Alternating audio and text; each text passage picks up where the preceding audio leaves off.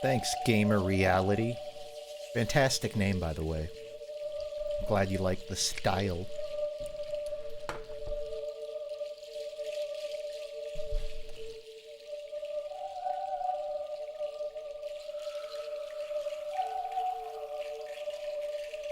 It's true. The rumors are true. I am nearing the end of Metroid Prime. I've gotten pretty much every upgrade, and I just need to go get all the artifacts, which I am standing in front of all the hints for. So, I feel like I can probably knock this out in the next few hours. So I'm gonna try my damnedest to finish this tonight, even if I end up going a little overtime. Because I'm a man of my word. Although I guess if I finish it after 12, that's technically finishing it tomorrow, but don't grill me on that. I'm trying. Who's the little man in the background? That's a Tonberry from Final Fantasy. I don't know which one. Probably 14 or something, or 9. It's just a little, like, generic enemy that happens to be green with yellow eyes, so I like it. So it's my child, and he is standing right there, out in the snow. Is that Mushishi BG music? I'm good ear. Good taste, really. Mushishi music, it is, for the record. It's very iconic. I feel like if you've heard it, you can recognize it. But I don't know many people that have heard it, so the fact that you caught that, I'm impressed. Although this background is also for Mushishi, so might be a giveaway. Am I using VR to point? Nope. Just a little tracker. Nothing fancy. I still can't do anything with it. I'm, working to get someone to make some fun interactive stuff for me, but for now this is just like if I need to point at something. I've started reeling in the hand bits, and I think I've also started running out of them, at least for Metroid Prime. So you probably won't see this unless I have a reason to raise my hand. Is he cold? No, he has a jacket. He has a hoodie. He's fine. So, yeah, I'll get started in a little bit, but thought I'd tell you about my day. So I finally caved, and I shaved, and I did something that I don't think I've ever had to do in my life, and that was buy shaving cream. I'm 26, and I don't think I've ever bought shaving cream, not because I've, like, never shaved, but because it doesn't grow thick enough to need it, and I can usually just razor it off without shaving cream, just like water. But I guess I let it go long enough that it was too thick even after, like, doing an electric razor to get rid of it. And I went to the store to buy some, and I didn't know where shaving cream was at the store, which was the most demasculating moment of my life. I'm just walking around the aisles like, is it by the shampoo? I did find it. The craziest part of that story, though, isn't the fact that I didn't need to buy shaving cream before. It was that for the first time in my life, there were two firsts today in my life. For the first time, I got recognized in real life for my content stuff. I was just checking out at, like, the self-checkout, and someone came up to me like, excuse me, your voice sounds familiar, do I know you? And I've talked to people at, like, conventions that know me, but I was like a deer in headlights, and I was like, it must be, like, mixing me up with someone, so I just said, like, yeah, I'm a YouTuber. And instantly, it seemed like they knew. Like, they already knew, but they were confirming it. And they're like, FUNKe? I was like, oh, fuck. Oh, fuck in a good way. I'm like, oh, fuck. I didn't expect that. And I I assume they're still working, so I don't know if they're here and they can hear me. But it genuinely made my night. I didn't even think it... Because I don't show my face that much. I don't hide it. I feel like if you look hard enough, you can figure out... I show it on Instagram a lot. But yeah. So I just, like, had a little bit of conversation with them before I went out. I feel bad because I didn't ask their name, and I realized that as I was getting into my car. Because I've never been recognized. I didn't... My brain was still processing it. So if you're that person and I see you again, I will ask your name. Or you can DM me it. But I'm sorry for not asking it. But yeah, that was, it was fun for me. It was really nice. So, I'm not gonna, like, give away details on what they were doing or how old they are. That's personal. And also, this person probably is the closest person in the world to doxing me, and I don't want to piss them off by like giving away something about them that they don't want. So just if on the chance they hear this, it seemed like they said they watched the World of Horror video, and I wasn't sure if they meant the Junji Ito one, but if they saw the FUNKe video, I feel like there's a chance they end up hearing this. So if they do, genuinely had a big smile on my face the whole drive home. So, thank you. But yeah, that's been my day. That and shaving. That and also... So there's the TF2 update coming. The deadline for workshop submissions is like May 1st. And I have a friend that's been working on an all-class taunt. He's running close to the clock. And I offered to do some animation for him. So a reason I've only been doing streams on Tuesdays and Fridays and not the extra days, I've been working on some like TF2 taunt stuff that will hopefully be out by next week. Not all of it is mine, but it's kind of the first time I booted up Source Filmmaker since I switched. And I've been going back to it to... I've made a taunt for the workshop before, but it's been interesting. It's kind of a dance. And I'll talk more about that once it's out. It's not my item, my taunt, so I don't want to give away details until it's released. But that's what I've been up to today, just animating. But yeah, enough stalling. I'm actually here to play Metroid Prime. And hopefully beat it. So this is the remaster. If you don't know what it is, Google it. I'm 13 hours in, 40% completion. This is around the time most people... Average play time is like 15 hours, and I'm at 13.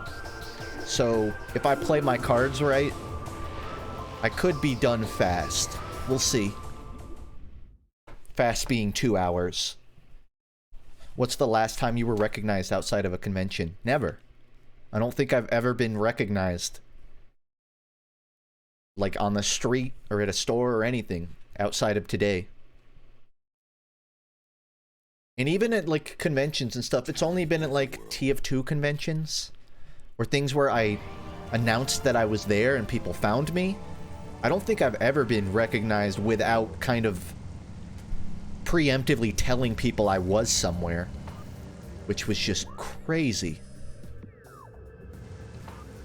So, yeah, last stream, I got a bunch of upgrades. I got the plasma beam and the flamethrower. Really, and the grappling hook. Really, I have everything, so I just need to go to where it gives you hints to find, like, the remaining artifacts. I have to go to basically the end game door, I guess. Do I have a jacket similar to my characters? No, I am wearing a orange shirt. Like an orange yellowish shirt. And that might have helped ring a bell. But I don't have, like, a bomby turtleneck or hat. You think I walk around dressed as a bomb? I would never get anywhere. You think I have a little fuse on my head? While I'm at fucking Target?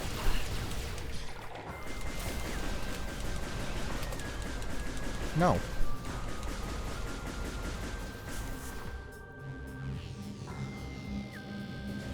Although I was thinking about that today, I used to have a little yellow toque beanie, like the beanie with the flaps on the side. And I really like that hat. Whenever I webcammed in like 2018, I always wore that hat, but I lost it. No, I didn't lose it. I put it in the washer when it wasn't a washer. I ruined it basically by washing it, and I couldn't find a replacement. So I don't have like a little hat or anything. Bommy hood turtleneck win. You know, I asked a merch place about that once, and they said it was doable, but they needed to know they could sell the stock. So I could, like, in theory, yeah, I could do that. But I think if I wanted to, I would have to do something simpler to prove that I can sell merch, and then I could maybe, I would have some weight to throw around. So, these are all of the artifacts, the unclaimed artifacts. I've gotten a few of them, about 3, so they're not lit up. These remaining ones, I have to spend this stream running around grabbing, and these give me hints, I believe, to where they are. The heat of Magmor was a test for many warriors. A shrine in their honor holds the artifact of strength. So I'm kind of tempted. I didn't think about this. I kind of want to grab a notebook and write these all down. I don't think it's cheating if I... Like, it's cheating if I pull up a walkthrough. It's not cheating if I write the hints down, right? So I think I'm going to do that. Hold on.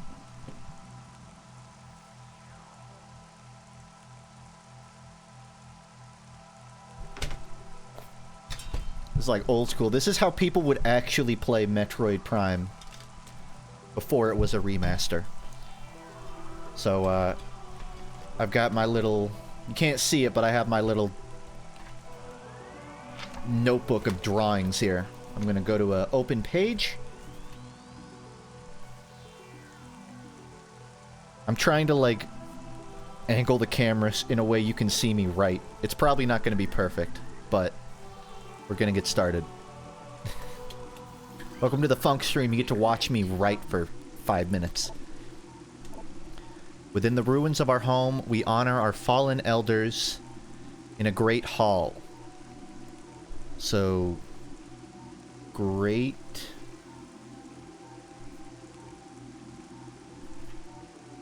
Huh. Doesn't really... Yeah, I don't think you'll see me writing these. It's gonna disappear. The chamber beneath the statue holds the artifact.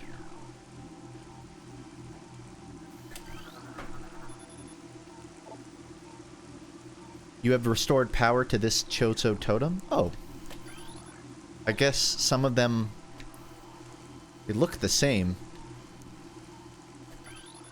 That's good then, I guess.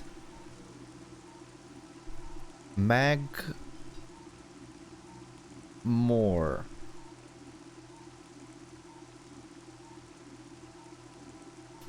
Horde. The artifact of truth. I have already restored that. I guess I have more of these than I thought. Or there are less of them than I thought. A tower sits atop Fenendra? Fenendra forces. Fendrana. I've been saying that wrong the whole time. It's Fendrana. Fendrana Tower. That one's kind of harder because I think there's multiple Fendrana areas. I have restored that one. So I guess there's maybe 6 of these instead of 9. There's even less than I thought. Room of Research.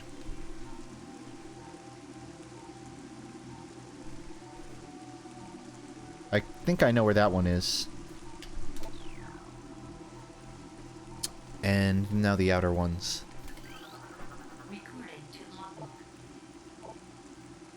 Benandra's Edge. Vendrana. Vendranas.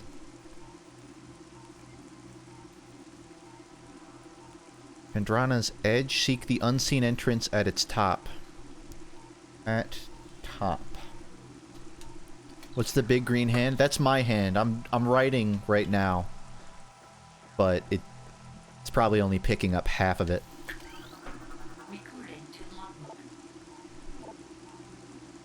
A grove. Talon Grove. Beneath the waves. Under waves. 1, 2, 3, 4, 5. Yep, I got 6 of these. And then I already read this one. Great Hall. Okay. Grab 6 of these, and then I'm guessing I'm in, like, the end game area. I got these written down. Now I don't have to, like, come back later when I forget where it is. So I'm gonna go.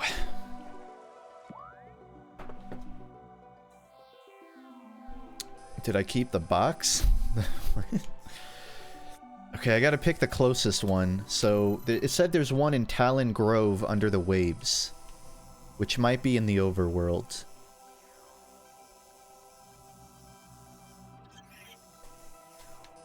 I don't totally know what it means by grove.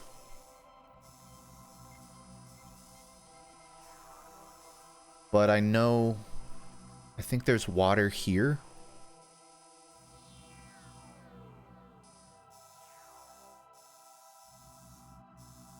I'll look around a little more. The way it says... Wait. Life Grove. There it is. This is what I'm looking for.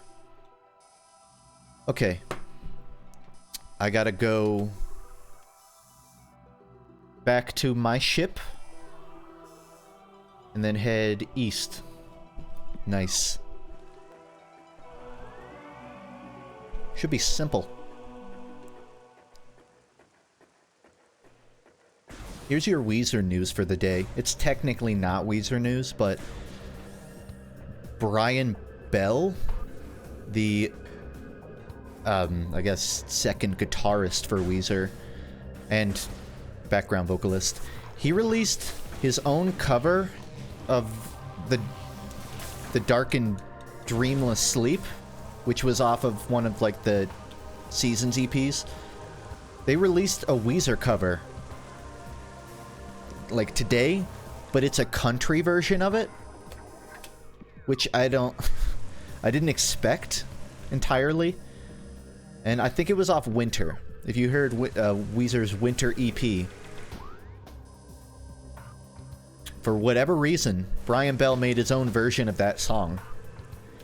But he did an even weirder thing, where like it's a music video where they're cowboys, right? But at the beginning of it, it's like a weird campy indie film where Brian Bell is walking to his apartment and one of his neighbors goes, "How are you?" And Brian Bell just trauma dumps on this poor lady that he's living next to. He's like, "How am I? I hate my job. I'm going into an apartment where I live alone, and I'm gonna spend the next 16 hours alone. And by the way, the woman I loved, I left 10 years ago. And I knew she was the only one that could make me happy." And this is in the music video of this song. And then the camera cuts back to his neighbor, and she's just like, "You're not supposed to actually answer, 'How are you?'" And then she walks away. And then the rest of the music video is just the song, and they're cowboys. And I don't understand at all why that was at the start of it. It seems so out of pocket. But that's what Brian Bell's up to. Trauma dumping his neighbor in music videos.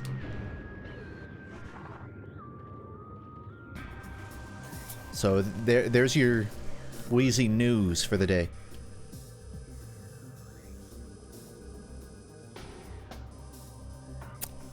Alright. I'm getting a little turned around here. Gotta make sure I'm going the right way.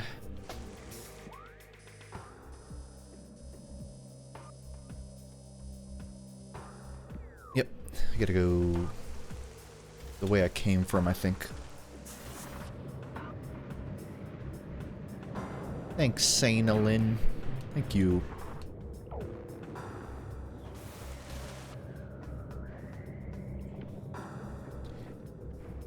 The country part isn't that weird, because Brian Bell has his own band called The Rentals. And they're maybe not country, but a bit more folky music. More like blues. So it kind of makes sense that he would release his own version of a song, because that's what he did with Thought I Knew off of the Red album. There's like a worse version of a Brian Bell song on the Red album, and there's a Rentals version of Thought I Knew that's way better, and it's way more like folky and campy.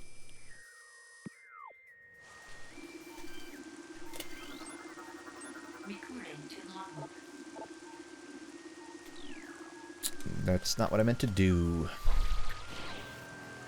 I think I just forgot to turn off smart clicks. You can click on screen all you want, but it's not going to do anything.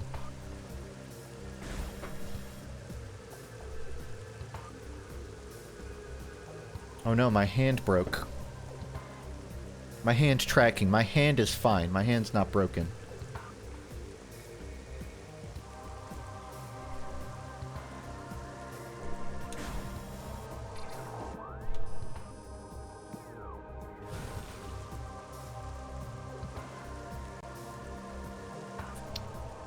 Okay. I fixed my hand, but then my game capture broke.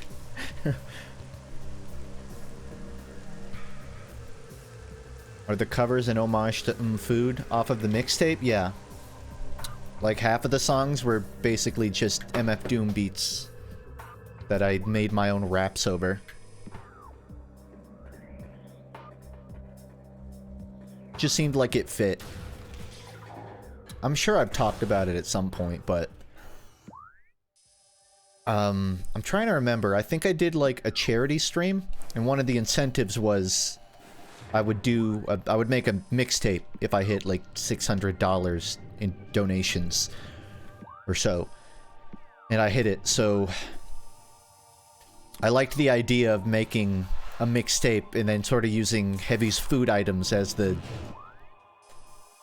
some kind of a working concept for it. And that's where the Lunchbox mixtape came from.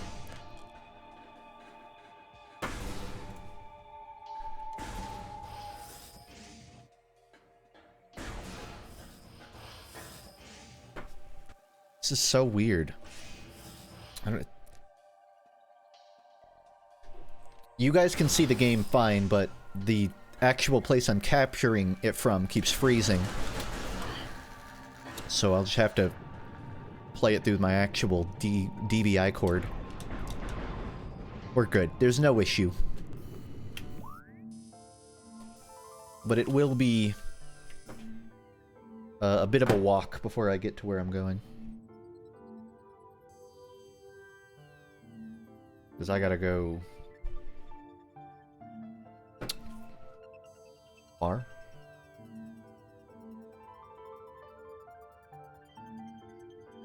Here.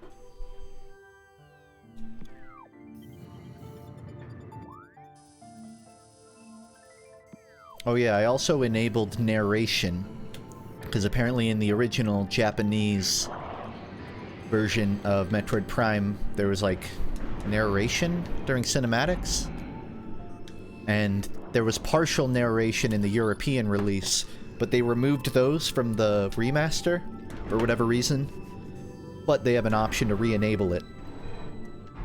So if you hear a random voice and it's not mine, it's probably not God.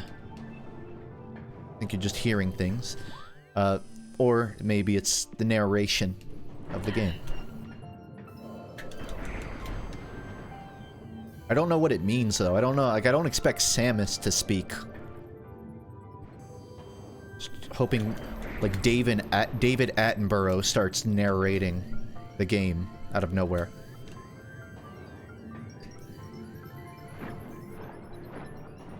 Original, sir. This game was made in Texas. Okay, fair point. Well, in the original Japanese release, it was full, whereas according to the settings, it was only partial in Europe.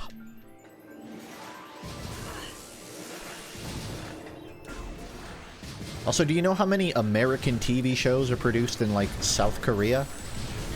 But you still call them American TV shows. So is that really the gacha you think it is?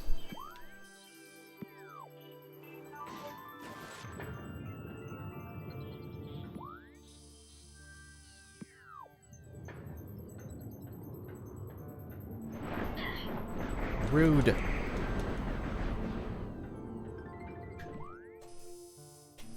I have to check the map so much. Oh yeah, Source. Steven Universe was... I mean, it's... Steven Universe...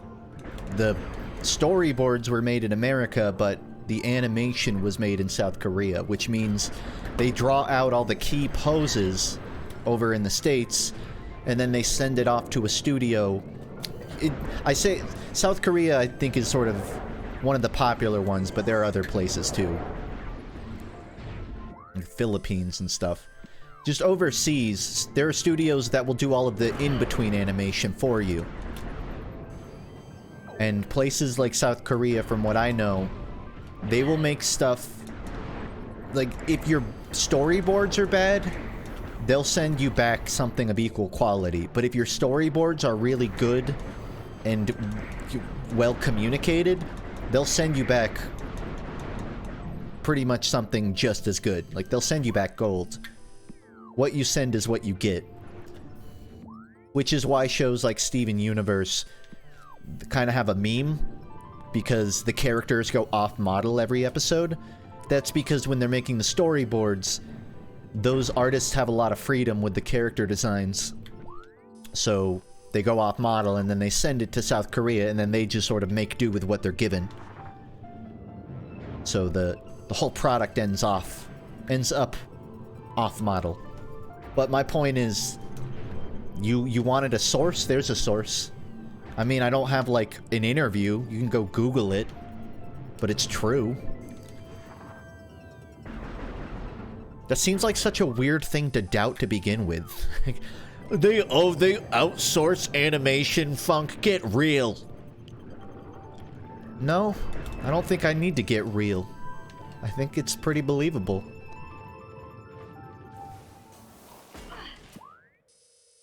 I'm almost there. Oh, fuck! Oh, fuck! I just realized what this one goes to. It's that one I couldn't get to last stream. Well, maybe I've discovered something since then. No, I didn't, because this was the last thing I checked before I ended the stream, basically. So, looks like I'm gonna be figuring this out. Oh boy. Maybe this guy will, like, spit me up if I jump in his mouth?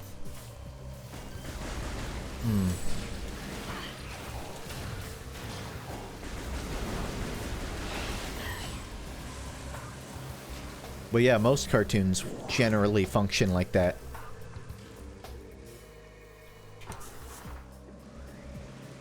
It's just more... affordable? It's more economic?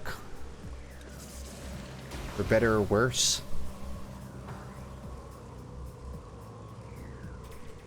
These animators in America are asking for a livable wage. What a fucking joke. Who do they think they are? Do they think they're vital to the creation process of your favorite media? Ugh. No, no.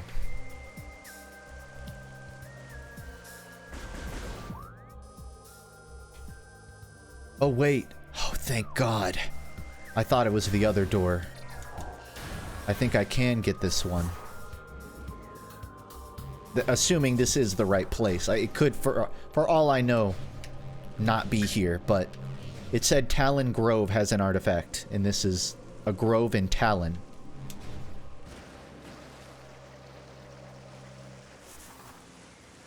When are we getting Samus VR? I never thought about that. But Metroid Prime would work in VR. Well, kind of. The movement would be really... I feel like you would have to adopt Alex's movement. You'd have to do teleport. You couldn't do slide motion. But I would adore like a Metroid Prime VR port. Even though the best we'd ever get is like Labo. Thanks, Adri. Means a lot.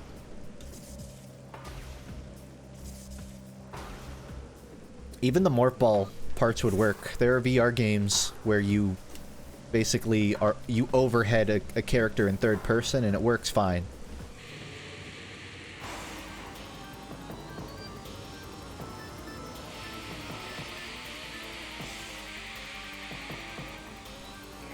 Where the fuck am I looking? What?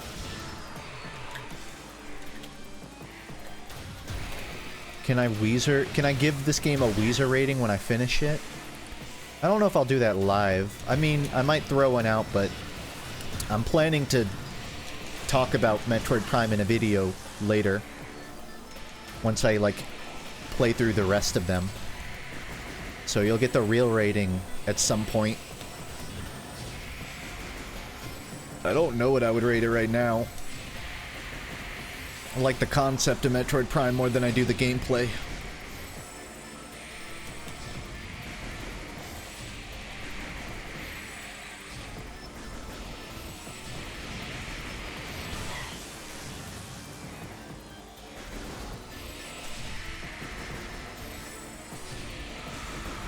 Be gone.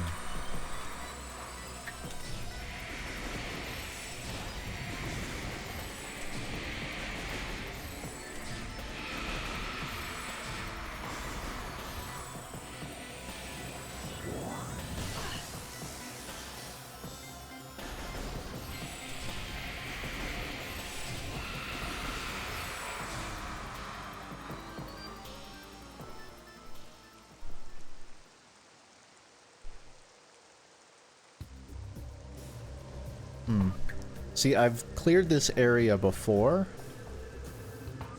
and it didn't seem... It seemed like it guided me to the artifact, but I didn't... I, like, turned around at the wrong time and didn't get it. So I'm gonna look around real quick before I go down this hole. No, because this hole just takes me... It lets me leave.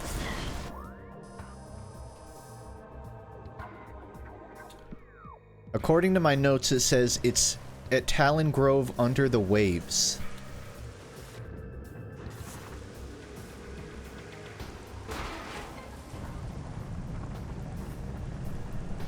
These aren't even waves, but okay. Sure.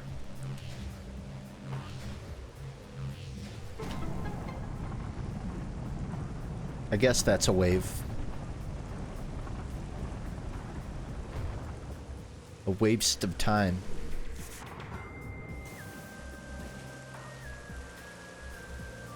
Not really. It's pretty essential. Okay. Now I'm a little worried my notes aren't thorough enough, because I kind of just wrote down the location, but I tried to write down the location and any essential navigation stuff, like if it's at the top or bottom of something. And now I'm worried that it might have given me some puzzle hints that I didn't catch on to. Not a 100% run, just beating the game. But I've never played it, so I don't know where the artifacts are. Without notes.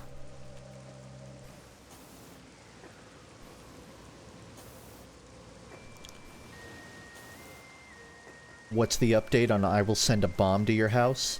Oh yeah, so I forgot last Tuesday to give away some of the plushies, so I guess I'll give away some of those tonight. I'm still doing it. Show the image later.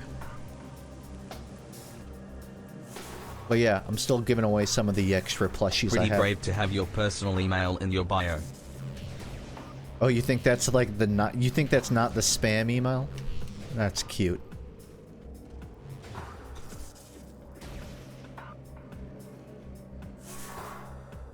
Funk, were you in Germa Dollhouse, or was it just someone who sounded like you? I was not at the Germa Dollhouse. I was watching the Germa Dollhouse.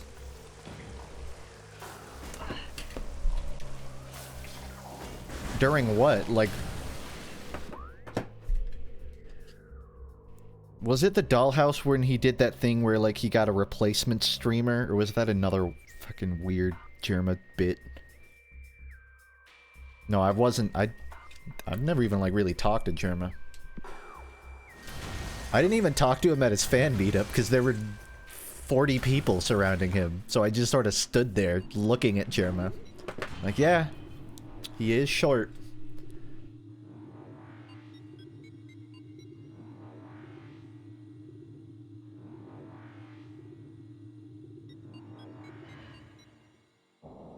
That's really all I got out of it. Alright. I have 5 more of these to get. So, I'm gonna check my notes. Chat, I want you to pick a number 1 through 5.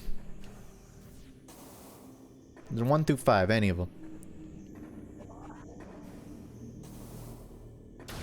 Seeing a couple 4s here. That's the research mines. Which... I guess that's not too far. It just says... Oh shit, yeah, I really should have written more. It just says it's in like a research room at the mines. Which could really be any of these. Kinda get the feeling it might be there. Maybe I should... I kinda wanna go by the artifact thing again and double check my notes.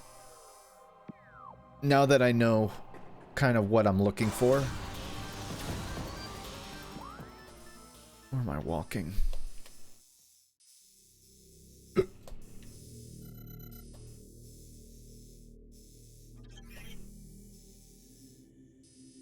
Oh wait, there's one at the Great Hall. Is the Hall of the Elders the Great Hall? I think I'm gonna just... I'm gonna see if there's one near me. Because it's pretty possible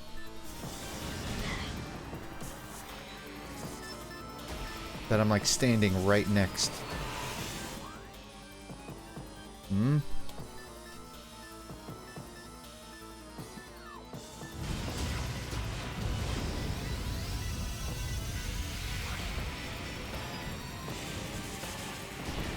I don't know what that thing is, but this is definitely the door to the elevator.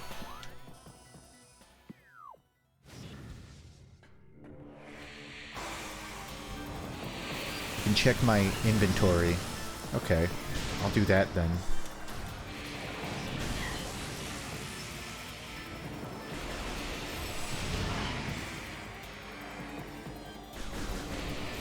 They call this a great hall, but it's kind of claustrophobic. I don't really see what's so great about it.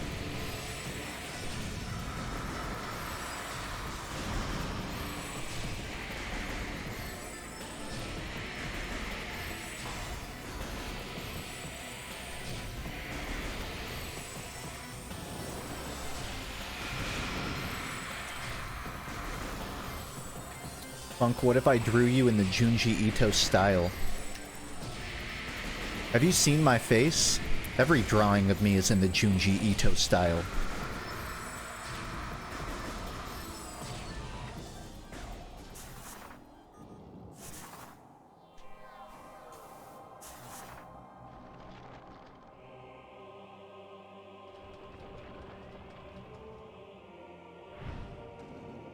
Here's the pitch.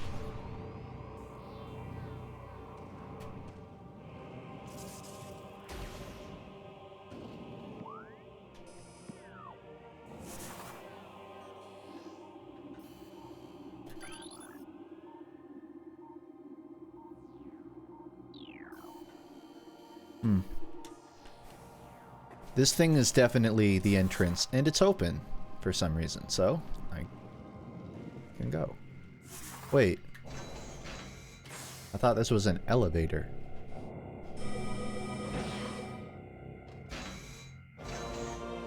Okay. Oh, it's an M. I thought it was an E. It's an M. No. Get that out of there. Now it's double full. No, Sam, stop fucking walking on it. You don't. You are so gluttonous. Samus, I'm begging you, stop.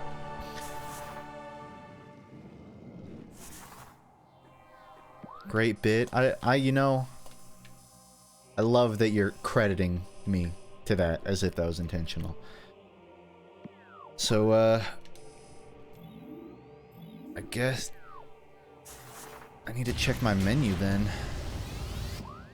What's the button to, like, open the artifact thing? You know, that button I never click.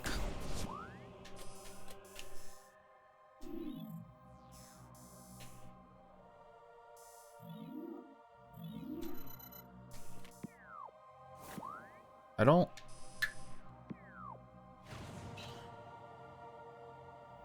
I'm on GameCube controller, I should mention.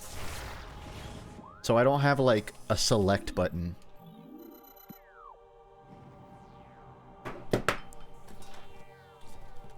I'm gonna pull out my Joy-Cons and see if one of these does it.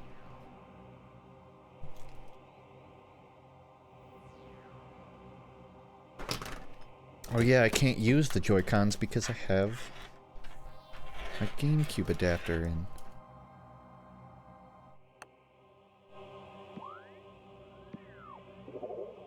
It is minus. That's weird. But okay.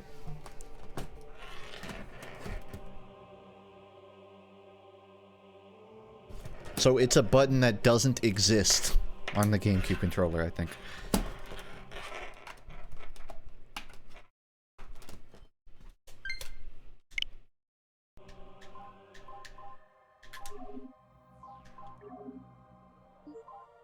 I have the truth one. Okay, let's look for the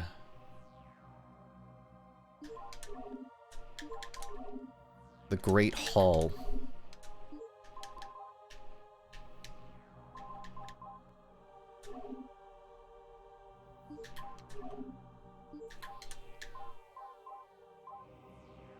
There's 3 of them that are just unnamed. Within the ruins of our home, we honor our fallen elders in a great hall. A chamber beneath the statue holds the artifact of the world. Okay.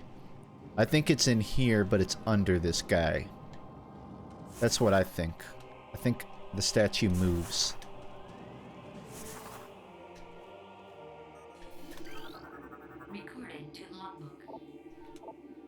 Things bound to earthly shapes are temporal and frail. Existing in a single dimension, they are fragile, vulnerable, and ultimately mortal. However, not all things obey this law. Shapeless, they wait beyond the realm of perception, emerging only when one arrives who can feel their presence. Such is the will of the Chozo. Our will is to defeat the evil seeping into this planet remains. We desire only to see the darkness meet its end. The will of the Chozo has no mind or reasoning of its own, though. This will be the entrusted one's trial. Be like water. Water can erode the strongest of rock, not by brute force, but simply by time and patience. Be like water. It's a real Taoism thing, by the way. I always thought it was interesting that if you read about Stoicism, which is like the Marcus Aurelius school of thought, it's kind of like if someone pisses you off, right? Rather than wasting your time like being all angry about it, turn that anger into a fuel and like prove them wrong by just being better, I guess. So Stoicism kind of has like a be like fire thing to it. But Taoism, it's more the opposite. It's like, if someone pisses you off, then you just adapt and don't give them, like, don't let them live rent-free, essentially. So they're almost cardinal opposite schools of thoughts in that way, even though there is a lot of overlap. I'm not seeing a way to move this thing. Hall of the Elders. It really seems like it would be here, unless there's another statue. Also, there's stuff down here. What's going on?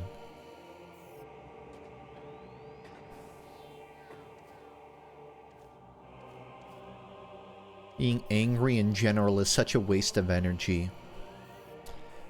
I don't know.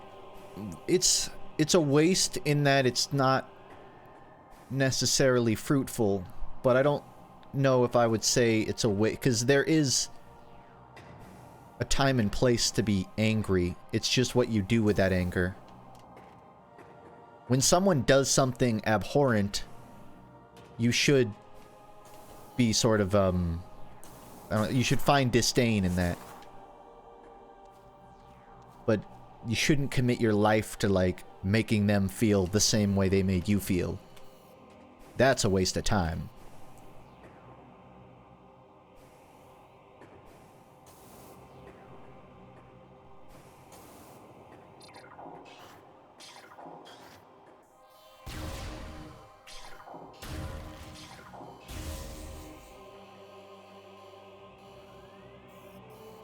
I sure did click those things.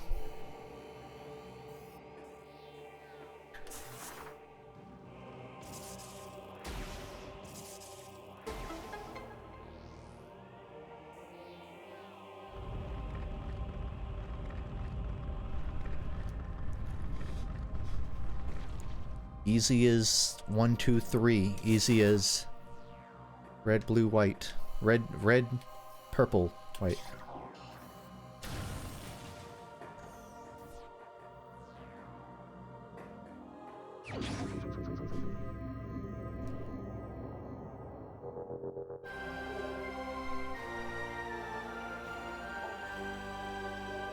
I'm kind of... I don't think I've actually used that red one before, so I'm curious what that is.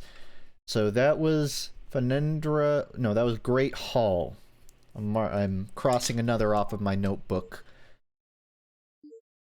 So now I have Magmore, Phendrana Tower, the Research Mines, and Phendrana's Edge. It sounds like there's a lot at Phendrana. I'll make my way there. Maybe I should do the other ones first, then I can knock all the Phendrana ones. I guess it doesn't matter, because I gotta go back to the artifact room anyways. Okay, what's the most out-of-the-way one? What's the one that's, like, furthest from everything else? There's one in Magmore. It's like 3 in Phenandra Drifts. Phendrana's Edge. What does that mean? Oh, God. Phendrana's Edge. There's probably one, like, here. Or here. There's one in Magmore, so somewhere around there. There's one in Research Mines, so one here. And then... I think that's all of them. 1, 2... Wait, no. Phendrana Tower. Where's Phendrana Tower? I'm gonna guess that's also here. So 2, 1, 1. So Phazon Mines is probably the furthest, because I don't even think there's... You can't even get to Magmore through the mines, I don't think. Oh, you can, but only from the south end. From where I'm at now... I guess I should just go through Talon to the mines, and then just... The mine one is probably the most annoying to get to. So, I'm gonna do that.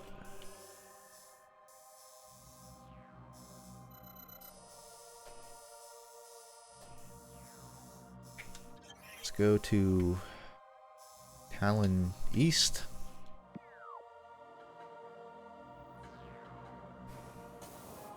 Have I read JoJolion? Yeah, but I didn't... I liked the characters of JoJolion. I liked that dude who just lived on ski lifts for some reason. The Joe Bro. But overall, I thought JoJolion was one of the weakest parts. Which isn't an insult. The weakest JoJo part is still better than, like, some of the best shonen. But JoJolion... It's weird, because Araki clearly wanted to go back to the slice of life. Just some weirdos in a town with a mystery. But he never totally committed to the mystery. And he never totally committed to the slice of life. So it always felt like this weird half and half. Like, even part 4, it fully committed to being slice of life, and it fully committed to being a mystery, and it had space for both. And I thought it was good. Whereas JoJolion, it seemed like it was playing it a bit, not safer, but it's like every time the shit with the tree came up, I had to, like, remember the backstory. Part of it's because of JoJolion's time frame, like, fucking 10 years to make. It was kind of hard to follow, because you always had to remember all the shit that was happening. I liked it. Jolion also had that money stand, that Joshu fight, and I really liked that one.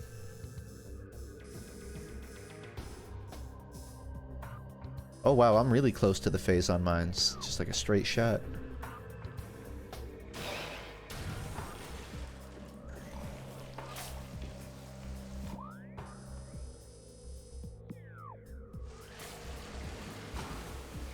Did I have a good 420? Yeah, I didn't really do anything.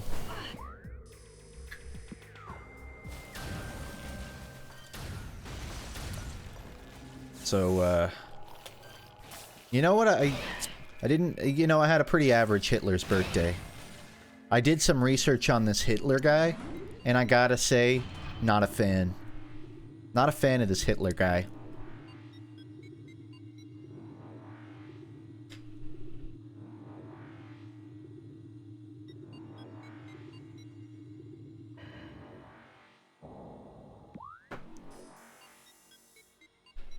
All I have written in my notes is Magmore, and I misspelled it, so it just says Mgmore. I forgot, I started writing an A and then I turned it into a G. So my notes literally just say Mgmore. Mgmore.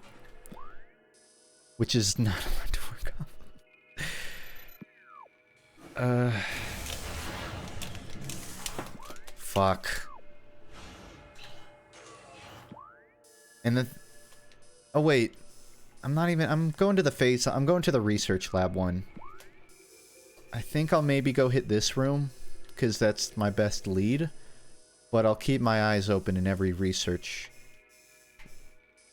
It could end up being in one of these research lab rooms. The ones that are called research. In fact, wouldn't be surprised if it's in one of these.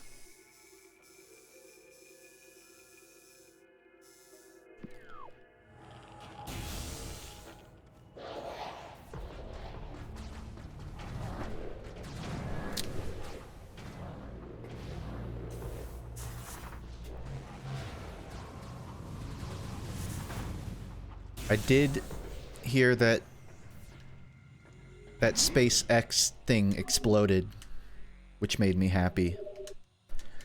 It did make me happy. But I did chuckle. And no one died. It wasn't like someone wasn't on it.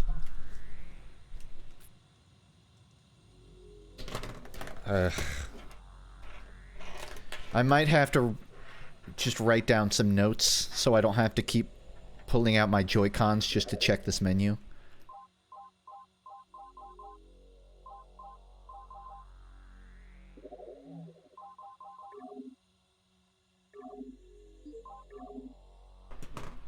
Alright, I'm gonna do that.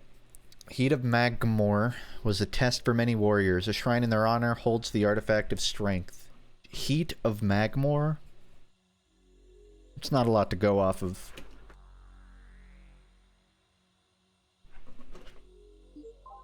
But okay.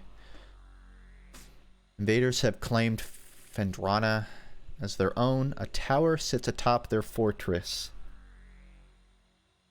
Tower atop fortress. I hope there's not a team there too. Collapse it to reveal the chamber where the artifact is held. Collapse the tower? Drawing an arrow towards the word tower with collapse amended onto it. I misspelled it as collapse. I'm just gonna leave that. A room of research lies within the mines. A corrupted invader is trapped there. Corrupt in the mines.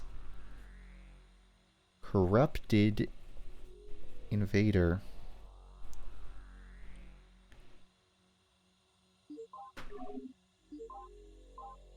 I guess I'm gonna have to figure out this whole 3-question situation. I bet you I'm gonna get all the artifacts and then it's gonna reveal there's 3 more I have to go find. There's gonna be 4 more hours to the game. A tall cave at Phendrana's edge. Tall cave?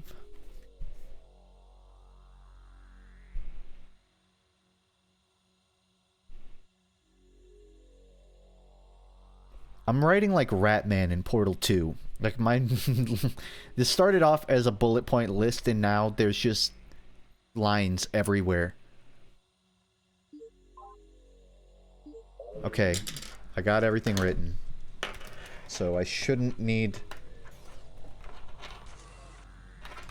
to unplug my GameCube, my controller adapter again. Just so I can use my Joy-Cons. Enjoy this flashbang while I get my controls back. There's a corrupted invader in the research mines. I kind of have an idea of where that might be. Because I recall walking through a research room that had a big dude in it.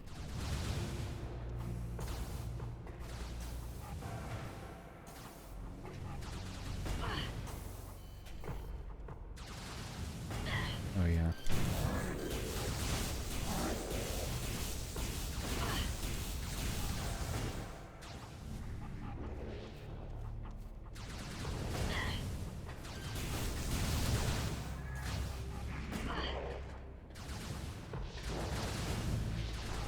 I have enough health now that I actually can just ignore things, and it's really nice. I can't ignore them.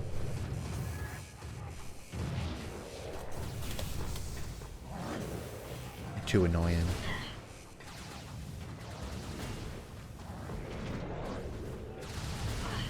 Why? Just a shot.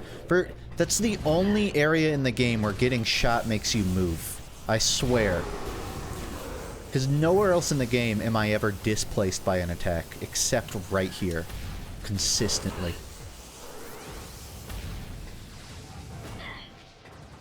Is this game fun? Yeah, I'm having fun. I'm having fun.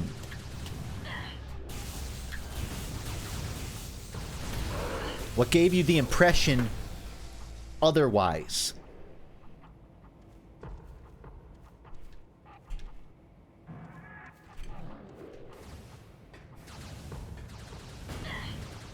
It's fun.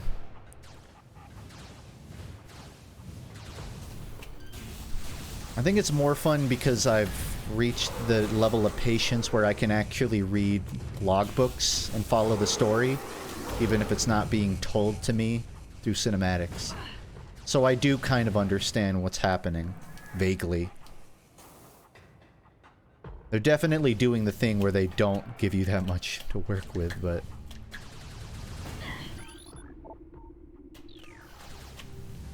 Am I not close enough?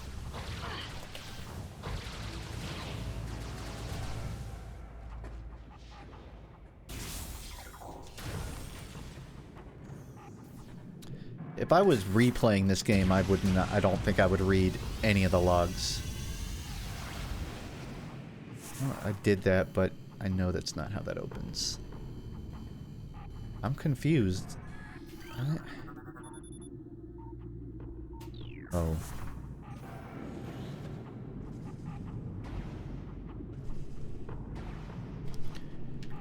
Yeah, I just know they were... It's kind of a colonizer thing, right? The aliens showed up. The space pirates came to the Chotso ruins and just started fucking stealing and breaking, destroying everything. And then they hit a dead end when they realized, like, they didn't know what artifacts were, and they basically torched all of the books explaining what they are. And their linguists couldn't figure out, like, the remaining text, I guess, like the hieroglyphics on the walls. So they didn't understand that you needed all these different powers and heat and freezing and all that to access certain stuff. So now the pirates are kind of just stuck here, making no progress, and then Samus shows up, being her badass self, blazing through the things they were stuck on for months. It seems like that's what the lore is.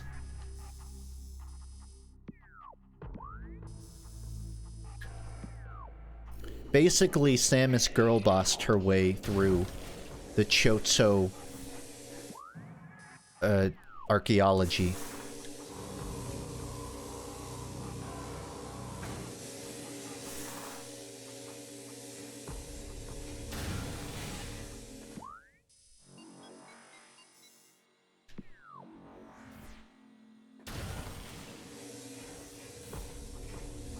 I draw the line when a game is trying to explain fake made-up science to me. It depends. I think it can be done right with any media. But it can't... It has to be fast and optional. And it can't... It needs to be intuitive at a glance. That's how I feel about made-up science.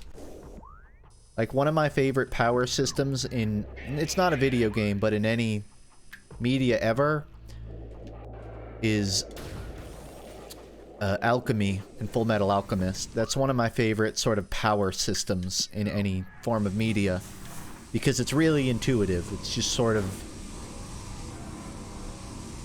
deconstructing and reconstructing matter. Things get made and things get destroyed, or they get turned into different forms. And if you know the magic circles to let you do it on the fly, you can kind of,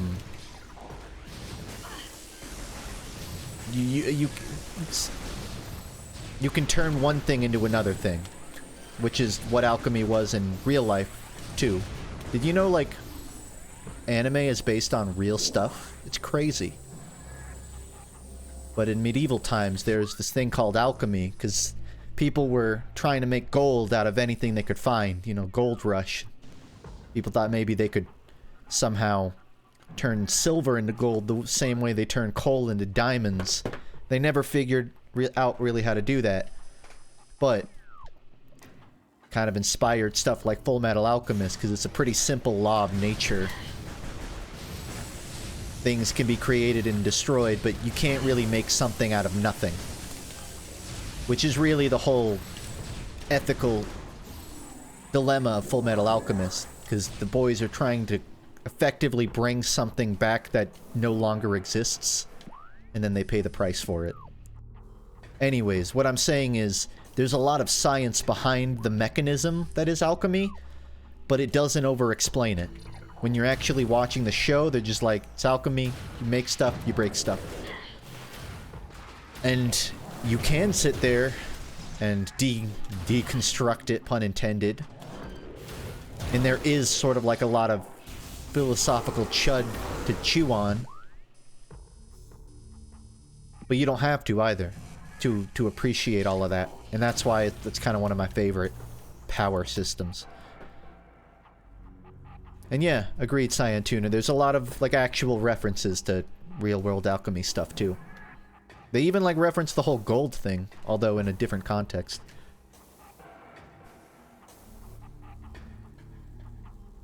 It was also about turning yourself into gold, and this is reflected in the story and symbolism of FUNKe. Like, the origin of real alchemy? That sounds like a folklore thing. Like, it doesn't sound like someone was really trying to make themselves into gold, but there was probably, like, an Eastern, mythology of people turning themselves into gold. And I could see that being, you know, turned into lore. Anime lore. I'm checking. It says collapse. Wait, no. Corrupted invader. It's not in this room. It's gonna be lower down. I'm pretty sure it's gonna be where the big elite dudes start showing up.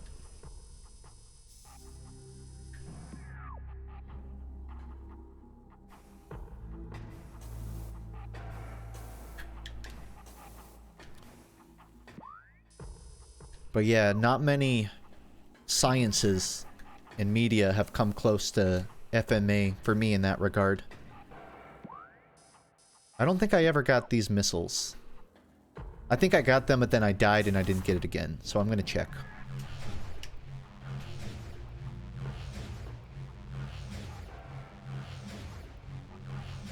Did you ever read the Alchemist book series? It doesn't ring a bell. Like a novel? No.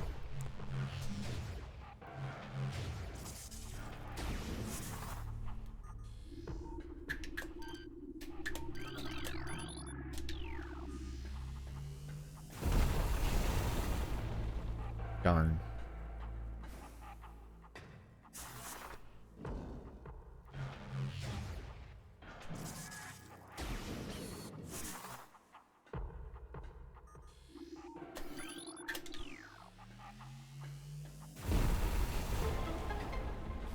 Sick.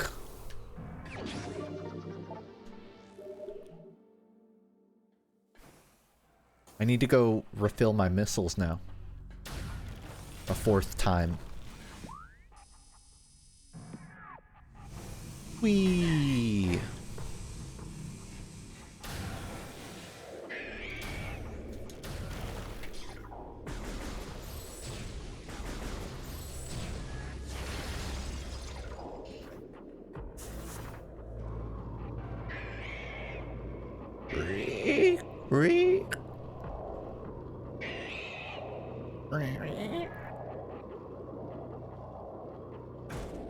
Oh, come on, guys. Be reasonable.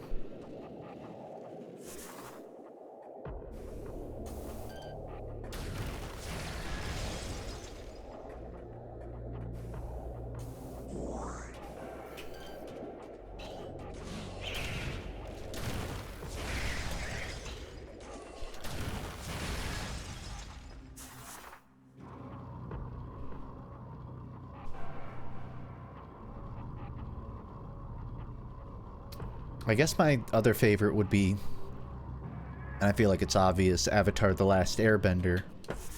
I feel like that's another really balanced science system. You call it a science, it's kind of magic at that point. But in Avatar and Korra, there's a whole history to how people got bending, but it's a little it's a little complicated. Well, there's a lot of giant turtles. All you really need to know is everyone has a different element. Generally, you can only have one element, unless you're the Avatar, who gets to have 4 for some fucking reason. There's a reason. But there's also science to how it works. Like, it's harder to firebend in damp environments. There's balance, I guess, to how bending can be used. Whee!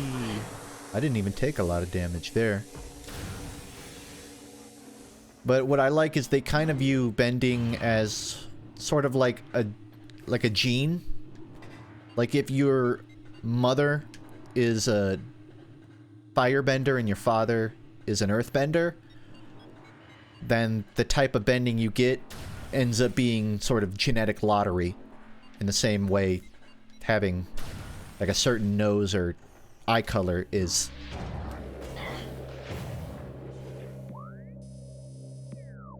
Which is also interesting because in the lore of Avatar, in the first one, it's sort of like all of the nations are super divided. They're like in the middle of war, so there's not a lot of like cross-nation couples.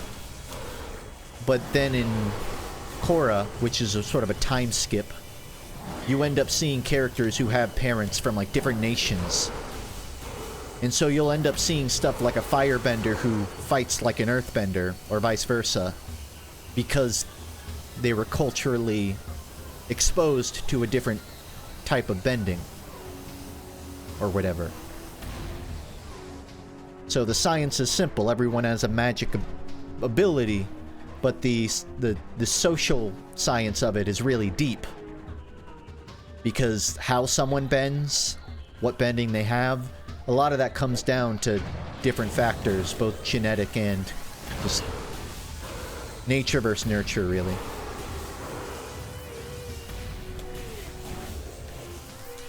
It's just really easy to watch a show like that and wonder, like, what element would I be? According to BuzzFeed, I would be an earthbender. And I don't disagree.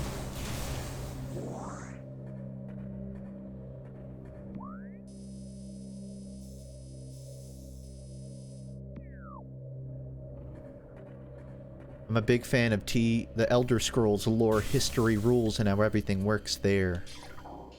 I remember being really invested into like the logbook side of Skyrim when I played it, but I haven't maintained any of that.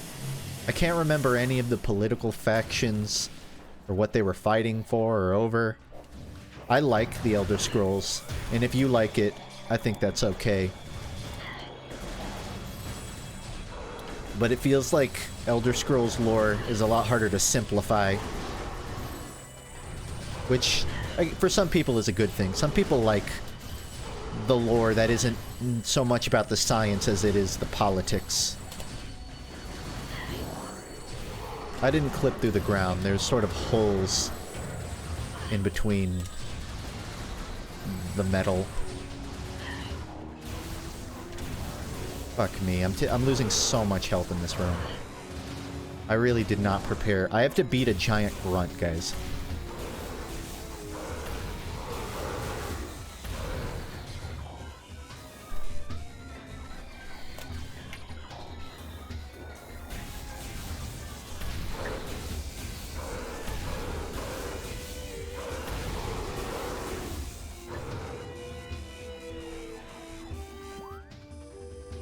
There is kind of a close save point, but I'm also in a research room. I'm so scared.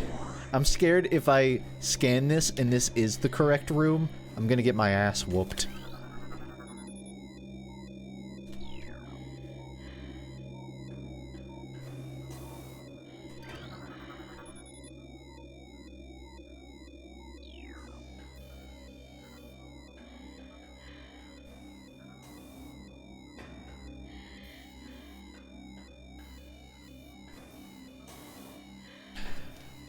Can't really make heads or tails of if it's in this room, so I'm gonna go hit that save point and then come back. It's not too far anyways.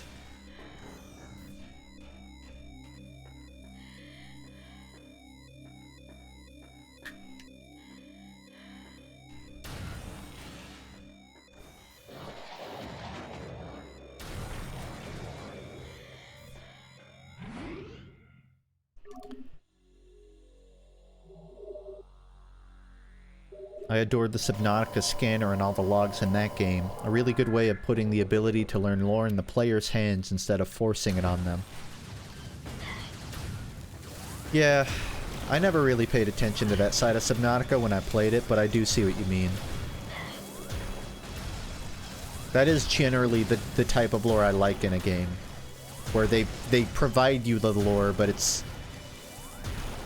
curatable. You only have to be exposed to about as much as you want to be.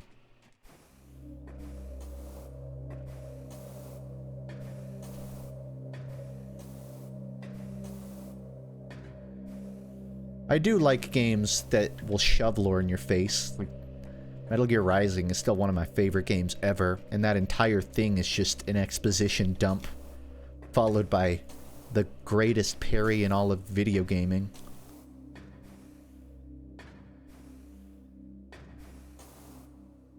But I think when you can't half-ass it. You either gotta commit to being a lore dump, or don't do it at all. You can't pick and choose your battles. I can't fucking remember the deeper plot of Breath of the Wild, but I loved that game.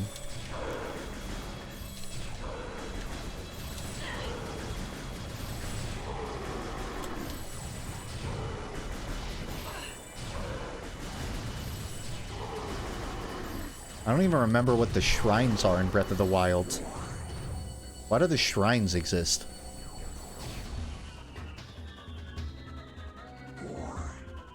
I guess it was because of those old people at the end of every shrine, right? Like the guardians or whatever. They were like making a test for the hero to prove himself when he got back or something.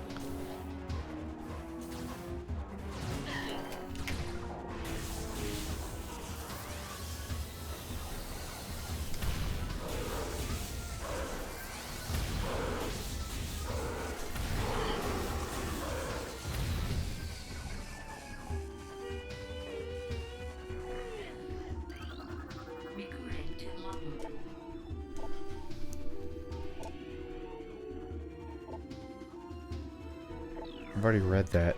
It was red, so I thought it would maybe cause something. There's a corrupted invader in the Phazon research mines. Corrupted invader is a very specific implication. I don't think it's this room. I think it's further down. I'm gonna try and go here to check. I don't know why it would be this low, because it says it's in the research areas. But it would make sense that it's in, like, a quarantine zone, I guess.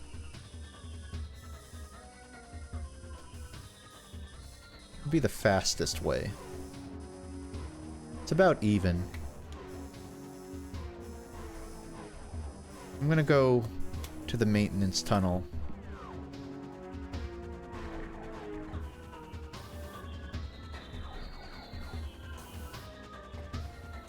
The plot for Breath of the Wild is get funny sword, get memories, finish many Sheikah slate shines, and quote, seal Ganon. Yeah. That seems about right.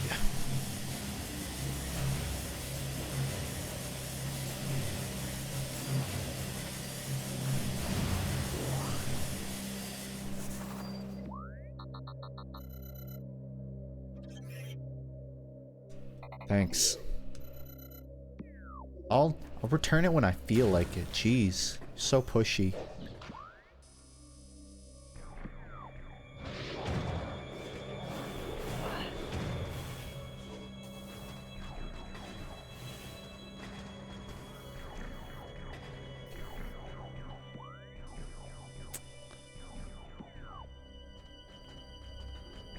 I have heard some of the theories about Tears of the Kingdom. I don't know if I want to talk about them on stream, because I know some people like to avoid all discussion of a game until they play it themselves. I will say, I do see the credibility to some of the larger working theories. And if they're true, there's definitely some, I guess, unfounded stuff happening in Zelda. Like stuff you haven't really seen in prior games. Which I welcome.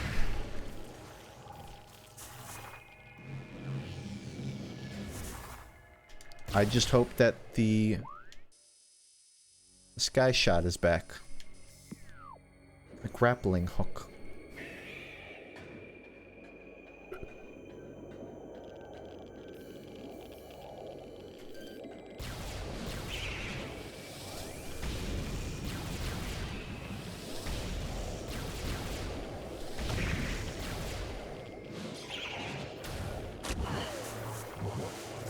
Rude.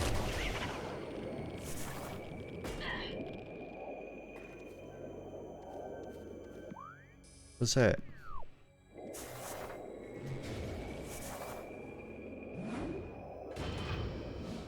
What? Guess it's just an elevator.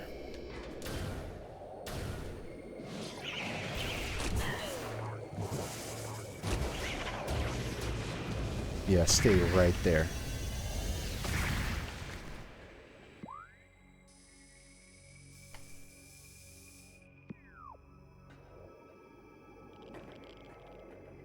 I will say it was really funny that in the Tears of the Kingdom trailer, Zelda's like, "Link, you must come find me." And 2 days later, people figured out roughly where she was standing on the Breath of the Wild map, using only random rocks in the background. Game's not even out yet, and people found Zelda already.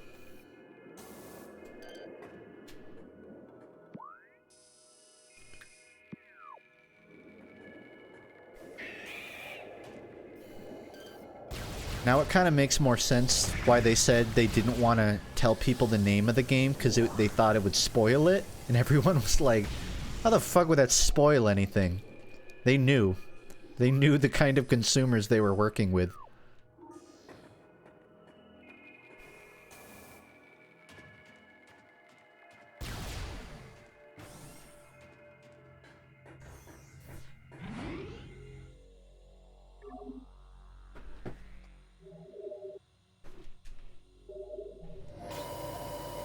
I never really had issues running Breath of the Wild. I guess I mostly only played it in docked mode, though. But it never really ran that badly for me. Except for maybe crossing, like, Hyrule Field, or the Tower Field.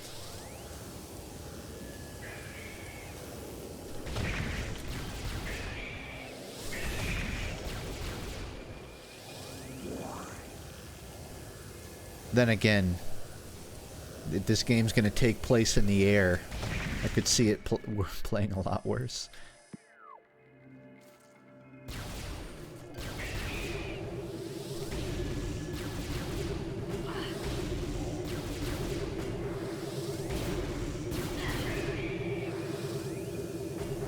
There's like a fake door here. What is going on? There's a fake door.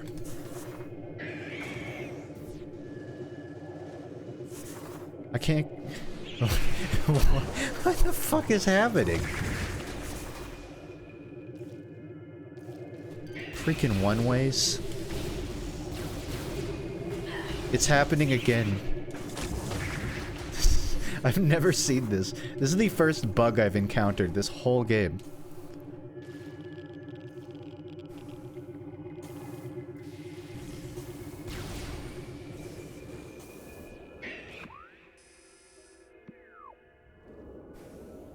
I'm guessing it's not here, but I'm certainly gonna try and find out. The good news is, if I fall, I won't die.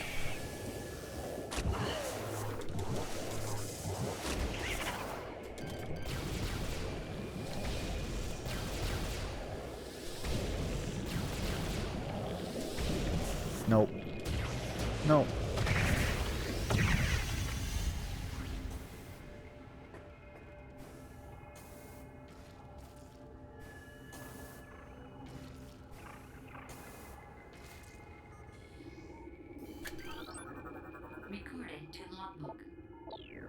I'm not mad about this yet, but I do want to say, recently Dota 2 announced that they're getting a really big update, like the new Frontiers.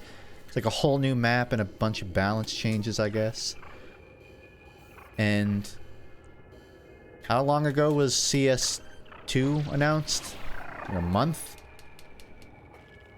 So, Valve fans have been eating pretty good this year. And I don't want to say that my hopes for the TF2 update are a little higher now, since it seems like they're kind of making the rounds.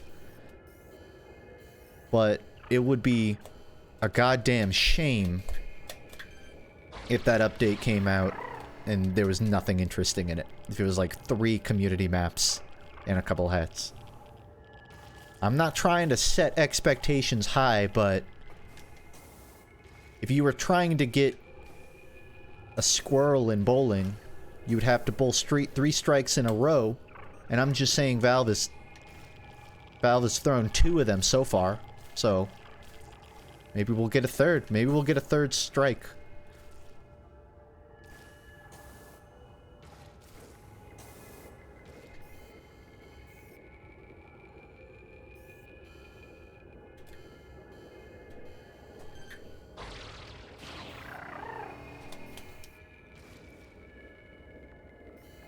Three strikes is a turkey, not a squirrel.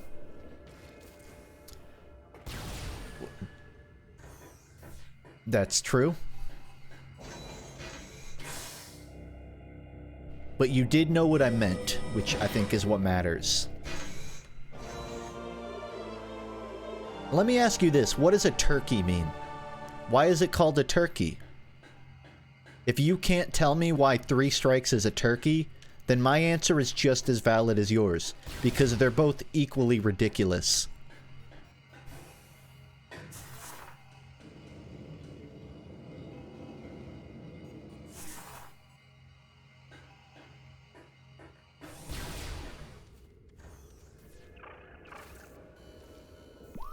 I thought a turkey was 10 strikes. It's possible. I've bowled in the last year, but I haven't bowled professionally since I was 12. It wasn't down here, but I did get a missile upgrade, apparently. Why the fuck is Moobot being such an asshole? Someone just subbed to me. Shut up, Moobot. No one asked you.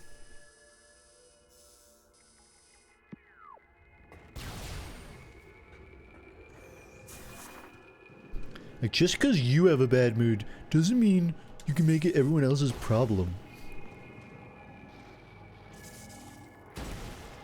By the way, fantastic news. I just saw an artifact. Which makes sense, because this is an area I've never actually gone to.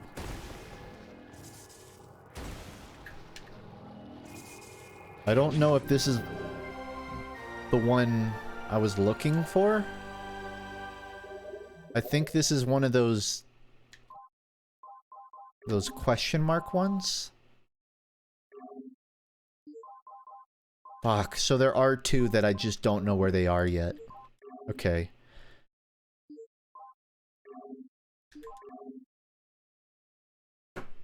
I'm gonna write down which one is which. This is the spirit.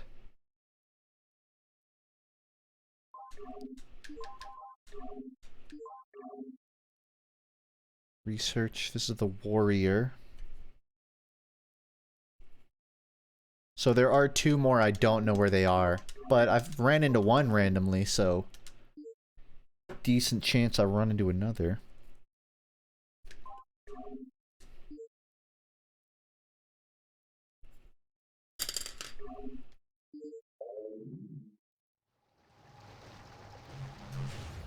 I do still need to go find the invader, though.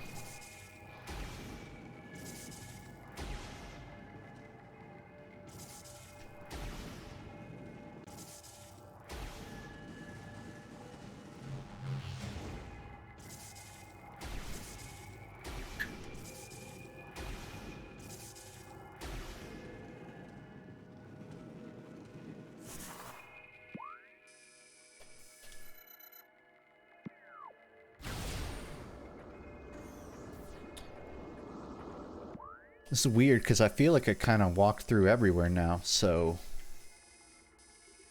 It must be... It's in the mines. I'm in the mines. I'm trying to think where a corrupted invader would be. I'll just make my way back the other way I haven't gone yet.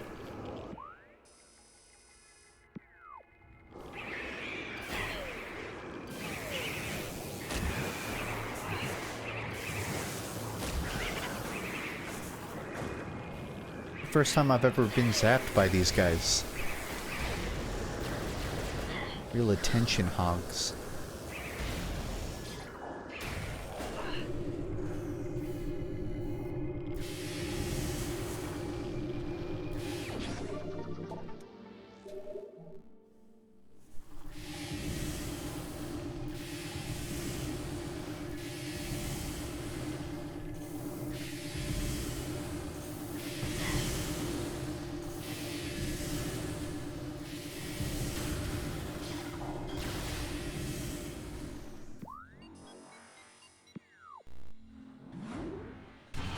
Up, please.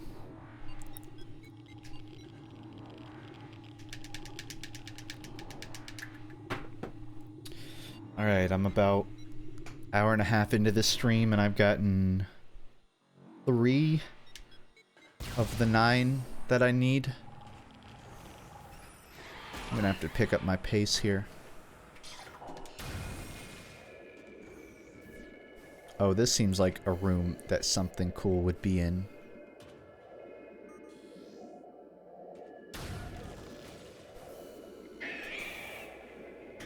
Like that.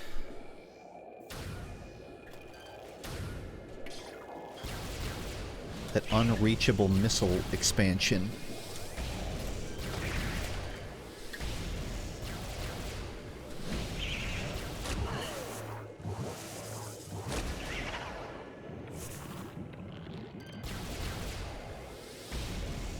You guys know that the voice actor for the TF2 sniper is also the voice actor for Civilian in Half-Life 2? No one ever gives John Patrick Lowry credit for the thousands of Gmod animations his voice has birthed. People only know him as the sniper. Fucked up. My man has range.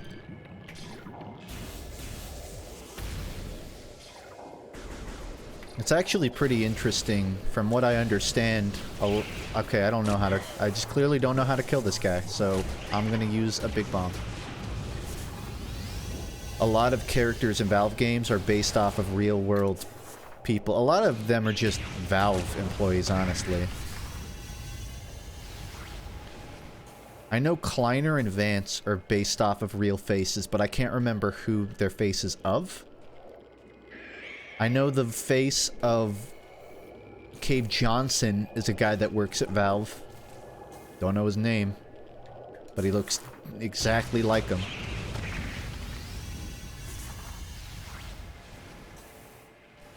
Same with his assistant. What's her name?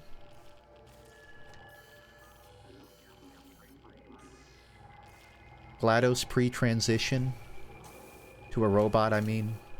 Caroline. Yeah, Caroline was also, I think, like,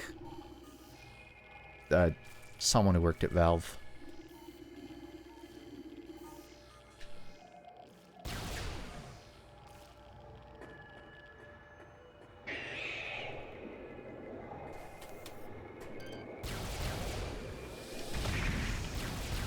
I'm willing to bet Ratman was based off of some grimy Valve employee too.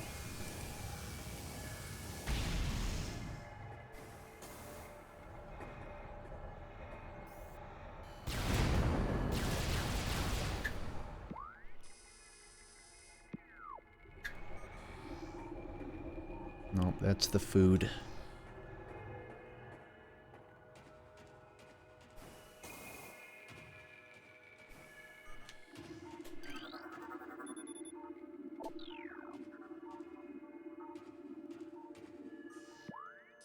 Alright, the search is getting a lot harder now.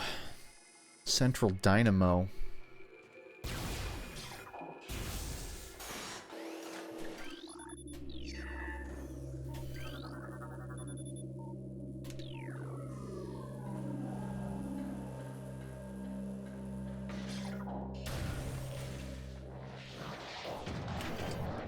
Yeah, I'm not sure where to check now. I feel like I've checked everywhere. It's in the research mines, there's a corrupted invader. That's all my notes say.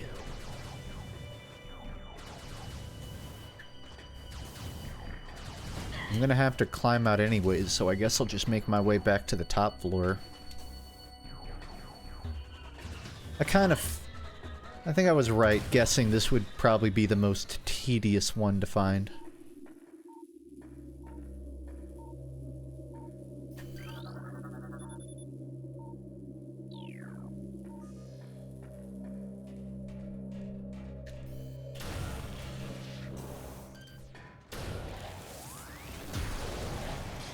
Who is Caroline? Do you mean who plays Caroline? Who it's based off of? Or as in who is she in the lore? Because Caroline is... The lore for Portal is honestly really fucked up. Like, it's such a great game because it can... It never really emotionally impacts you. Well, like, Portal 2 it really does, but... It's more fucked up than it even seems when you first learn about it. So Cave Johnson ran Aperture Science, and he started getting, like, sick and old, so he wanted to find a way to immortalize himself. So he started this program to house his consciousness in some sort of, like, an AI replicant or a computer body. I think they basically wanted to...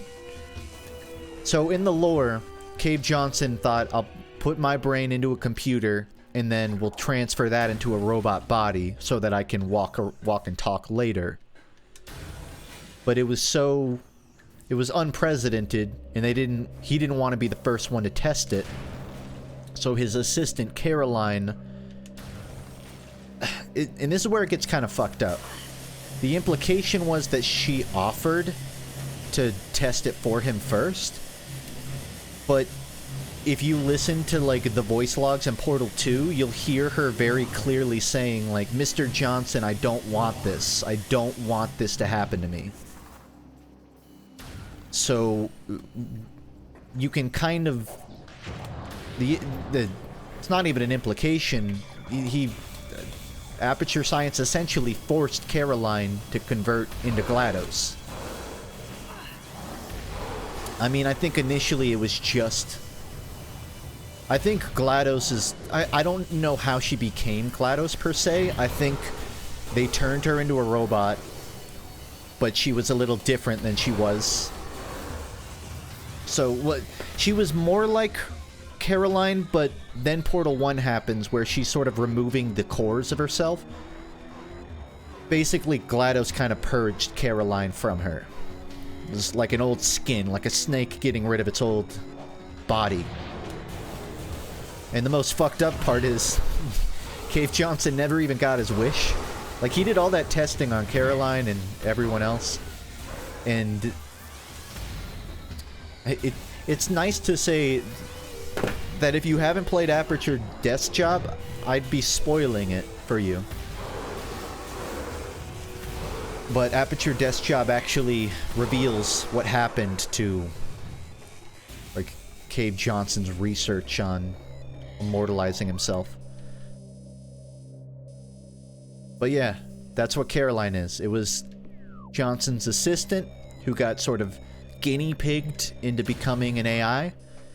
And then when they didn't really know what to do with her, they kind of just turned her into... kind of just gave her the keys to the place. They didn't really give her the keys to the place. It's more like she killed everyone and stole the keys. But she went from being the assistant of Aperture to being the AI assistant to just being the controller of it, really.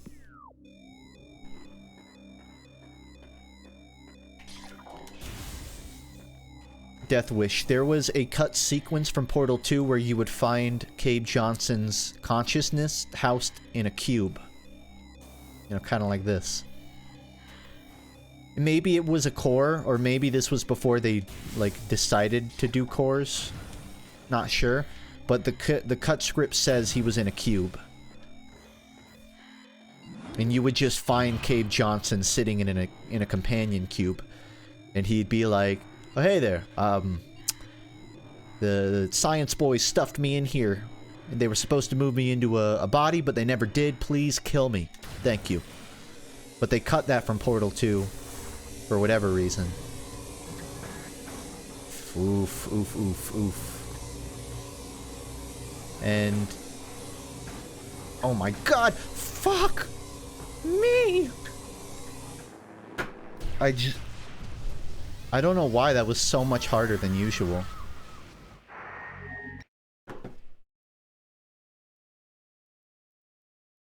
It's like you once you're down to that HP, you just psych yourself out.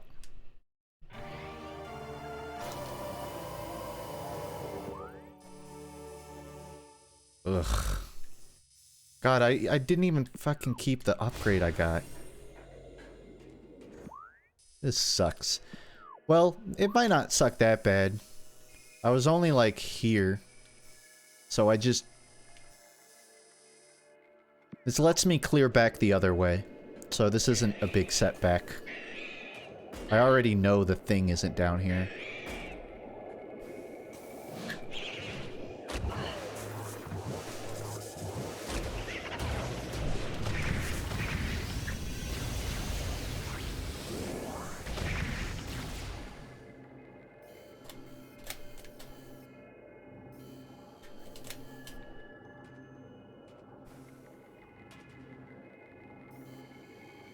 The thing.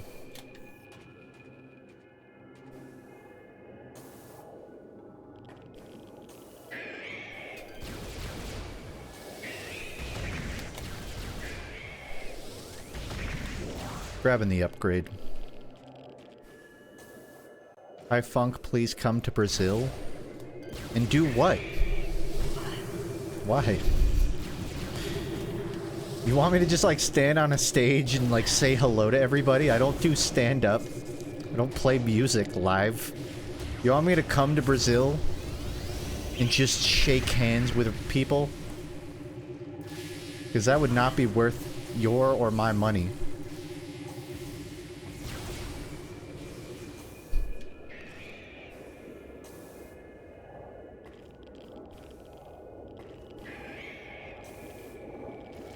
What happened to Cave? Why don't you go play Aperture Desk Job and find out?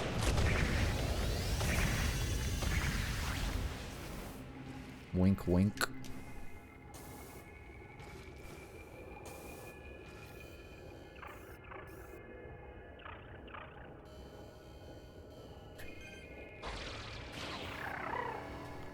I don't have a Steam Deck. You don't need a Steam Deck. You can play it on PC. You can... It's not an exclusive. And if it is, just watch a playthrough. It's like 30 minutes long. If even.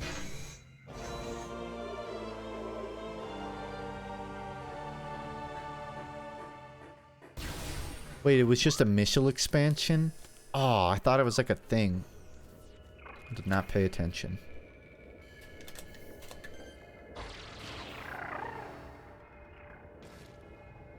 Bro.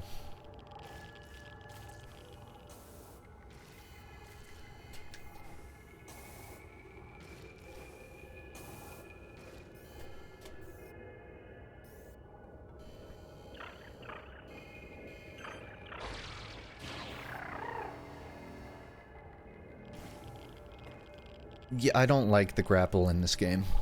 I like the grapple when it doesn't involve platforming. But I don't really... I feel hollow once I finally get across.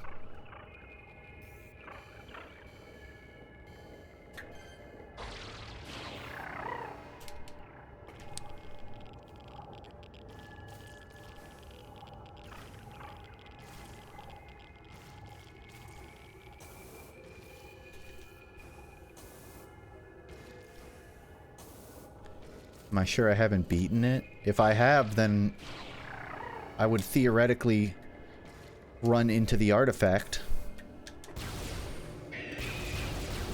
I mean, it's possible that big boss room is the thing it's referring to. But that's where I got the suit. That's where I got the Phazon suit. So I don't see why I would get two things in one room. Ew, why is this dude staring at me?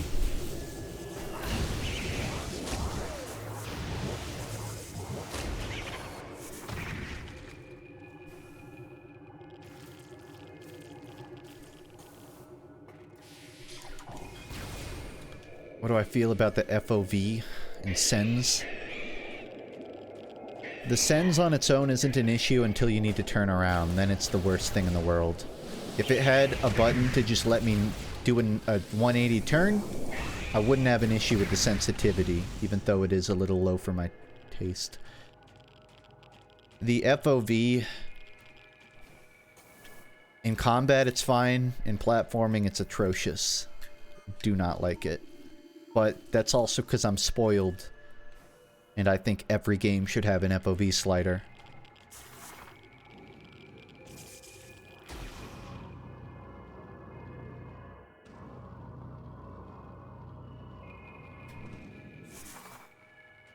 I understand why it wasn't in the original. I feel like they just feel like they could have added it here.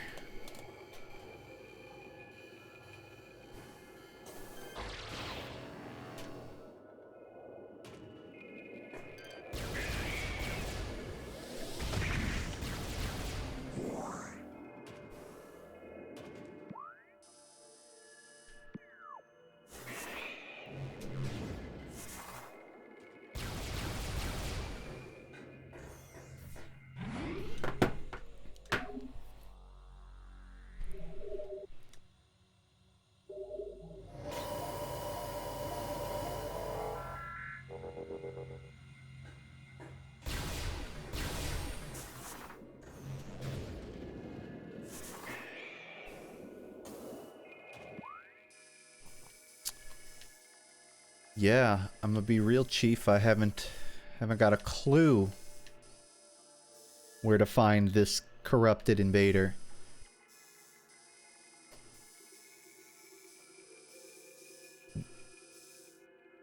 I would think it's in one of these two rooms, because they have research in their name.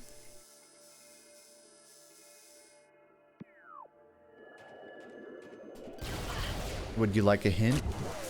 I'll take 2 hints. The first is a question. Is it in one of those 2 rooms? Labeled research in the mines. Yes? Okay. I don't think I need another hint then.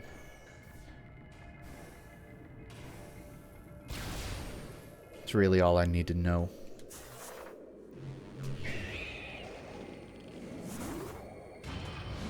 Surprised I didn't see it the first time.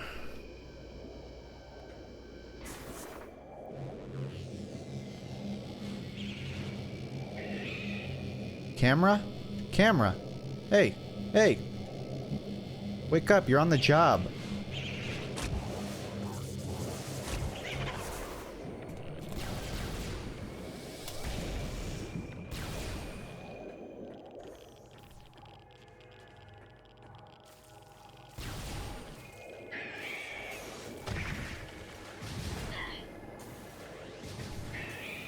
What am I gonna stream next? That's a good question. You know, I do have a lot of FPS games I need to beat, but I've been also thinking of switching it up. Maybe play Hi-Fi Rush or something. There's a lot of really good games that came out I just never got around to playing. So, leaning towards playing through something more conventional. Newest DMC. I already beat 5. I guess I never played the Virgil DLC though. That would be fun. On one hand, I want to play RE4, but I still need to play RE3. And I didn't want to Ugh, I didn't want to commit to that.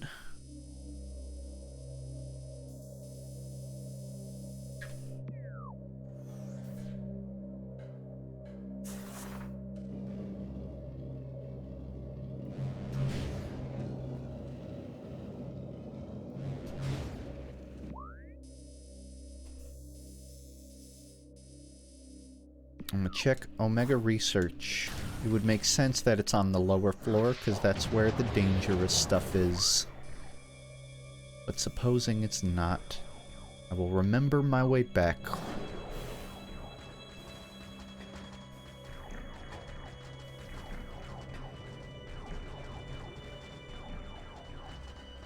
Some Titanfall 2. I mean, I streamed Titanfall 2 North Star not too long ago. Wouldn't be against doing more of it. But North Star seemed more annoying to set up than I initially thought. Not North Star, but the mods. Seems like if you're playing North Star, it's mostly just for base North Star, because I couldn't get anything else working. Which is unfortunate.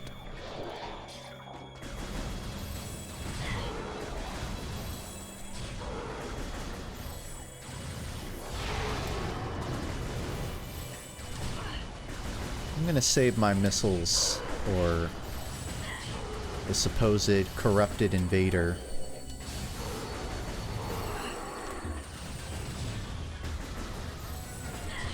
Who I don't even think is in this room, because there's not anything fancy in this room that looks like it would be an artifact door.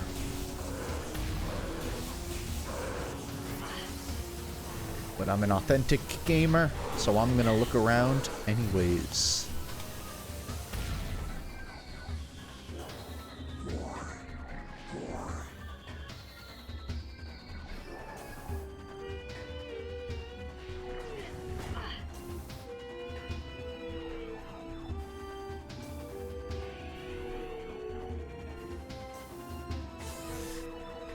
That poor whale that they tortured during the making of this song.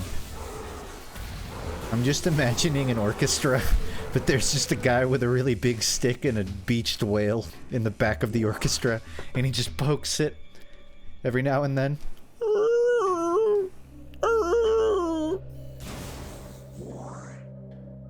It's really fucked up, but it is art.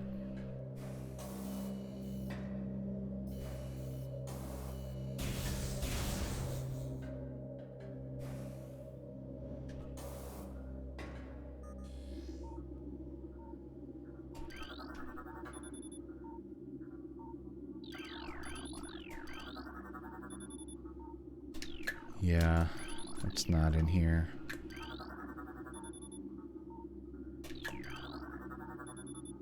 Sounds like it would be, though.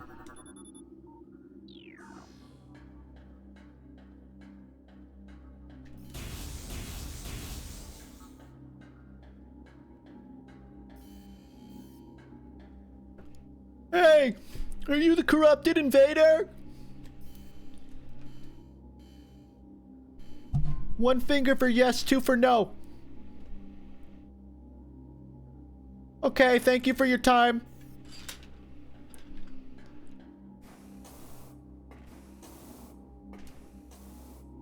That asshole didn't even respond to me. Maybe he's shy. Up we go. Hey, there's a thing over there.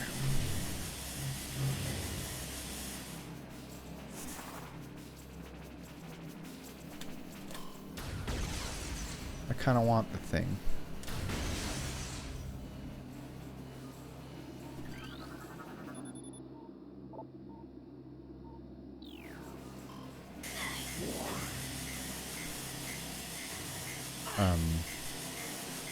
Okay. Oh my god, there's so many of them.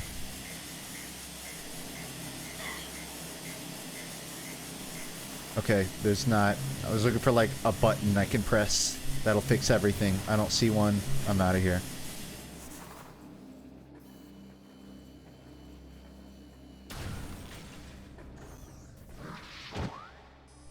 Dude, I'm played this game for so long, I'm starting to get motion sick. Just from spinning.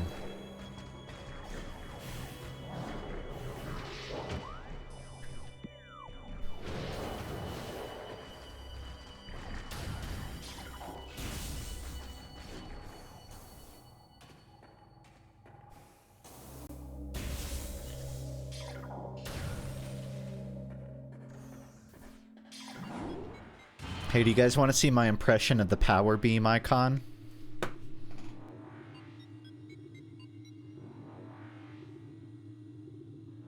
Thank you.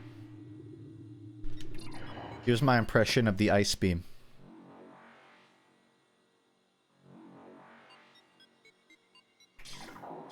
Here's the plasma. And then wave. Yeah.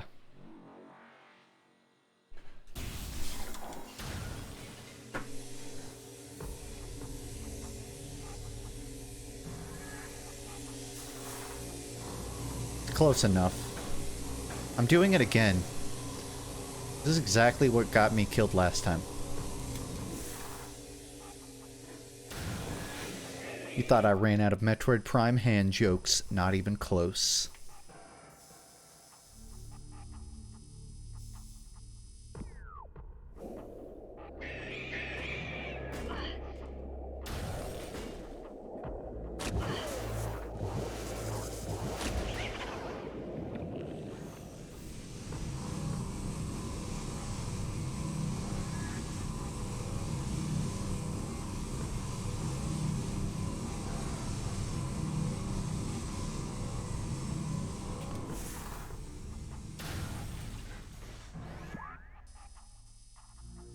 Elite Research. This is the other one. Doesn't seem like it would be here. Where's the corrupted invader? Fuck me. Oh. Yeah, that checks out. I'm gonna deal with these things so I don't have to get shot in the middle of combat.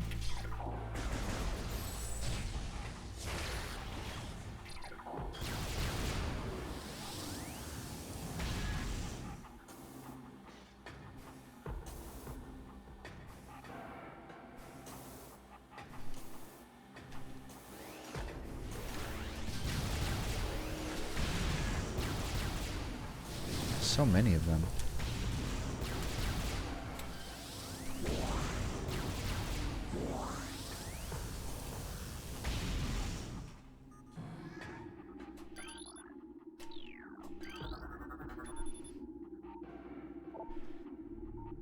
Bendesium.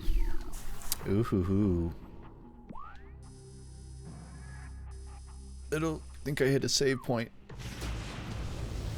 And I don't think I need one. Hey, guy.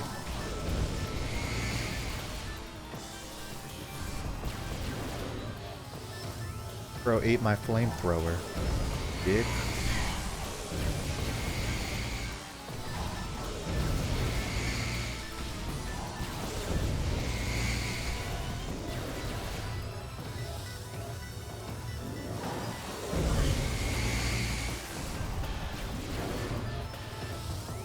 Probably should have tried to read about his weaknesses, but I'm guessing it's the same as the other 10 grunts I fought.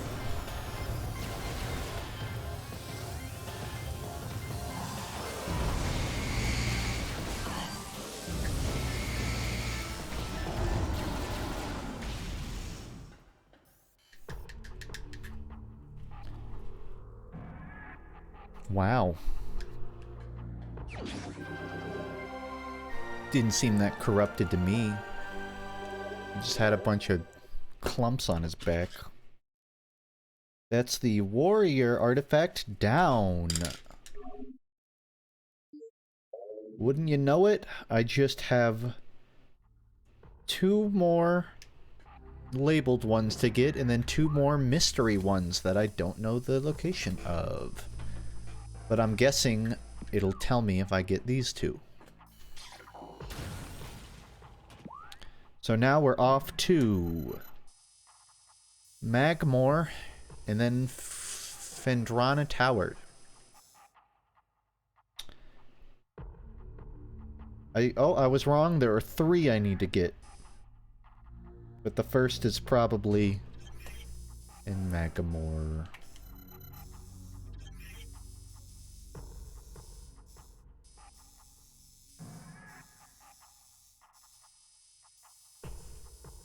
There's an elevator to Magmore at the bottom. I could probably go down and then down. Or whatever. It's kind of an annoying walk. But I'm gonna go back that way. I'm gonna go back down and then just faster than going to Talon and then Magmore.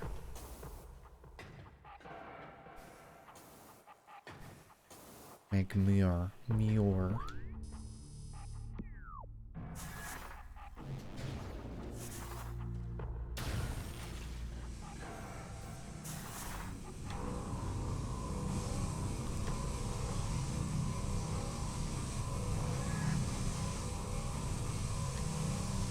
The map of Metroid Prime always reminds me of the diagram of 3D chess. There's like there's a few different versions. I think, didn't it like originate in Star Trek? Where they made like a 3D chess game so it would look harder than normal chess. But apparently the creator of 3D chess, it's like a real thing, he says he hates it, it's not fun, and it's kind of easier than normal chess. It's really fucked up, but if you watch an interview... I did not need to hit this. Of the guy who made 3D chess, he just slanders it. Like it did something to him. It's just chess, but there's multiple levels of elevation. So imagine each of these is a chessboard, and your pieces can move up and down depending on where they are. That's 3D chess. You mean 4D chess? No? 3D chess is regular chess? Okay, but you know what I mean. It's 4D chess, but it functions off of 3 dimensions, unlike normal chess, which functions on 2 dimensions. And you can argue that the pieces jump over each other, but guess what? Those effects still function on a 2D plane. So you're yes and you're actuallying me right now.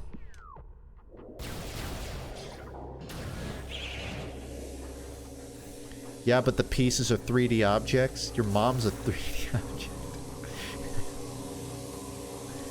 I did not mean to objectify your mother. I apologize. I respect women.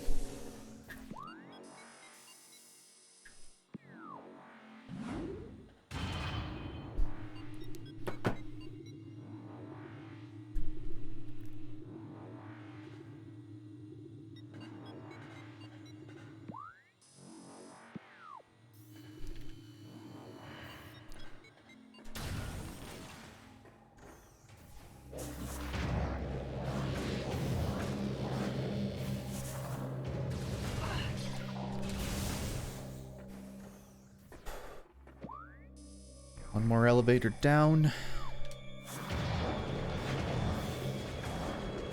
Every time.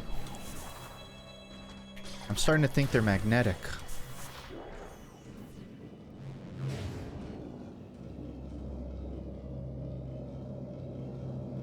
In my D&D campaign, I canonically created something called grung chess. So, there's this thing called dragon chess, which is like a real thing. I don't really know how it works. It's just like chess but for dragons, I guess. And so as a joke, my character, who was a frog person, he made his own version of chess called grung chess. It's identical to... It's like chess, but you have 2 boards on the side that you can wall run across. Like a grung, because they can wall climb. The worst part is I had a prototype of it made. I had a NPC make a prototype for me, but we got teleported away from his village, so I never actually got to play it. There's just some guy holding on to my patent for grung chess, and I'm hoping he doesn't sell it for profit. If he does, I'm suing his ass.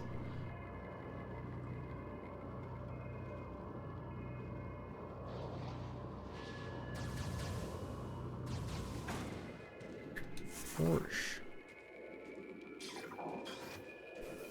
Who did that? Did you do that? I think you did it. Oh, this freaking J.O. Gonna shoot me down again. Titanfall chess. That was what I was envisioning. My character was envisioning chess but with frogs. But I was envisioning Titanfall. I literally double think while playing D&D. I imagine what my character's thinking and what I think. Take it very seriously.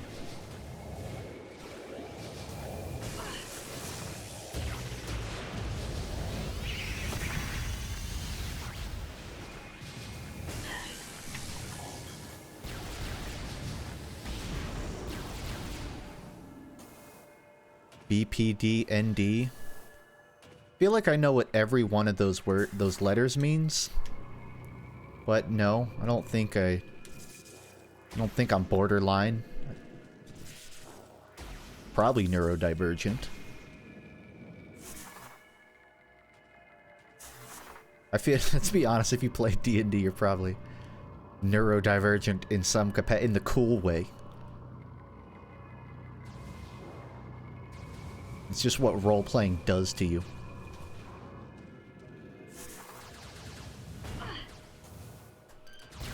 Dude, you're still up here? Get a job.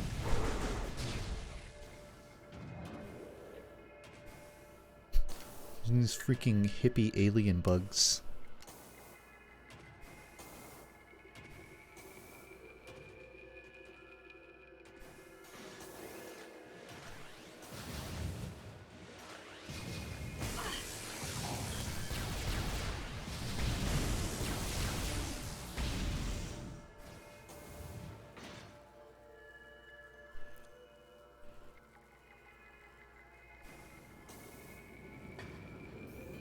I like to roleplay, not with friends, but in my brain.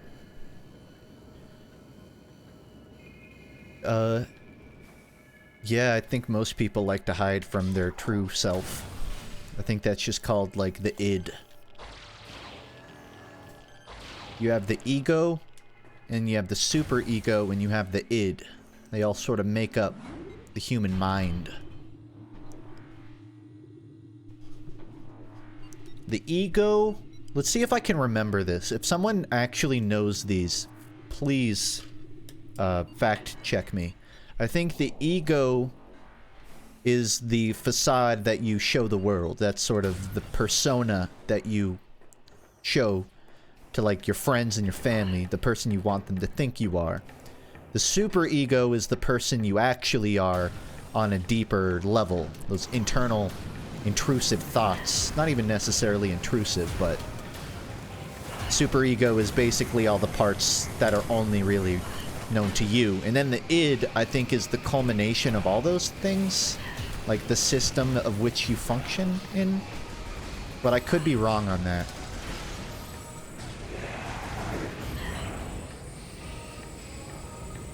I can't really remember what the id is.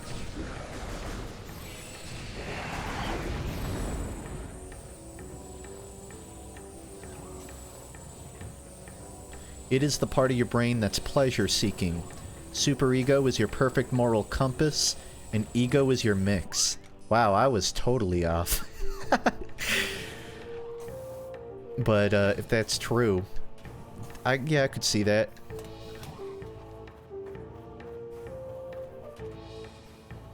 So it is the primal side. Super ego is the... I don't know, the self-correcting side. And then the ego is what you get when they mix. Is what that kind of sounds like to me. You were probably talking about the Japanese masks thing. I don't know what that means, but probably. I'm probably right, but on some other different thing. I just got the words wrong.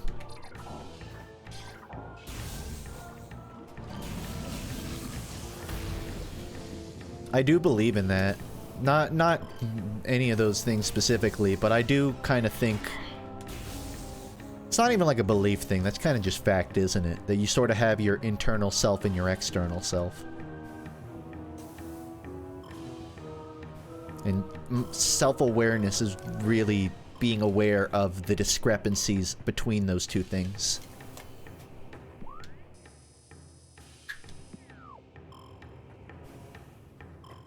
Like, the bigger the discrepancy between who you try to appear as and who you are when you're alone, the bigger the difference there, the more you sort of run into turbulence with your soul.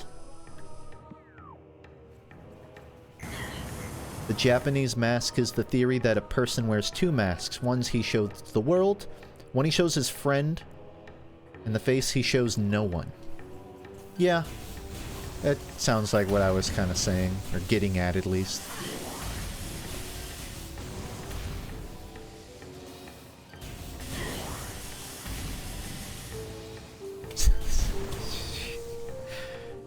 So, you thought that mask joke was so clever. In the strength... Wait, the strength artifact is in the heat of Magmore. That's all I have written down. It's in the heat of Magmore. Okay. It's all heat. It's nothing but heat.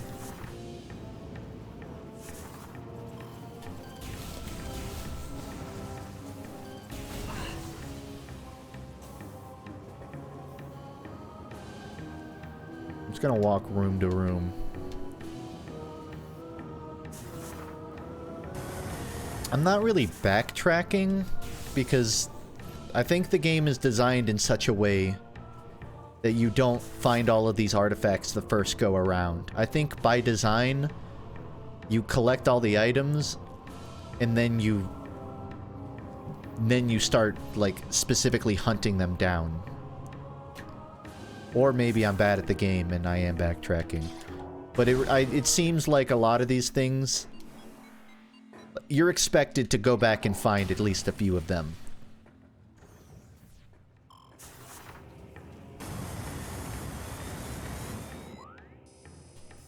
Yep, that sure is heat.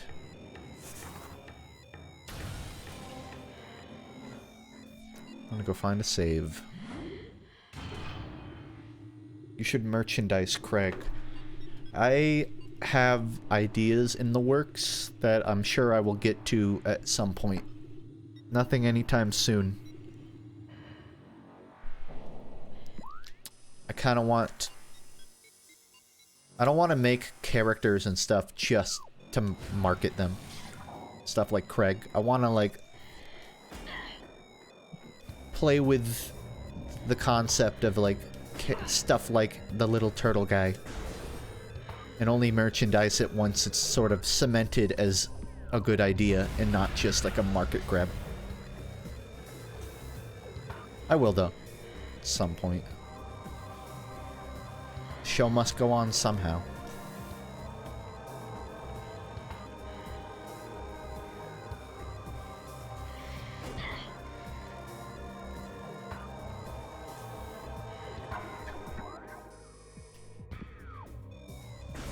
Damn, it's a real walk back to the ship.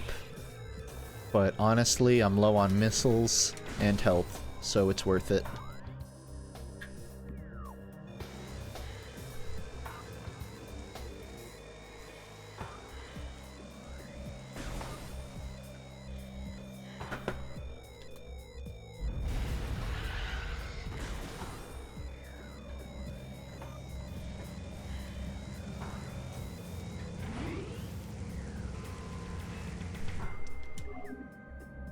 Wii U.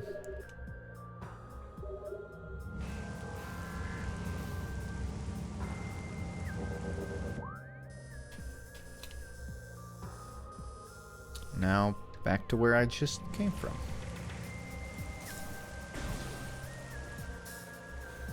Why doesn't she just leave now? I mean, the pirates are still here. And, even worse, she's kind of jump-started their progress because they've been learning from her. So if she leaves now, they might actually figure out the artifact stuff. She's sort of morally obligated at this point to stay. If she left earlier, it might have been fine, but it's like too late for her to just leave now.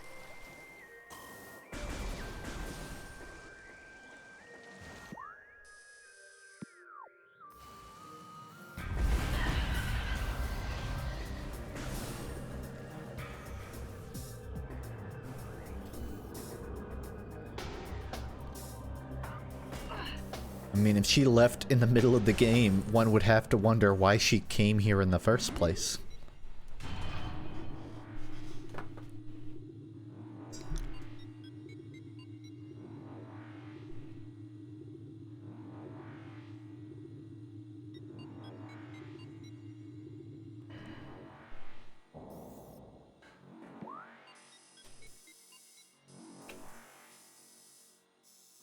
I went the right direction. It says it's in the heat of Magmor. I'm wondering if any of the names in here will reveal where the most hot spot is. But considering every single place has a name like Fires, Fiery, Lava, Burning, I don't think I have much of a lead yet. So I'm gonna look for... oh, that's a door. I think that's to like a rocket though. I'm gonna go this way. East.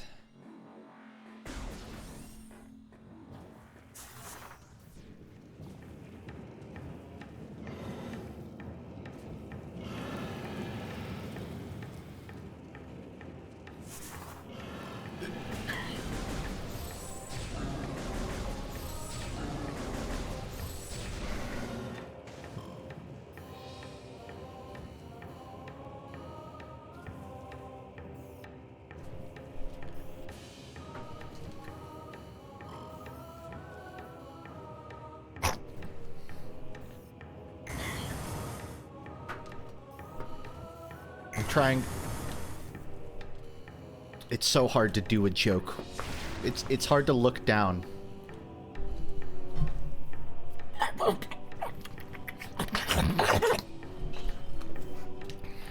Tastes like copper.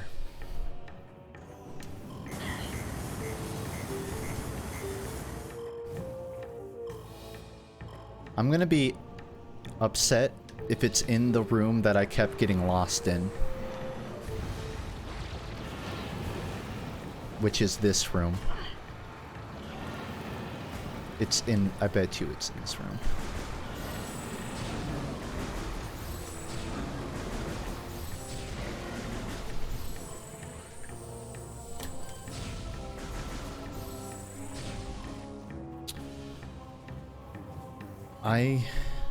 it doesn't seem like it is, honestly.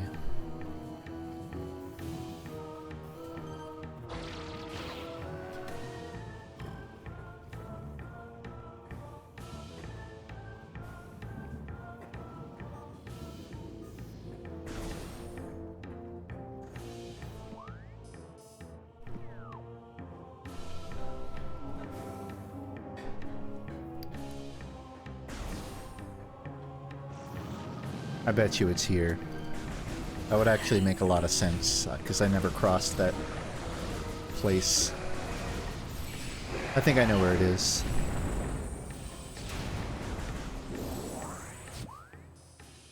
Not there.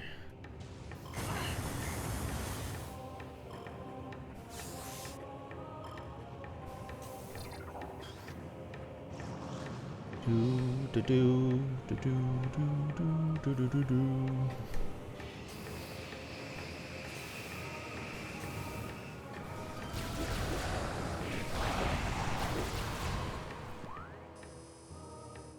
I hope I haven't crossed that top bridge yet, because if I have, then I really don't know where to go.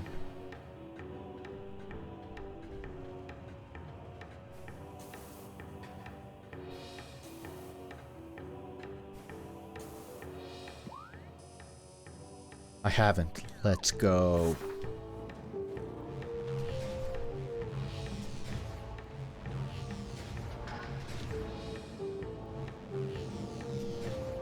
Fuck.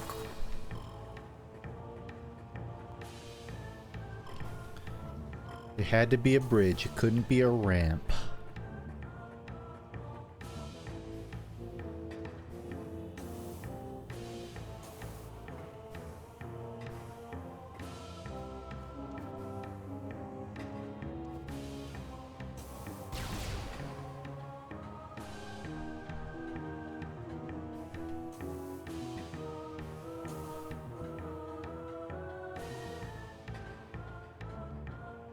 I wish they sold Samus's gun.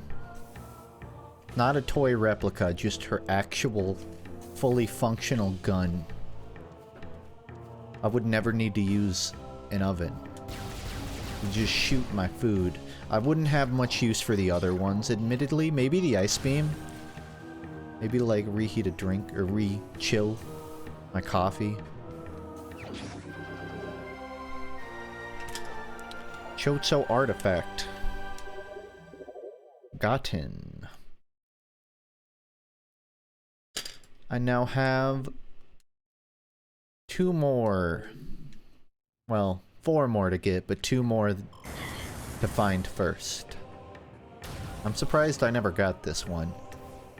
This game is pretty clever about not punishing you for not exploring, but I guess rewarding you for exploring. Because when I played this game, there were a lot of times where I saw somewhere I felt like I could go, but I just didn't try too hard to figure it out.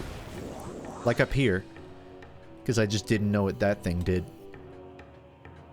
And if I had actually slowed down and cleared rooms, I'd probably would have beaten the game already. Maybe like by an hour at most, but still. So the next 2 are both in Phendrana. One is at a tower, and the other is at an edge. I'm guessing control tower. Well, let's see. Edge, that one's obvious enough. But tower. Is it the literal tower? I guess so.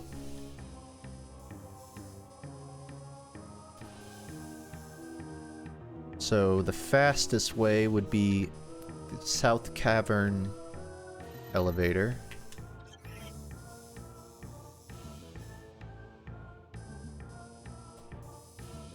Which I think is here. Ooh, that's a bit of a walk. I could just go to north. Fuck.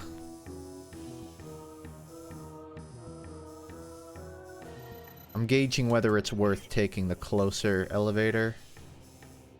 I'm just gonna take the close one. That way I don't have to look at all this lava. Plus I might find a secret in Phendrana that I missed.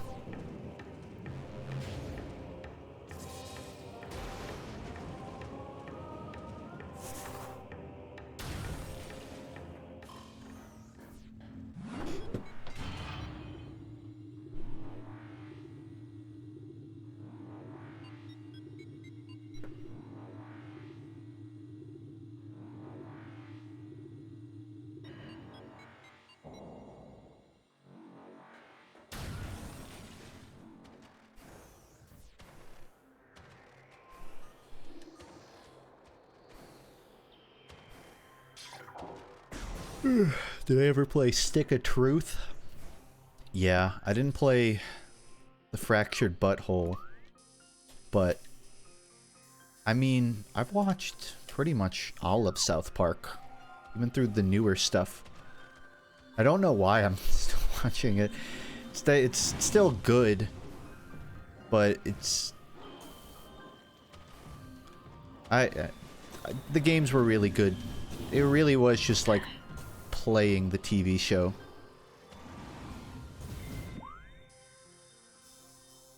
Hold on, I'm sort of finding my bearings here. So I have to go super south, but I want to go southwest. Okey-doke.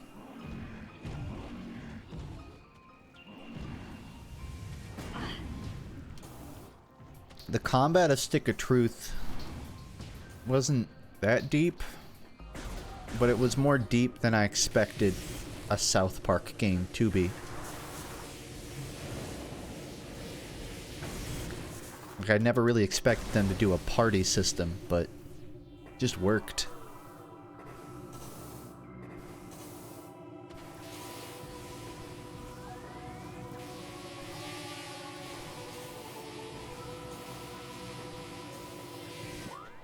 I think South Park is great. Some of the comedy is definitely... Sometimes it feels sort of like easy fruit, like low-hanging stuff. And occasionally they have...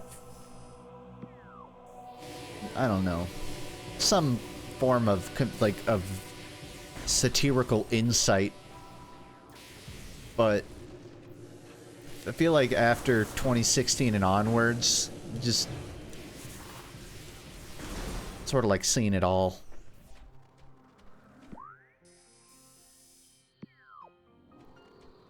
Peace out, tuna.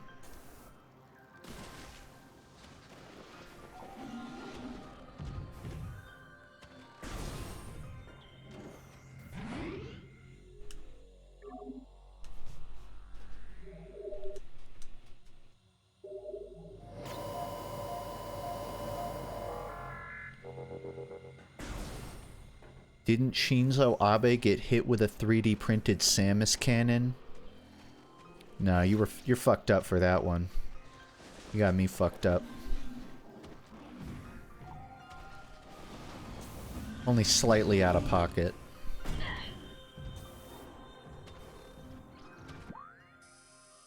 He's not wrong though.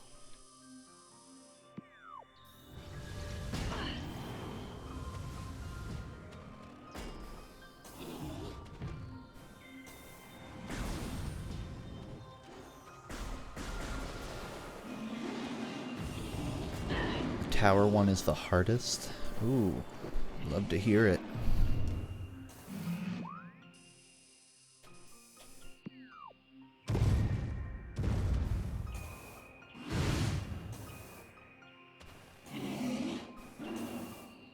Did my dono not go through?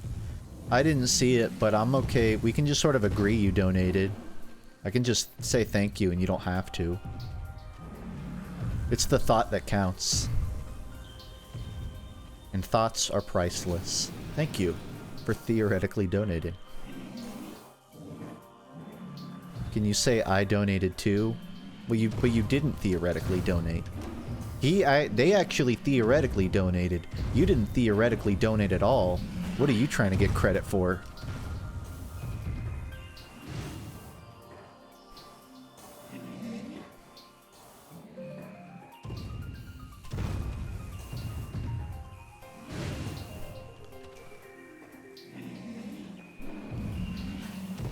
I bet you're a lot of help on group projects. Just claiming credit like that.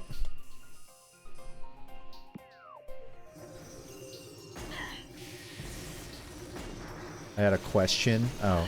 I was being serious. I didn't see anything, so if it did... I'm not saying it didn't. It might have gone through and just didn't show for me, but I didn't... Oh wait, no, it looks like it did. But I can only see it on my Streamlabs for some reason. My favorite boom. What did you think of the WoW episode of South Park? That actually kind of blew my mind, technically. On a technical level, the WoW South Park episodes might be one of my favorite TV show episodes ever. As a gamer. As a gamer.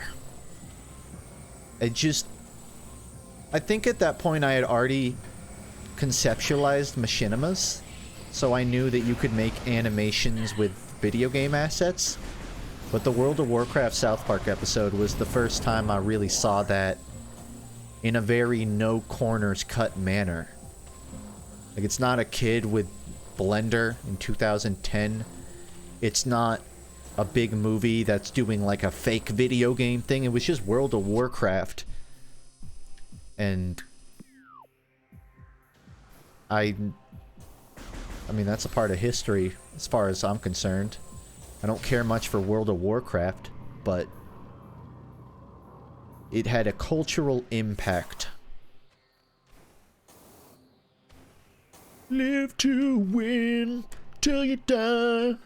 Till the light goes in your eye. Live to win.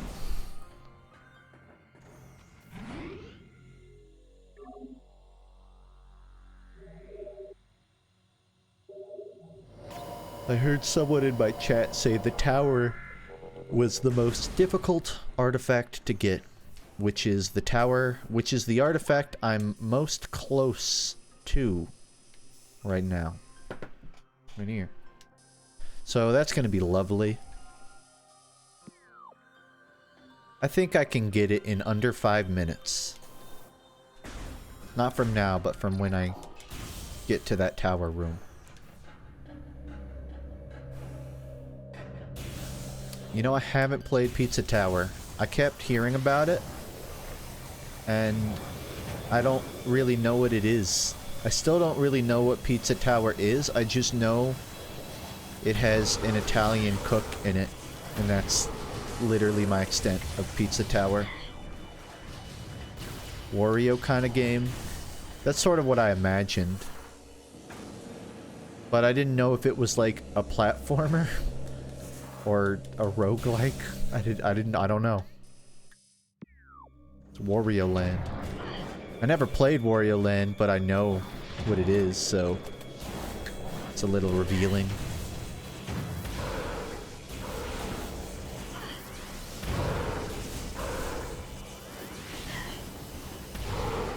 Oh, I don't have my big blaster shot. It's a shame.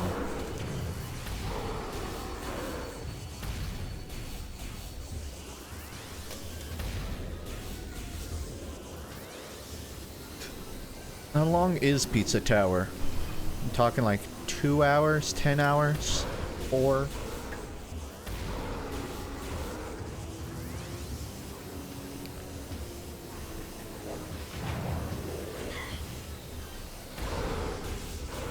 Jerma beat it in one stream. Okay, but Jerma's bad at games, so was that an 11-hour stream or a 4-hour stream? That did not make my question any more answered.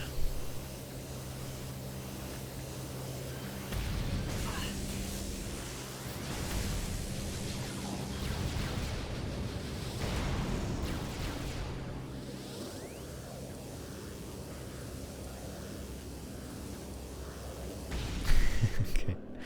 That was a low-hanging fruit joke. And you know what? For all of the Jerma apologists in my chat, I'm sorry. He did beat Dark Souls. So, you know what? Fair.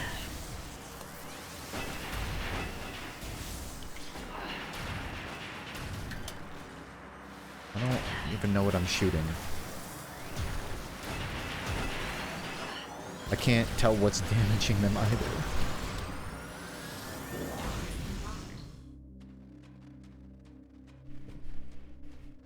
Six to 8, depending on how good you are. Okay. I asked just because if it was like a 20-hour game, then I don't know if I would want to play it. But under 10 hours is pretty valid.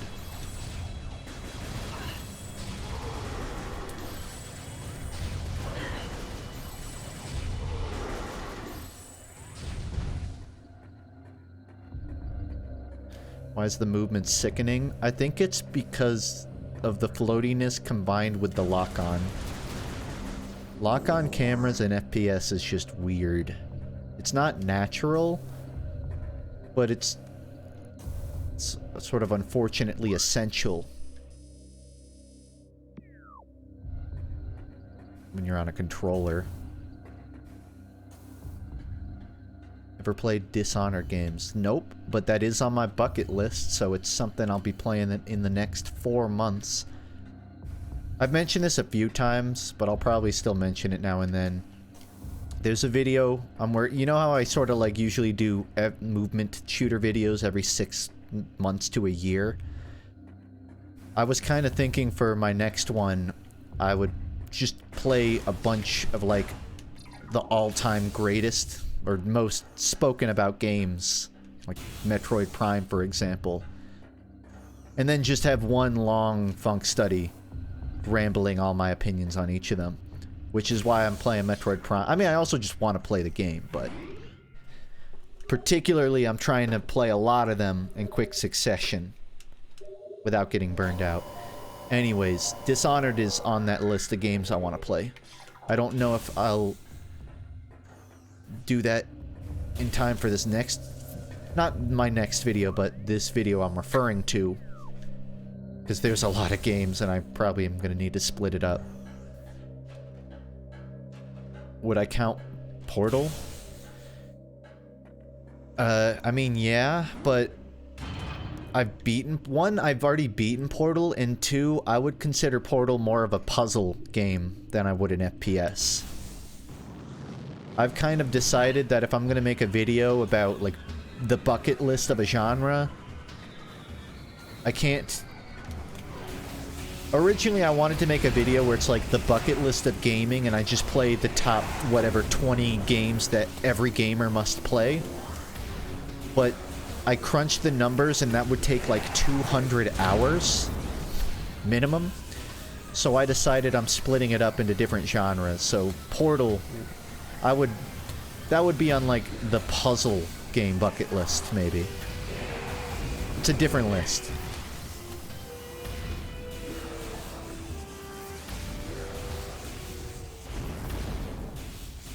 The upside of this is, like, I feel like these are videos I could make for a long while because of just the sheer amount of content. The problem is I have to play so many goddamn games for each of them that I don't know how often I'll be able to do them because it just takes so long. So it said one of the artifacts is in the tower. It says I need to collapse the tower atop the fortress. Top of the fortress, you say? I don't really see a fortress, but I am in a tower. I feel like this is a red herring. I think there's a real tower somewhere, and this is just a fake tower. But I'm gonna look around. That's my plan, Suburbia. I wouldn't make these kinds of videos if it was like just so I can make a video. These are a list. These are like all of the games I want to play, but I've historically not been great at committing to finish games. So I want to play them, and if I'm gonna play them, I figure I could probably curate them in a certain way. Like, I'm gonna play them either way, so maybe I can curate them into a way that doesn't require me making 40 miscellaneous videos on each one.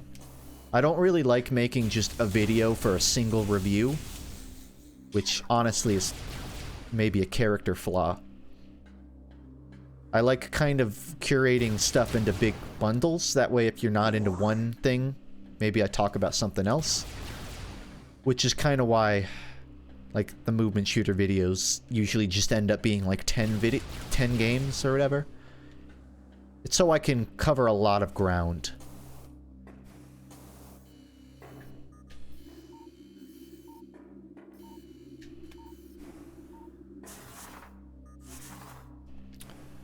What's your system?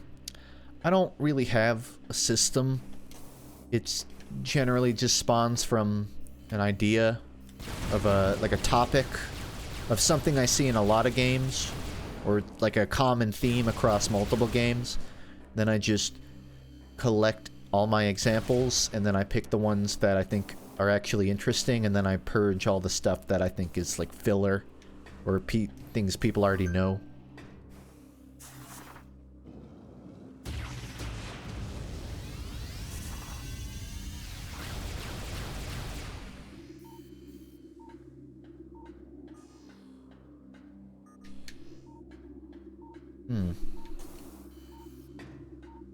I told you this was like the red herring.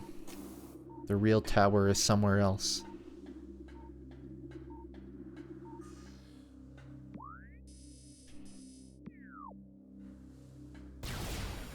Remember that one stream you gave chat a voice? Technically it still exists, but you have to redeem channel points to do it.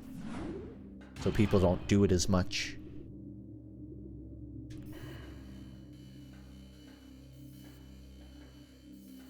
Where the fuck am I? Yeah, I'm sure this isn't super fun to watch if you've beaten this game and you know this solution, so... Yes, we do. Apologies.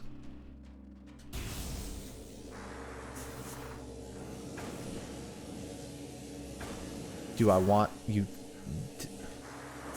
I don't get mad if a hint like is posted in my chat. I try to figure stuff out on my own first.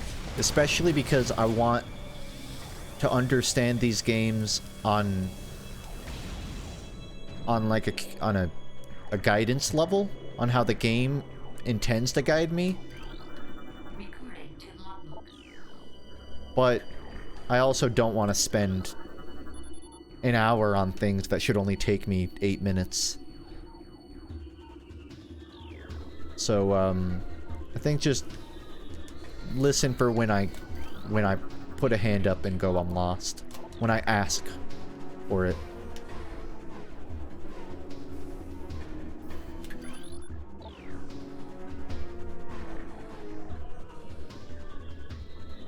Let's just say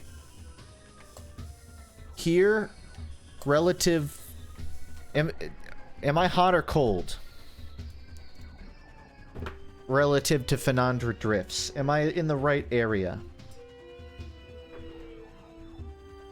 Hot? Okay.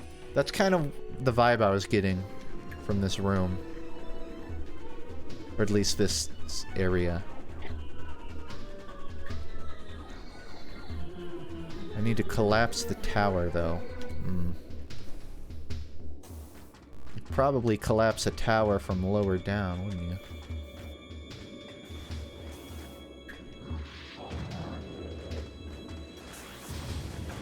Fuck you.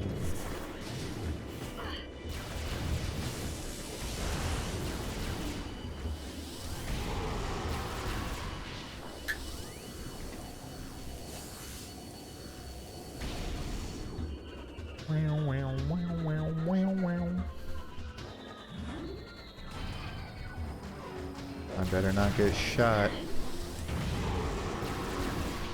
I'd be so mad if I get shot.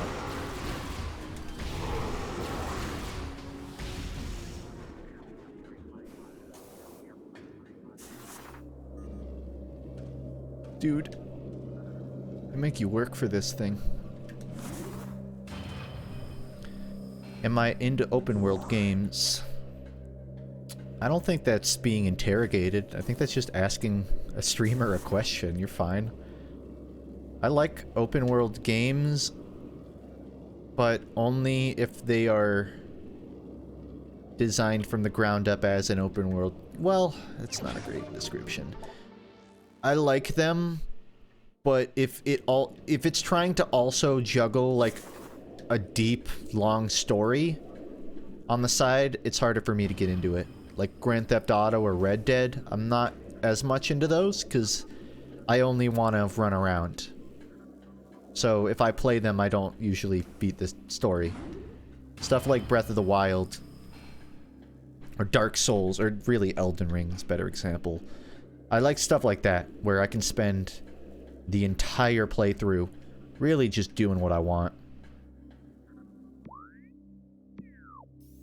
I'm not saying Red Dead 2 is bad. I'm just saying that's a type of game that I struggle with.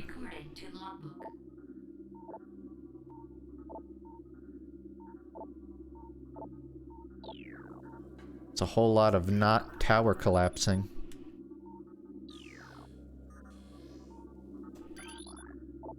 Confidence is high regarding Phazon applications. We know enough about Phazon now to begin combining it with Space Pirate DNA. The code name for this will be Project Helix. I think I've read this. How are you living life with no passion? You good, dude? You need a hug? You want like a real answer to that? You accept that sometimes you might need a change of pace or a break from the thing that you found you were passionate about. Rather than psyching yourself out into believing you'll never be passionate again, sometimes you just need to steer the wheel a different direction for a bit. That's not to say that you can never go back to that thing. Like, you can take it from someone that was like really passionate about making content, and then they got convinced that like they couldn't really do it anymore because just didn't know where to go after like my content changed and I didn't know what to do. I took a little bit of a break. I reassessed what I value and what I enjoy, and I came back to this thing that I lost passion for with more passion than I've really ever had for it. Like, really, animation is something that I did in like 2010. I've been doing that since... Guys, I've been doing animation stuff. My mom bought me like a little stop motion Lego animation toy. It's like a little camera that you squeeze the button and take a photo. And I would make Lego stop motions. And I thought it was fun, but I didn't practice it because I was like, well, I'm not an animator. I just think animation's cool. And then I tried Blender and SFM, and I thought animation's cool, but I'm not an animator. And I wasn't really passionate about it. And it really wasn't until, I don't know, 2 or 3 years ago, I approached it again, and I realized that it was something I find really fun. I find it cathartic. I feel really proud of myself when I make something I like. And it also sort of created an avenue for me to make content that I could be proud of, that I didn't just feel like was me. I don't know. Just like playing games with my friends and recording. It was making stuff that I really felt proud to put my name on. And it's something I wasn't always... I had passion for, and then it went away, and then it came back. I think, really, passion, like any other human emotion, ebbs and flows. It comes and goes. Same with happiness. Same with sadness. And if you live life convincing yourself that people are supposed to be any positive emotion 100% of the time, you're gonna have a rude awakening when you come to learn that, like, no one is ever always passionate about the thing they're good at. No one is ever always happy about the thing they enjoy or the people they like to talk to. There are slow days and slogs. There are nights where you wake up at 4 a.m. and you think, oh my god, how have I gotten this far with like this stuff I do? I'm not good at this. Those are normal thoughts. But it's not healthy to indulge in them if they're not true. And even if it's something you're convinced is true, it's not healthy to convince yourself that can't change. Stream got dark? I don't think that's dark. I think that's just... I mean it in a very...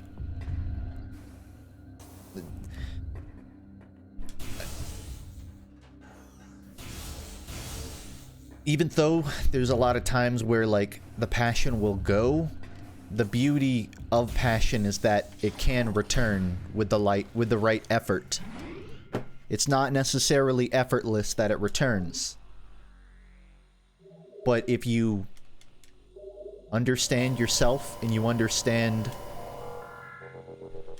how to take a break from something, or to look at something from a different angle, or to try something but a little bit of a different way, then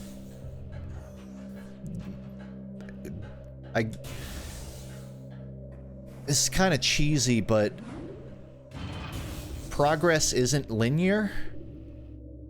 So wow, this is a terrible time for my hand tracking to disappear when I'm trying to, like, visualize something. So imagine, like, my hand is moving right now. Imagine my hand isn't frozen.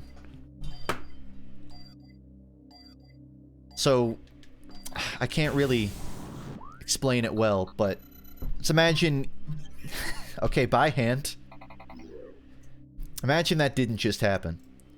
So you know what a scattered line plot is, right? It's where there's a bunch of dots that go up and down from, like, left to right. Even if you have, like, a lot of days where, like, you feel worse or less talented or less skilled, if you zoom out on the timeline of days where you feel like you've degressed, and you account for days where you have progressed, it can be a net positive trajectory. So, like, finding passion and being happy is something that can accumulate even if it's not an upward line of, like, well, every day is happier than the last. You can have the happiest day of your life can happen years after the worst day of your life, I guess, is really what I'm trying to say. So, even though it kind of sounds dark to say that you're not always going to be passionate, I think my point is passion isn't something you're supposed to constantly have.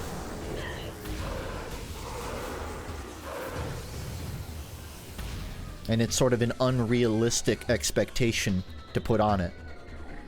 And I think it's unfair to say, well, if it's not always constant, then why pursue it?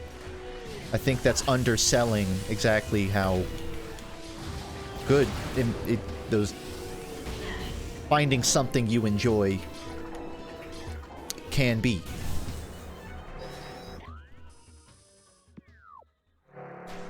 What if I never had passion for anything? Do you know of things that you know for certain you aren't passionate about?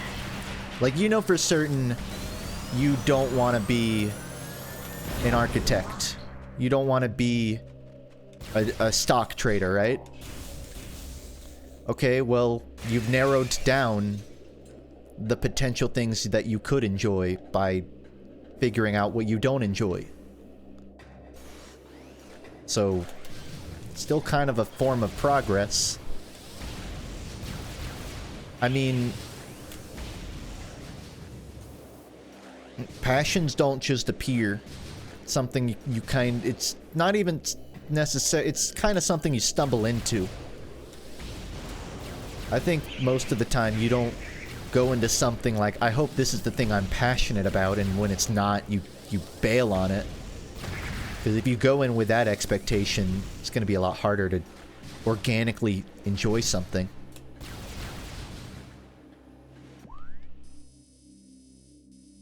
I know I'm still looking for this tower thing. I'm just kind of going a bit further from the tower to see if maybe it connects in some way.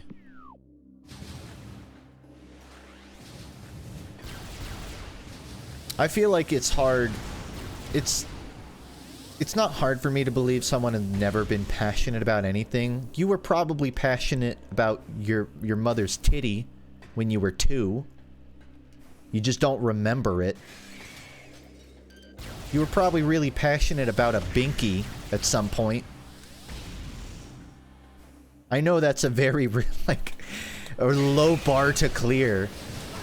But I don't think it's true you've never been passionate about any... And maybe you can bend the definition of passionate. Like, well, I wasn't exactly researching different milk bottles when I was 2.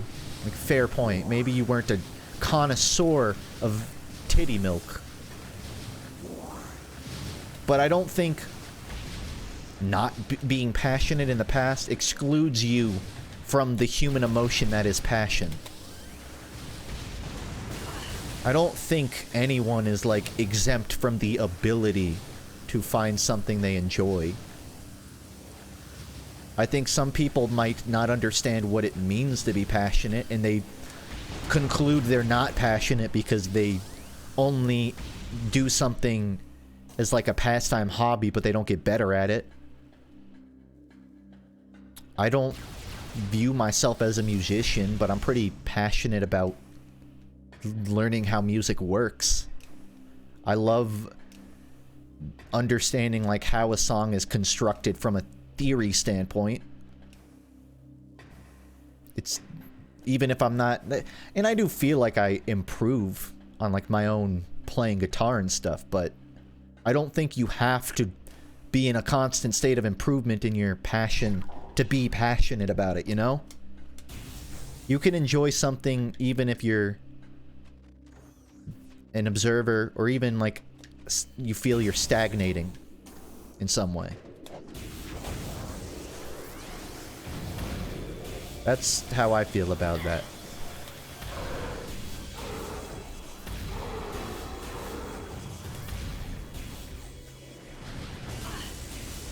I'm gonna go back to the tower, because I feel like I'm getting further. Anyone knows where the tower artifact is? Hot and cold. Have I gotten further away or closer to the artifact?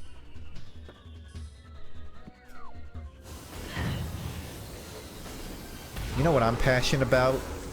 Beating this MFing game. You're getting closer. Oh, okay. Maybe I was in the right area then. I kind of have a suspicion that it might be further out. Like, maybe I need to sever access to the tower or something, but I don't... Seems like a hard sell. The other way? You mean I'm getting closer by returning to it? Okay.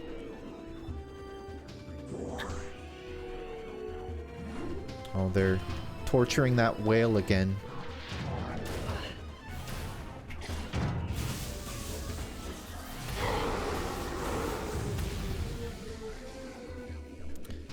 I know it's a one-room puzzle, I just don't necessarily know where that room is.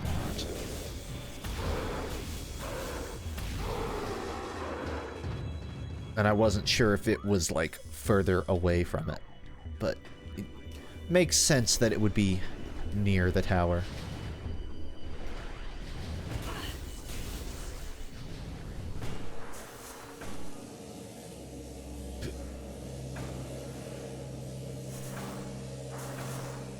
If I don't remember, does it even matter?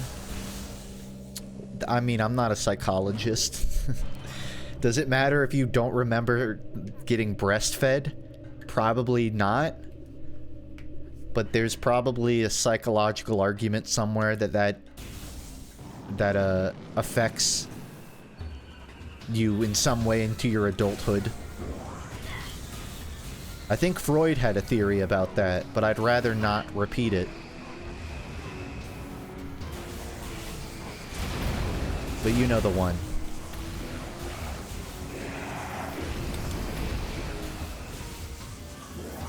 Let's just say, Mamma Mia.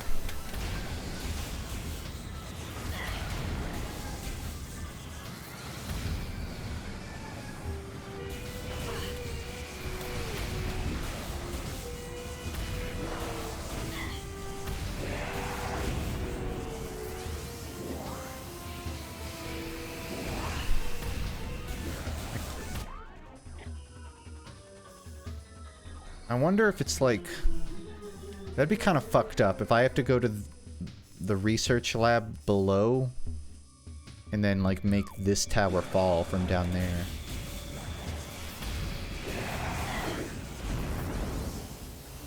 I really don't think it's out here, but I don't see why it would be in one of the towers itself.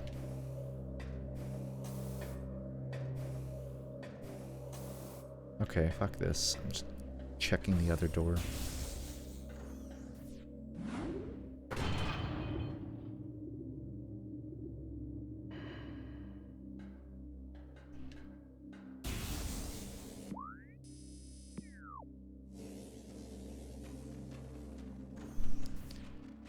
Psychoanalysis is a pseudoscience.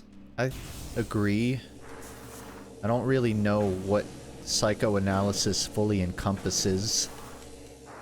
Like, I think trying to assess dreams for religious contents is bullshit, but I feel like if you analyze someone's psyche, you can learn something about them. I just don't know what.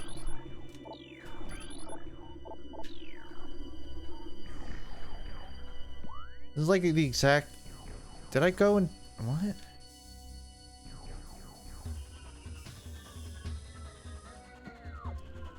Chat, is the artifact upstairs? Is it in the outdoor area?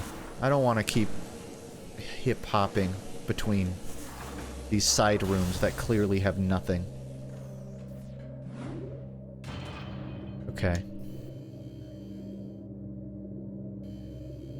I thought I was, like, so genius. Like, there's ice on the side, so I have to explode the ice, but it's not enough.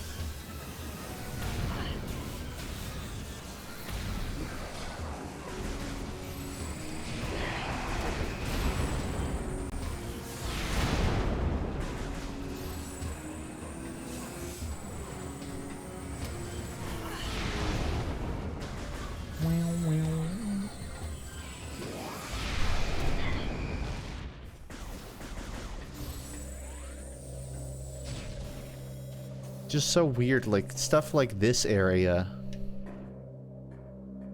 Like, what is this for? And I figure it means one of these. The fuck?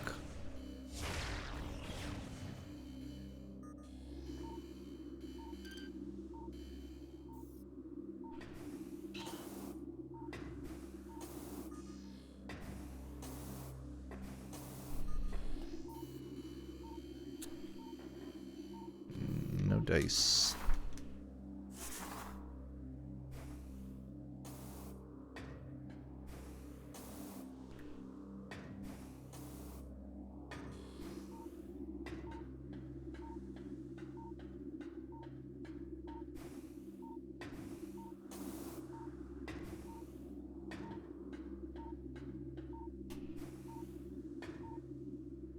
There's no way any child under the age of 30 has ever beaten this game.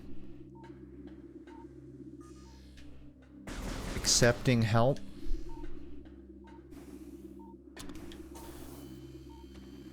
Ugh. Count to 30. I have 30 seconds to figure this out without getting help.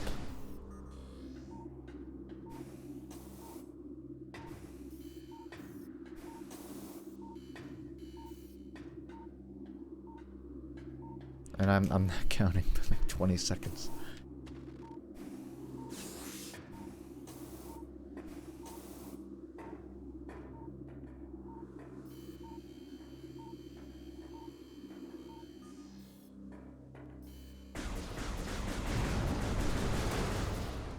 Motherfucker.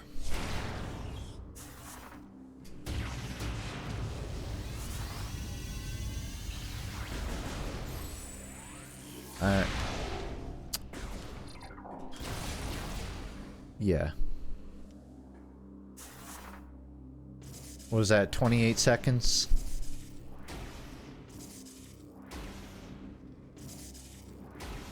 I don't know what it wants from me. Okay. I'm just gonna shoot shit. I'm just gonna play Duck Hunt.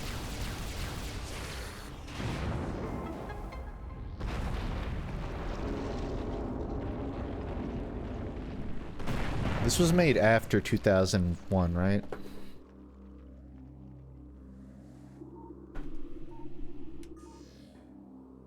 Yeah, that seemed pretty intuitive to me. you just had to jump into the tower, break some boxes, destroy the ice with a very specific weapon. I can't be mad. I mean, it was kind of obvious, but damn.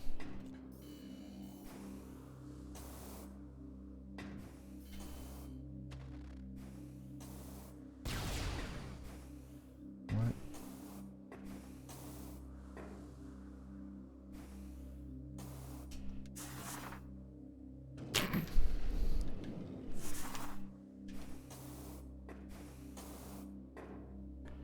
How'd you know they exploded? They were bright orange. They weren't red, but they were bright or yellow something.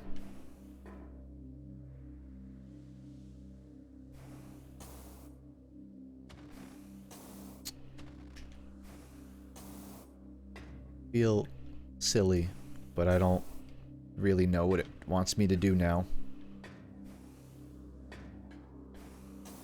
I figured it wants me to, like, jump in there.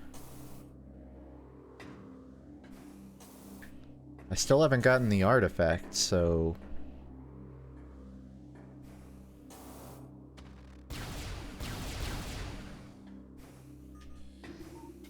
And I can't scan anything on it.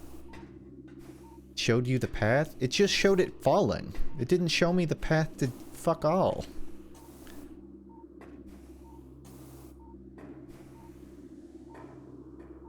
Showed the hole below it. I've got a hole below me. Never mind.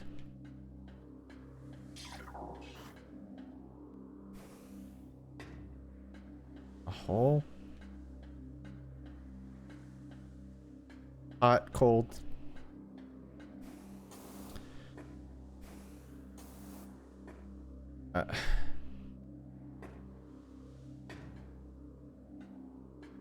Where the tower... This is where the tower slammed down.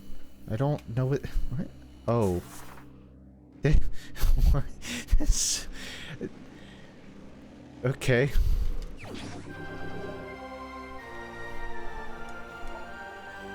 That seems so weird. I can't complain, because, like, it was obvious. It was choreographed to me, but man... It just seemed so...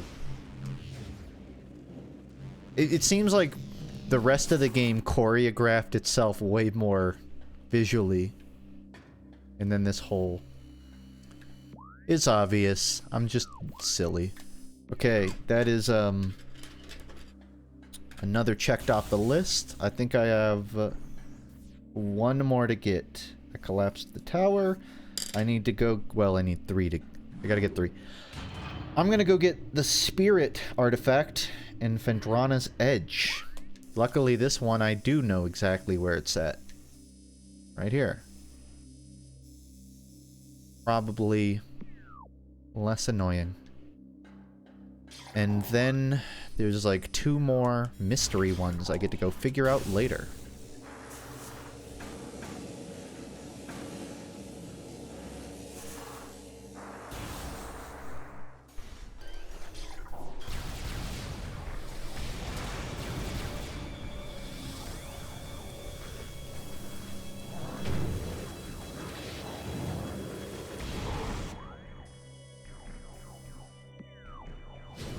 I am physically taking notes, yes. I have a little notepad next to me.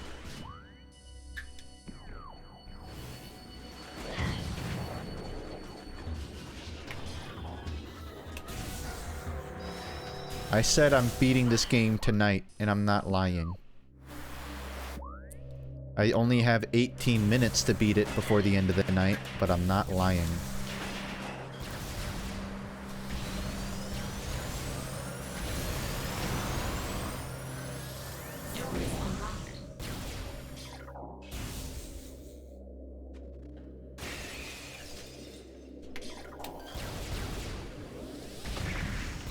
White woman.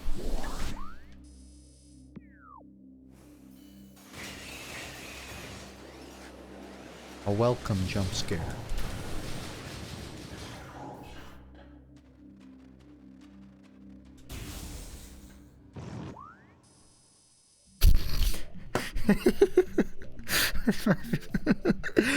I'm laughing for the stupidest fucking reason, but that air sound sounded like a reverb fart to me. And it cut off at an exact time. It just right before I paused it. I don't know why it was so funny.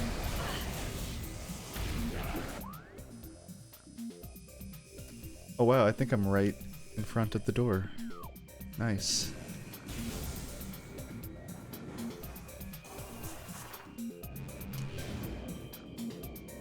Bow, bow, ma, bow.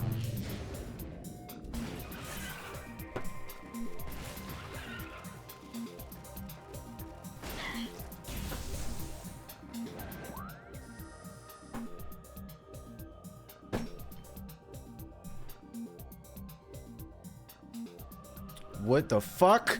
Ah! Ah! I'm in so much pain! Alright. That's better.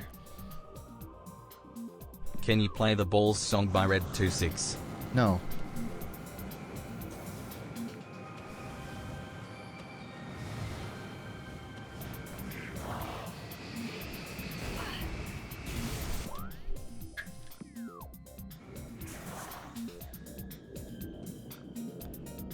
Apparently when the hand glitches off screen, it inflates until I bring it back.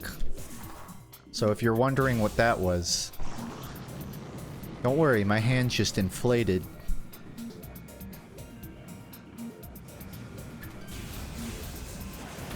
Yes, I know the connotation. No, I did not have control over that.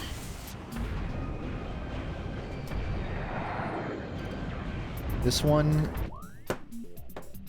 is in a tall cave at an unseen entrance. Which I get the feeling is that little speck on the mini-map at the top there. And I've never grappled in this area, so probably where the grapples are.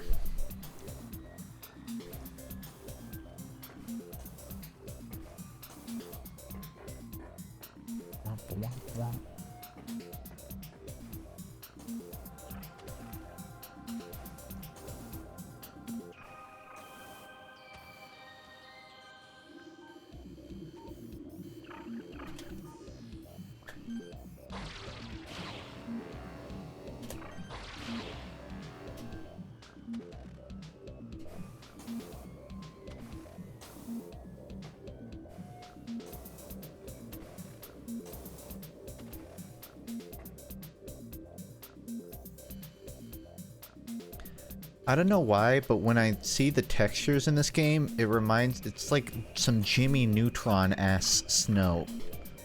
Like, when they eat snow cones in Jimmy Neutron, it looks like this. I don't know how else to explain it. It's just like weird, chunky, opaque ice.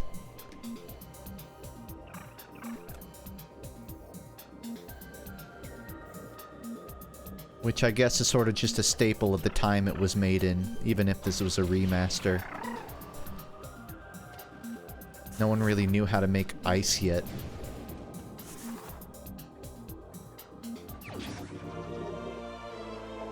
That's great, but that is not what I was looking for at all. A tall cave at the top of an unseen entrance? Hand tracking today? No. Sorry.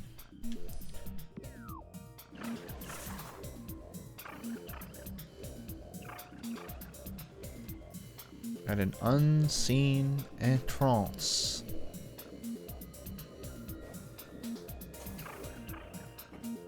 If it's unseen, then how am I supposed to see it?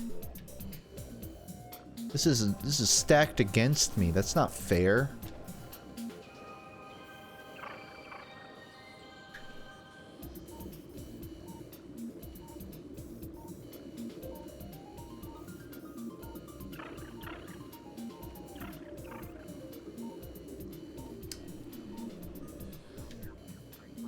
Maybe it's like It's like cracked ice that I gotta break.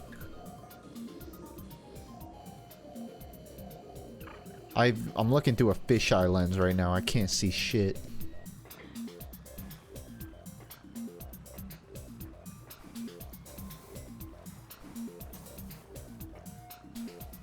It's got about 4 visions.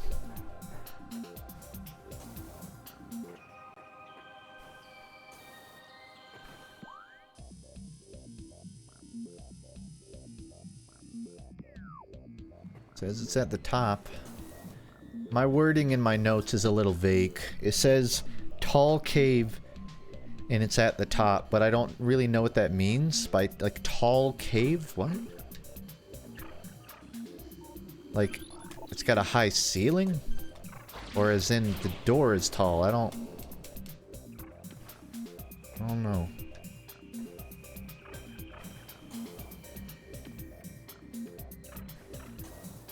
Bum, bum, bum, bum.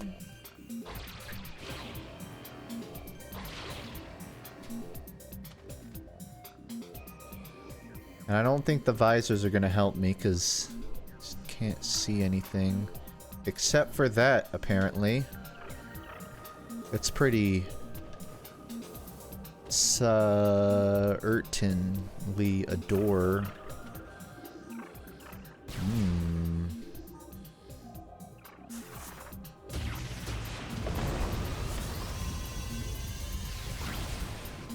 Boom. It's gonna feel so good to cross this off the list. Spirit artifact. Gotten. That was the last one I had written. Secret tunnel. Well, it's not really a tunnel because it's one way. It would be a tunnel if it went somewhere, but it doesn't. Oh wait, it goes out. Secret tunnel. Secret tunnel. And wouldn't you know it, that is all of the artifacts I have written down. There are 2 more I need to get, but I don't know where they're at. So I'm gonna go return these artifacts to the landing site, and maybe the game will so kindly tell me where to go next. Feels like I'm nearing the end game here. I do need to find my way back to the landing site, which is not going to be easy, because gotta cross like 3 biomes. But if I go to Magmore, I think Magmore connects to Talon. Yep.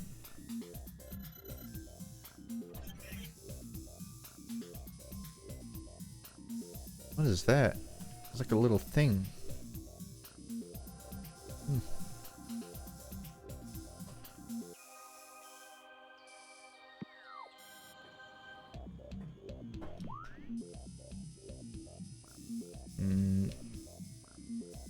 Doesn't really matter which door I take, although the top one has a save point.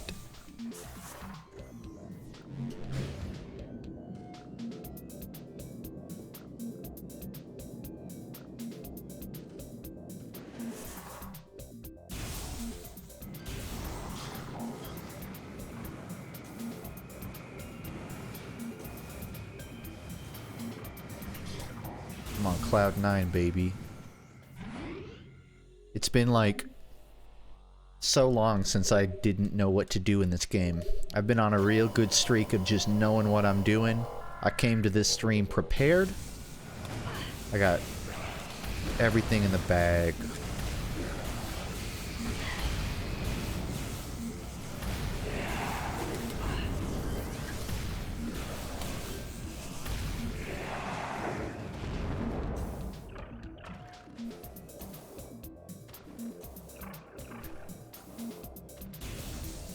Terrible news. I have officially tried every single hummus at my store, so I've run out of new hummuses. I'm so desperate that I bought, I don't even know how to pronounce it, Tazaki? Taziki? Dabinki? It's like a dip, but it's like cucumbers and vegetables and I don't know. Some kind of like milky thing. Zatsuki? Yeah, that sounds like it. Chickpea? Like a chickpea dip? Yeah. Yeah, I got that. And I've just been, like, dipping some spinach and kale chips into it. Pretty good. The part of adulthood that no one prepared me for is I kind of like vegetables. A lot.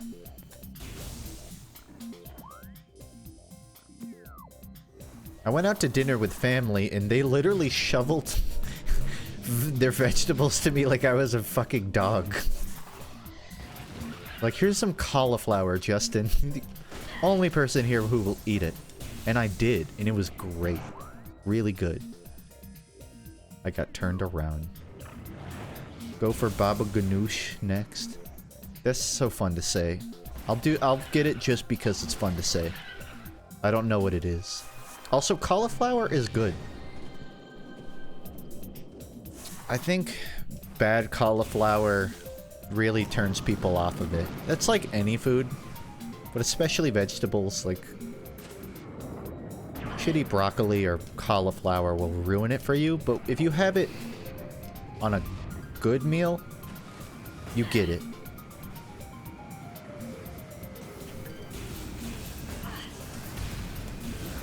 Although I did buy some like mac and cheese cauliflower, and I still haven't eaten it. But that's because I bought that on an empty stomach, and it's sort of like the it's like this shitty microwave mac and cheese cauliflower where they just sprinkled shredded cheese on top. I did have cauliflower pizza not too long ago, and I liked it more than the non-cauliflower version I had made. It was actually better, it tasted like. Because the doughy stuff can get really filling. But you can have like a really thin cauliflower. God dang it. Fell again.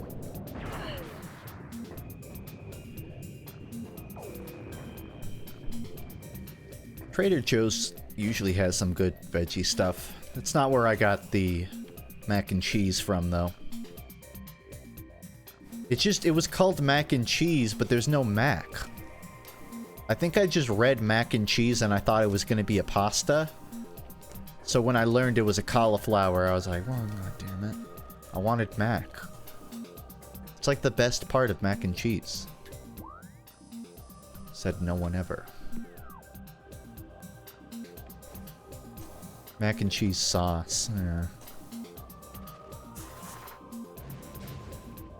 This is why no one gets vegetables, because they get gaslit into buying them. If they knew what they were buying... You know what? That's on me. They had a thing there. They punished me for dashing.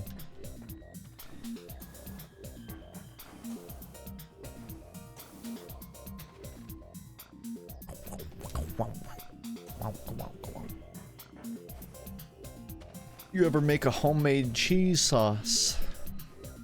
No, actually. I think the only mac and cheese I've ever really had was kind of pre-made to some degree. I've made my own pizza dough, but never my own cheese sauce. Made my own guac.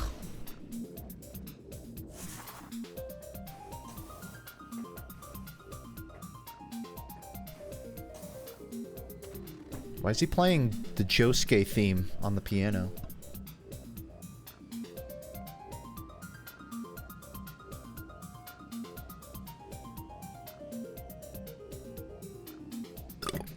Oh, I'm so sorry. I just chugged my entire water bottle at once. Feels good. I'm so hydrated right now. I'm ready to beat Metroid Prime Remaster. I'm so good at Metroid Prime Remaster for the Switch.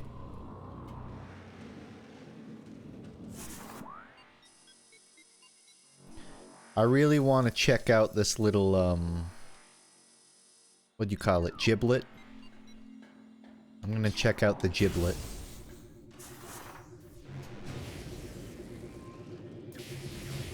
You want a Justin cooking tip?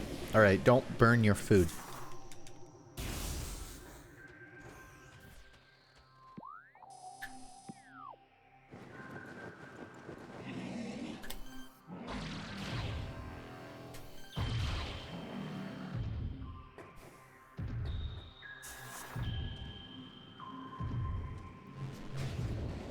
This looks like something I've not gotten before.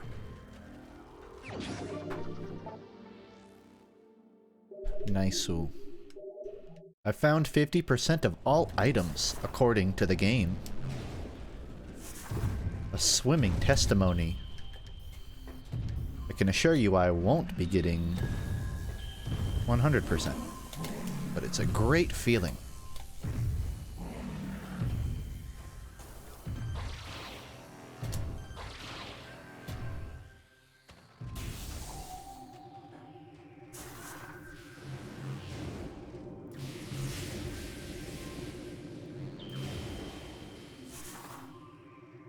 Was it the beanie that I destroyed? Did it have a fuse? Not technically, but it did have like a little knot at the end that kind of looked like a fuse. It didn't have the... It had a wick. But no, it wasn't like my character's fuse. It was just a yellow hat. How long do you have left? That's a good question. It depends on two things. How long it takes to get these mystery artifacts, and exactly how long the game is after I get the artifacts. Because I get the feeling there's gonna be like a boss fight at the end of all of this. So, assuming I can get those 2 artifacts in 30 minutes and beat the boss in 30 minutes, I feel like I could be done in an hour. I would say an hour and a half, tops. Because there's a lot of factors I don't know about here.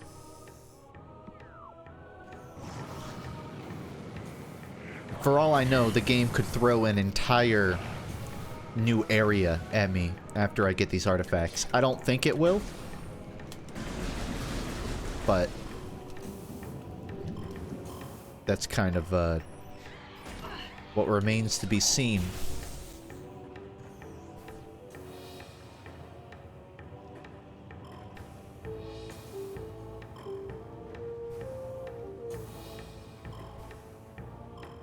But right now, I'm gonna go return the artifacts I have, and then pray to God the game tells me where the remaining 2 are. Because if it doesn't, then it might be longer, because I'm gonna have to probably find them on my own.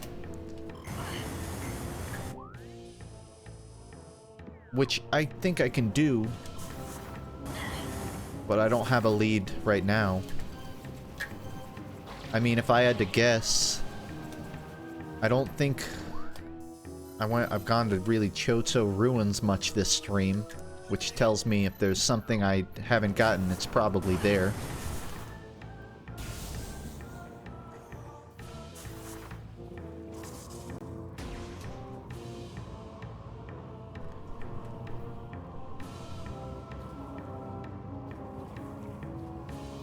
Do you think Samus is physically rotating with the ball, or does it sort of keep her upright?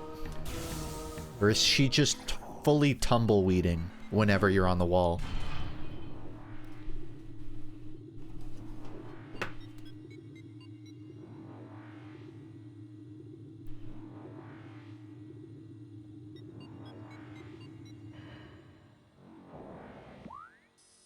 Alright, very nearly there.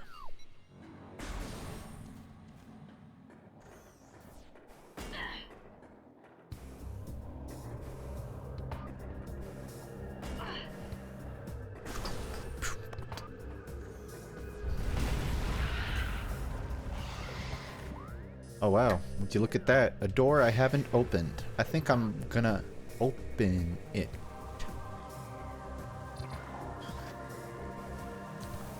Today I think I will open door.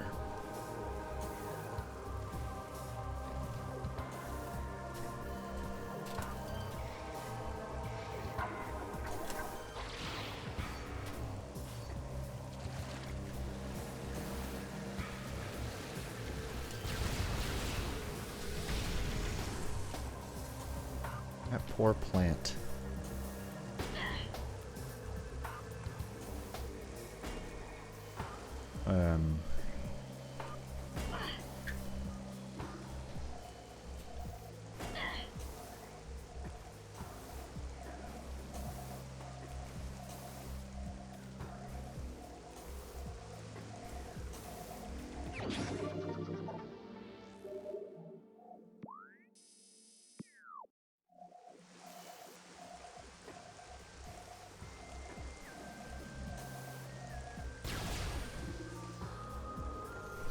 That's so weird. Why would they put two missile expansions next to each other, but one is behind a door?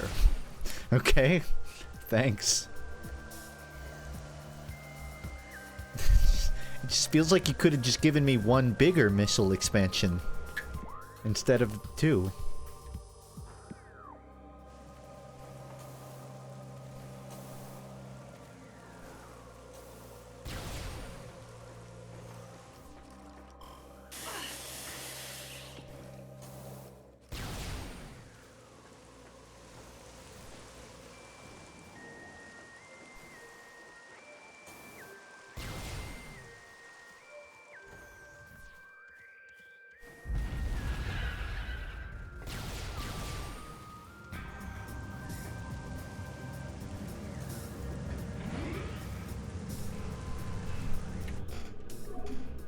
It always trips me up that Samus's ship just, like, has a face.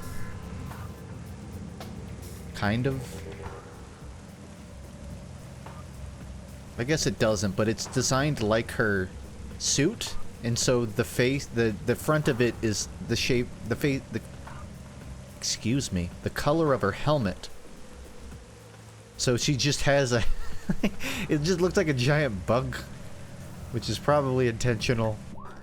But it always makes me think, like, does Samus treat her ship like a pet?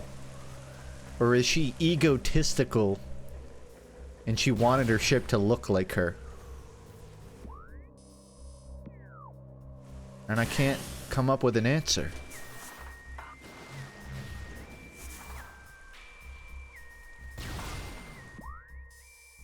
I'm going the wrong way.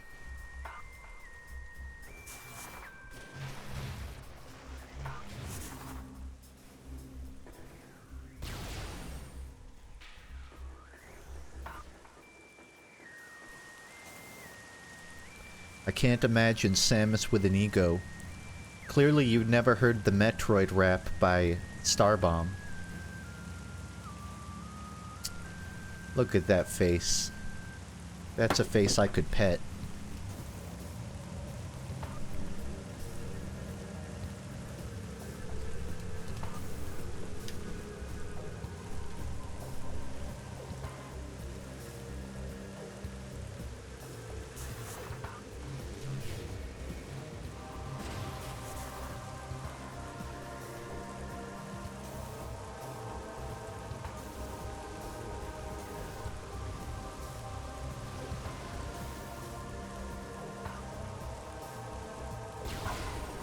This game looks cool. Lore? Samus Aran is an anti-colonialist. The pirates are the colonials. The space pirates are the colonials.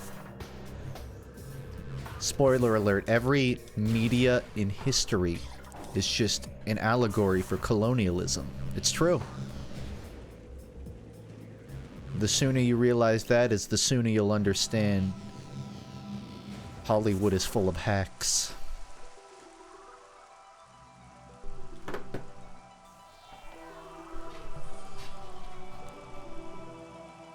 Look! I did it! I did it! Nope, nope. I didn't do it.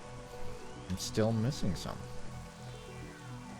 It looks like it's telling me where the last two are, though. I don't know which ones are the ones I don't have. Alright, I'm gonna write this down. Near Fenen... Fuck you. Give me a closer one. Fendrana Shore. Fendrana Shore. temple. Saw the frozen waters flowing from the elder. I'm not writing all that. How about thaw water elder?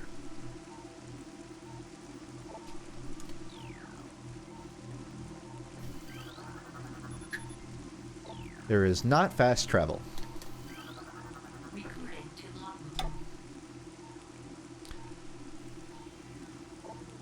Invaders mine the depths in their greed, forge a path through a tunnel of the great poison. What? Tunnel of great poison? I guess maybe it's in the fungus area? It doesn't seem... Mine the depths. Probably the mines. I'm writing down mines question mark. Okay. Wow, it had to be Phendrana. It had to be the furthest one I just came from. Phendrana Shores. That's gonna be here. So that's gonna be basically Cardinal West. And then the oh god, they're on like totally different sides.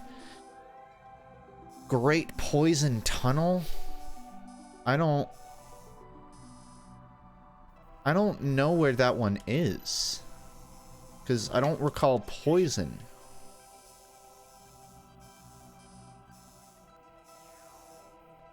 In Great Poison, it might be here.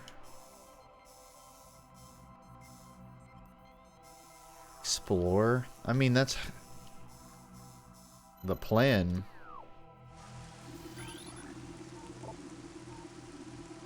Invaders mine. No, that's the other. I don't think I got it. I got like a missile. I filled my missiles and then died, but I didn't get anything else.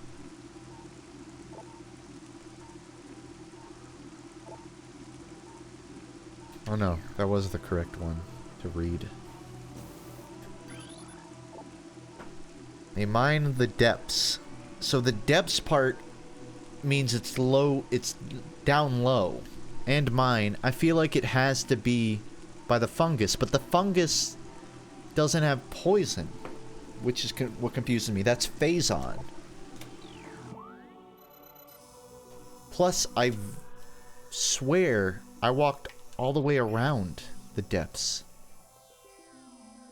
So what? Tunnel. That looks like a tunnel. Sun.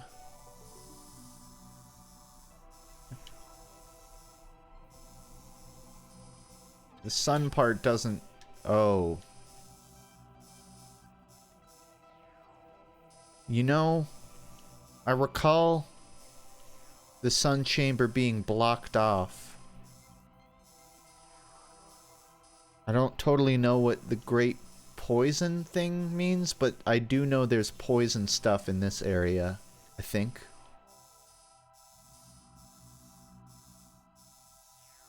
But a tunnel.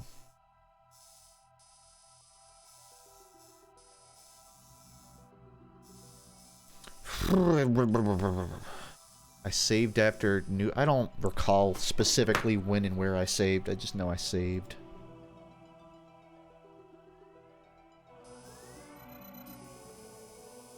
I'm trying to think. I know where Phendrana Drifts is.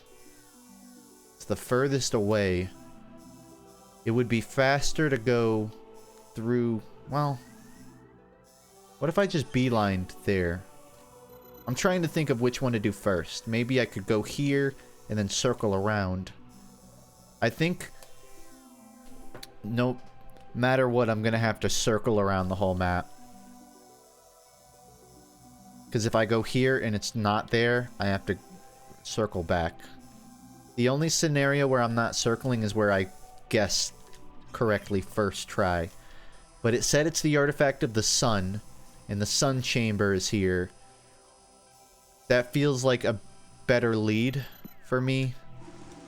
Even though that's a boss fight room, and I don't feel like an artifact would be in a boss fight room. That is a room where it's kind of plausible there would just be some weird tunnel. So I think I'm gonna go to Chotso, check out the Sun Chamber. If it's not there, I'll go hit Phendrana, and then circle through to the mines.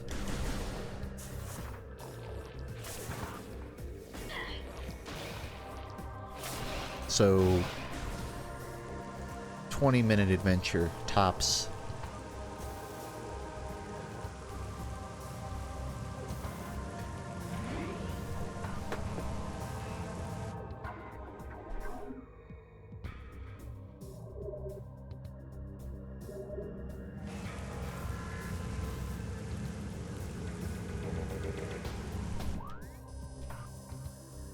Now I gotta figure out how to get to Chocho Ruins.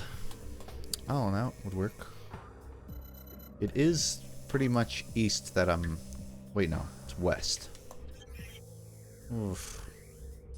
Is there a north?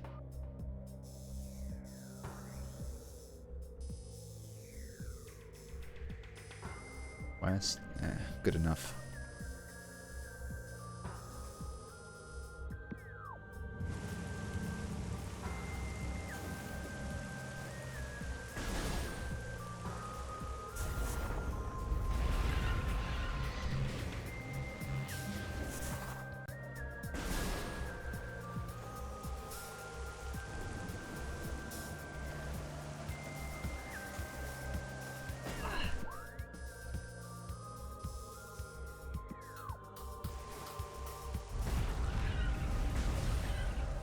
Which FPS campaign protagonist would be the best at video games? Doom Guy, Samus Aran, Master Chief, or I don't know, Wolfenstein, I guess. A fourth one here. Duke Nukem. Duke Nukem was not one of your options. And that's because I know he would win. Can't choose Duke Nukem. Duke Nukem is disqualified because that's... He's a heavyweight. We're talking about lightweights here. I think... Now hear me out. Actually, you know what? It would be Doom Guy, because Doom Guy canonically has a copy of Doom 1 and 2 in his bedroom. So I guess he kind of wins by default.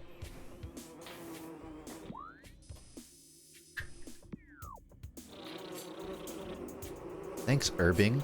I love you, Urbing, with an I. Well, maybe not love. I really appreciate you. I don't know you, though. You don't know me. Yeah, I was thinking Master Chief might have the most Cardinal's not the right word. He has experience that would translate into a simulation experience. Whereas Samus, I don't know if turning into a ball makes you a high credibility gamer. But I don't want to be sexist, so... Samus gets like a second place. Maybe. Behind Doom Guy.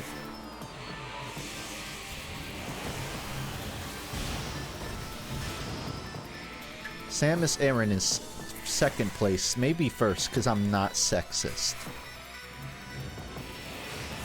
Smile.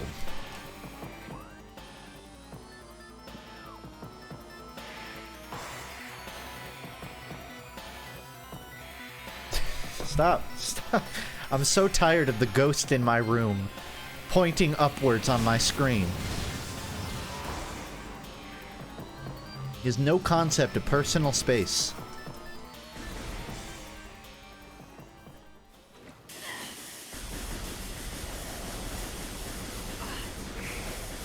Be gone, Vine.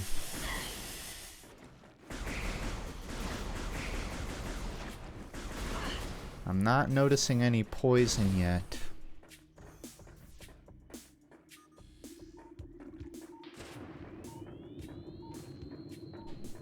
Not a great sign, considering the artifact says Tunnel of Great Poison. I was kind of hoping to see more poison.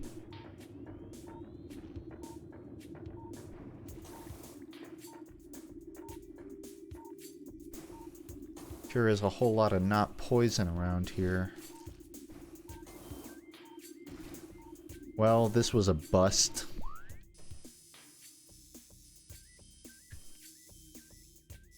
Hey, people that have actually beaten Metroid Prime. Am I hot or cold to the artifact of the sun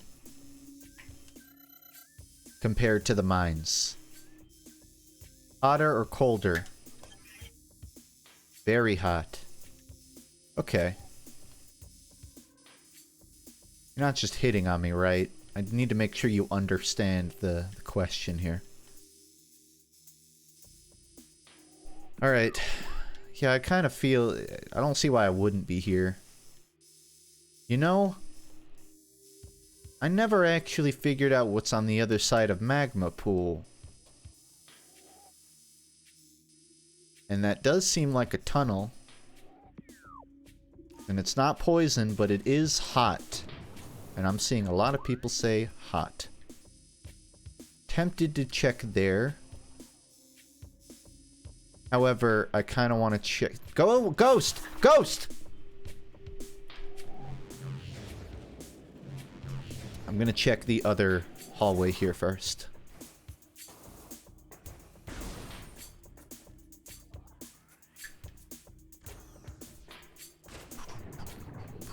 Oh, wow.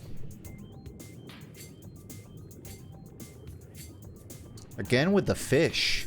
These fish can survive in any climate, huh?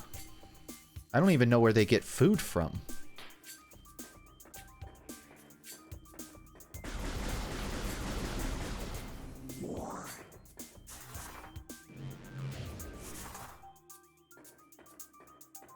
It's not here. Alright, I'm gonna go check out the magma cave. If I don't find it after that, I'll come back to the drawing board.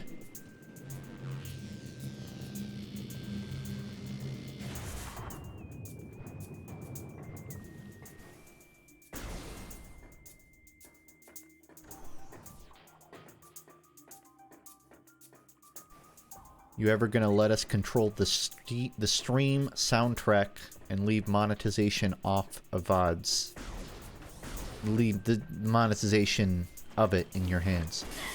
I can't remember the last time I did that.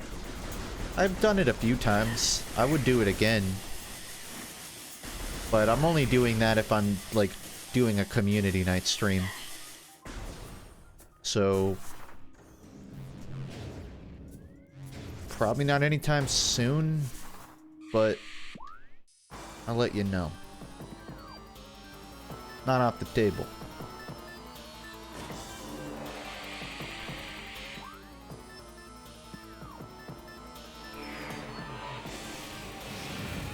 FUNKe, do you like Blue Planet? That rings a bell. I've watched a lot of, like, sea documentaries. I've had a phase of learning about octopuses. I almost said octopussy. There's so much fucked up with me. And octopuses and dolphins. But I don't know if I've seen that one.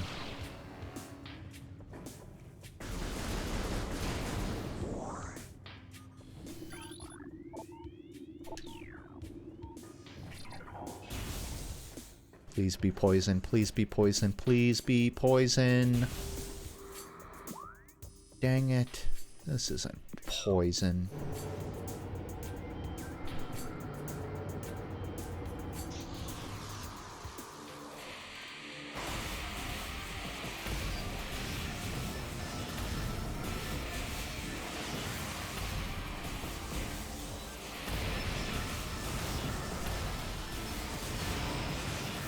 Hey, whoever responded to my Discord announcement that the stream was gonna start 30 minutes late with an emote of a pregnant woman, I gotta ask, what was that about? Because I didn't really understand it while I was eating. I was eating food, and it didn't feel like it was really... It didn't feel like the most appropriate response to me saying my stream would start late. I'm not mad, I just am really mostly confused. I meant to mention it earlier, but I just kind of forgot.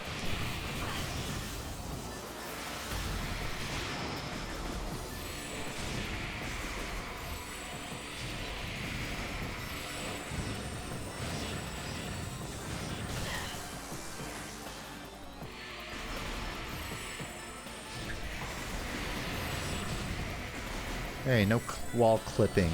I know you're a ghost, but there are rules.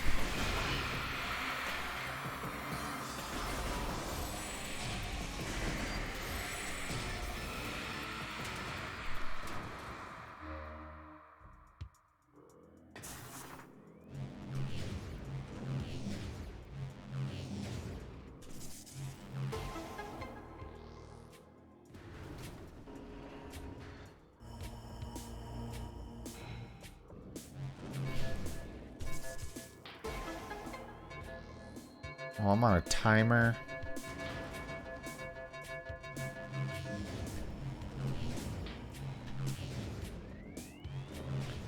Wait, what? Okay. I thought it was like, I only had one chance to do that.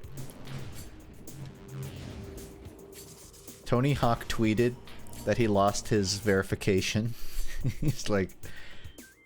just making another joke about how no one believes that he's Tony Hawk, and now he has to deal with the fact that he isn't verified. So people are tweeting at Tony Hawk like, "You're not fucking Tony Hawk, you liar." Seems like he was the biggest victim of the de-verification.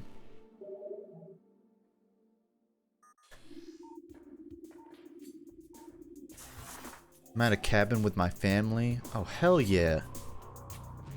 Does it have like a really tall back deck? And you can like go out and see the stars without light pollution? That's the best. I'm pretty good. I'm not as good as being at a starry night log cabin, but I'm close. Ghost! What is the ghost pointing at? Where do you want me to go? No, I'm not going backwards, Ghost. Leave me alone. Yeah, that's what I thought. Now you can go.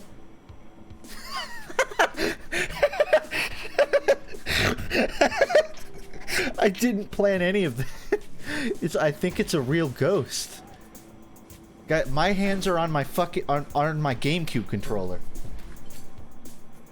I swear to you, on my life. What did he mean? What did he mean?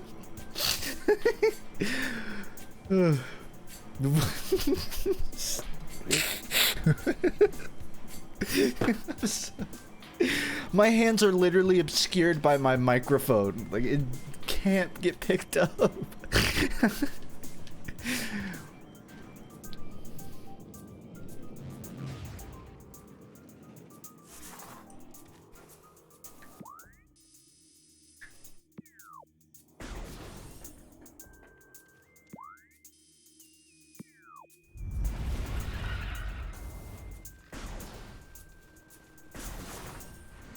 Honestly, I hope it's only one ghost. Might be like 10 of these. I didn't get the artifact. So... hot and cold, everybody. Hot and cold. I'm gonna point somewhere and you're gonna tell me hot or cold. Relative to my location now. My hand tracking broke again. Fucking ghosts. Eating up my data. Alright, I'm here. So, hot or cold? Any of these from here? Cold. Alright. Hot or cold? From here? Looking for the sun artifact. Somewhere around here?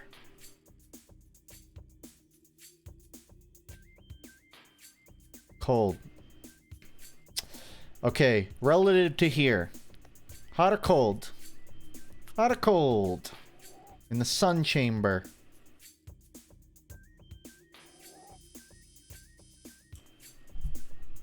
How?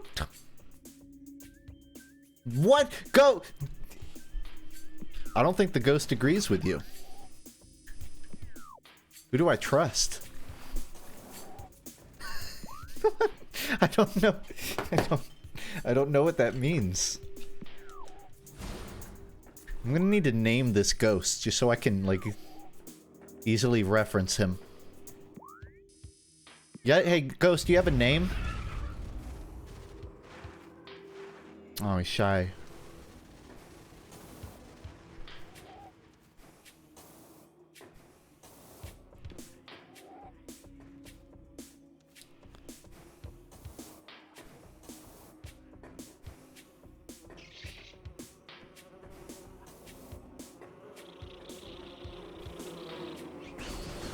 It seems like this ghost is almost giving me directions like a job with his hand. I think I'm gonna call him Hand Job. Is that alright, Hand Job?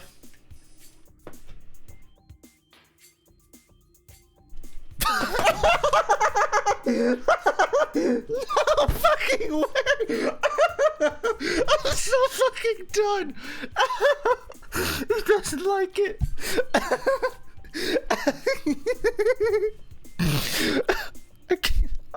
I'm getting scared. I think I'm gonna turn it off. I'm gonna turn off my hand tracking and I'm gonna return the tracker, and I'm never gonna do this bit ever again. It's not me. I promise you. You guys can tell by the way, like, I never show my left hand. It's because it doesn't track it well. I have to turn my whole body for you to see my left hand. I promise you that something is in my fucking walls.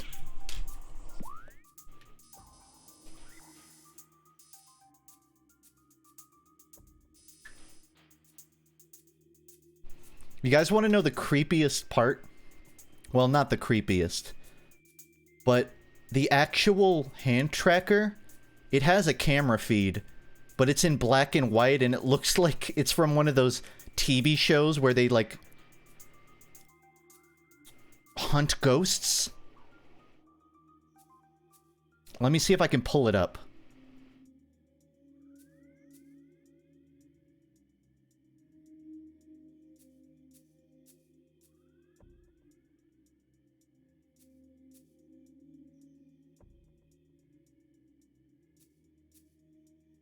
This is basically what's on my other monitor.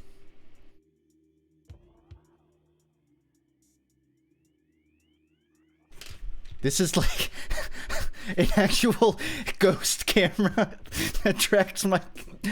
So every time that hand comes out of nowhere, my head turns to this little ghost camera. And I can't... This is why, like, you can't see my left hand. Because it's literally blocked. It's terrifying.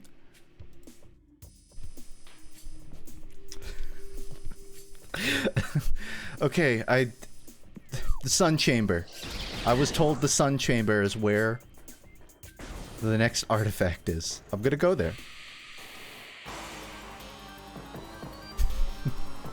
You didn't see anything. That was just my monitor. You're not gonna trick me into thinking you saw something.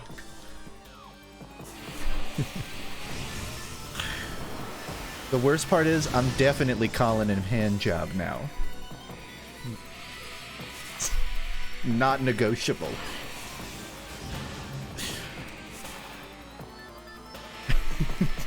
You didn't see anything. Because there's nothing.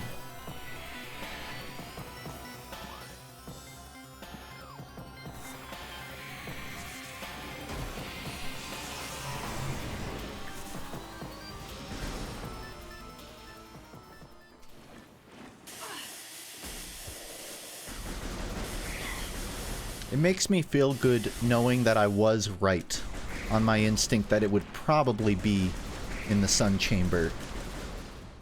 Even though I left, at least I was technically correct.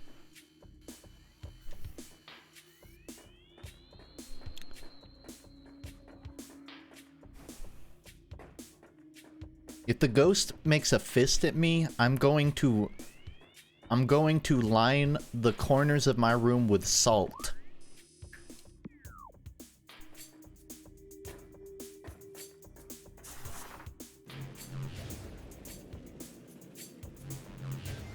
And sleep with a cross between both of my arms.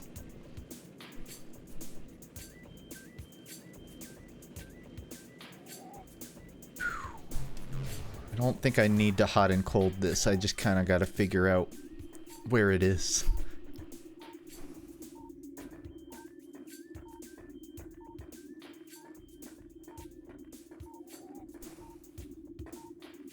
Let's check my notes. It says... Oh... Tunnel of Great Poison. Mines? Question mark.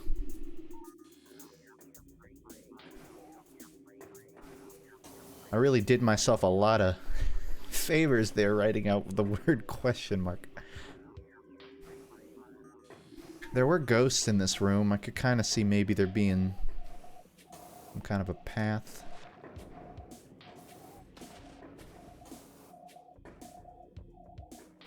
Do I already have the Artifact of the Wild? If I did, I wouldn't have been able to read the hint. So I don't think so.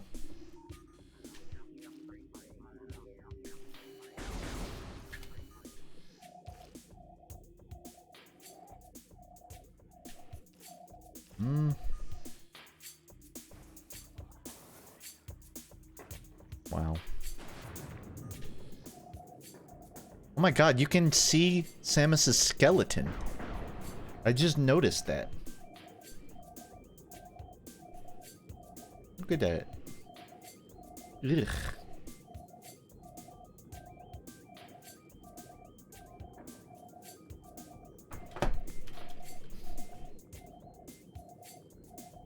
If you could see my skeleton, I'd honestly die. Ah! Oh my god!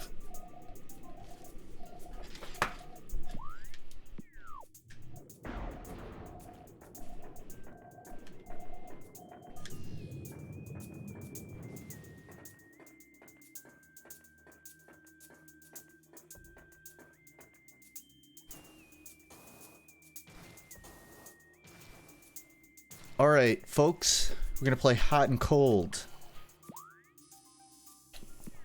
In the water. I'm assuming the artifact's in this room. So water, hot or cold? Cold? It feels pretty room temperature to me. Okay. This tree. Hot or cold? Hot? Really? Okay.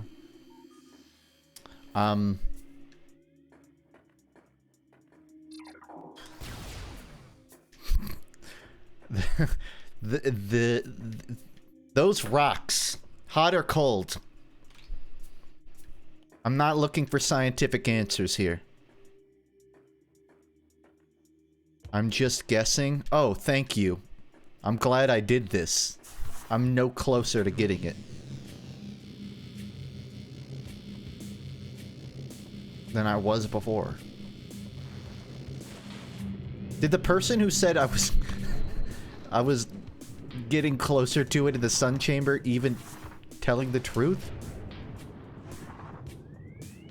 Now I'm doubting this entire room.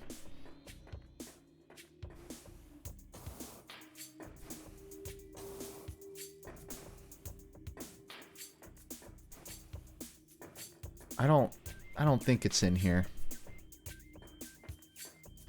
Ask Handjob. Handjob doesn't seem to respond to direct questioning. I think they're shy.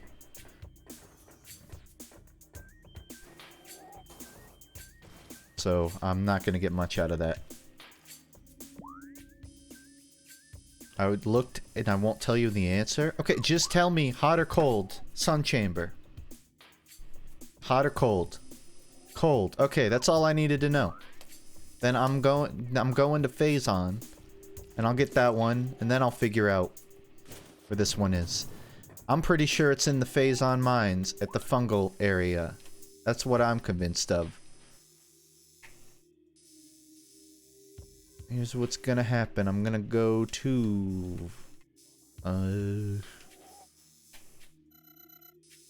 Well, I need to go to Magmore North, and then Fernanda Drifts. So I guess... Where? Guess I'm going here?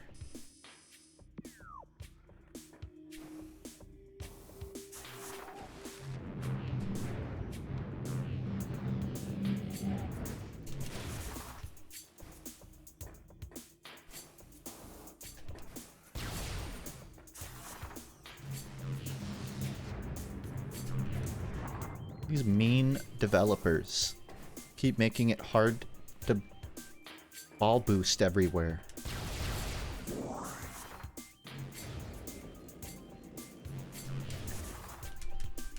They're blue balling my ball boost.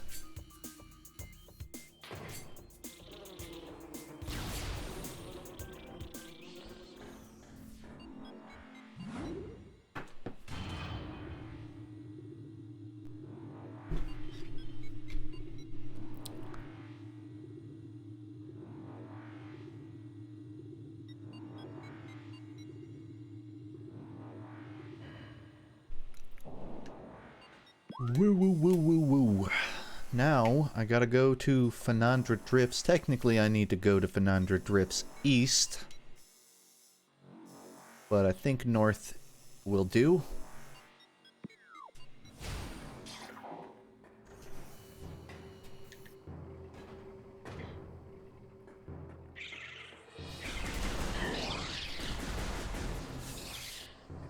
Vendrana, gosh.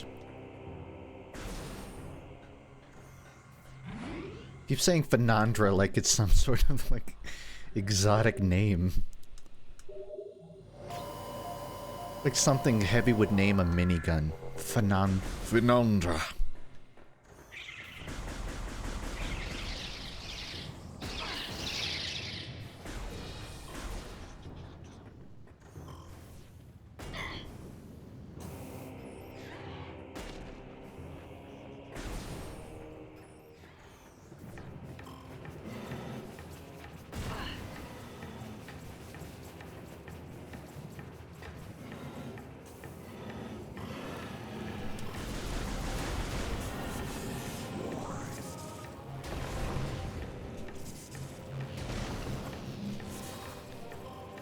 The other day It's alright. Take your time. Finish the sentence.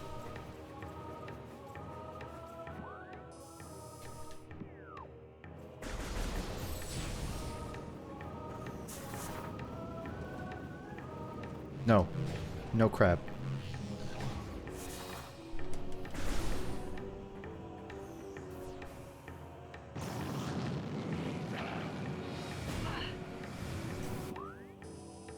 It bugs me that I did go into that room, but it tells me I didn't. And it makes me want to go in again, just to clear my map. But it's also 1 AM and I said I would finish the stream tonight, so I'm not gonna do that. I'm not gonna get sidetracked. I'm going to beat the game.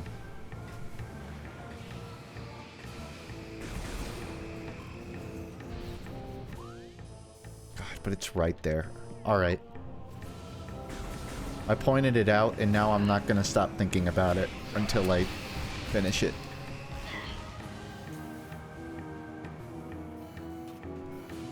I bet I don't remember how to get in. Oh wait, Yeah, I do.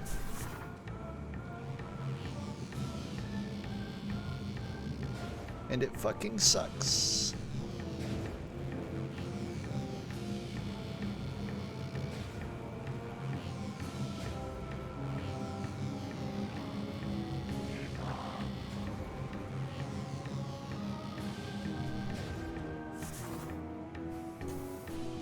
It's nothing important. It's like a missile expansion. Oh, I guess I died and lost it. Not anymore.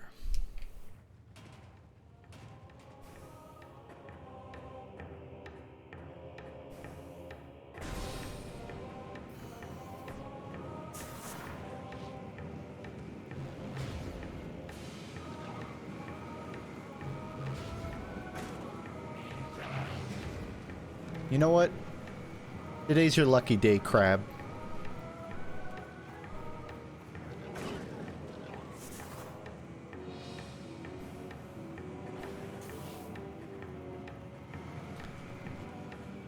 I'm glad I could be Aussie friendly ranting. It's your lucky day. My sleep schedule is all kinds of fucked.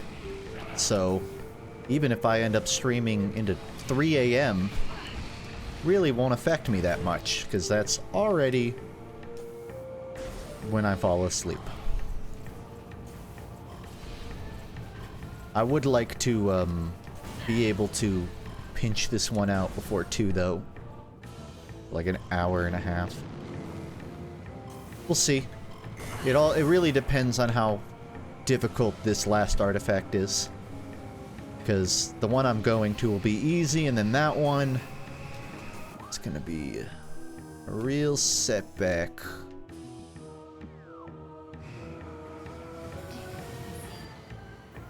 Thanks, yeah, I know that. Hey guys, did you know if you return artifacts, you'll gain access to Impact Crater? It's true. Try it yourself. I'm not gonna open my minimap because that's what the game wants. And I don't want to encourage it, frankly.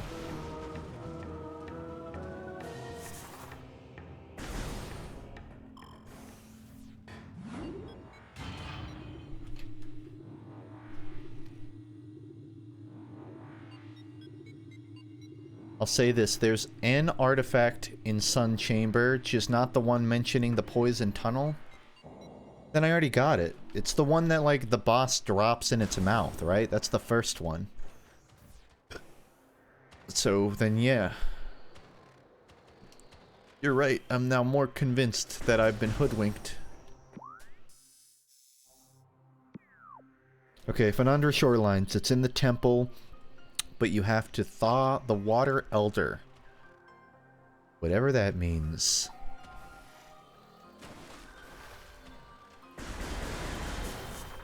Get you. Hey, get you.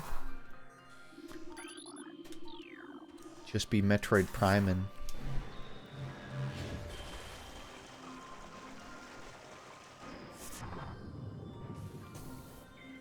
It honestly makes me happy when I see the Pinkerton thing in your name, because I don't think... Might be like one other person that has that. But I'm glad it gets used, so thank you. And also because donation, but more so, I spent the time making that little icon.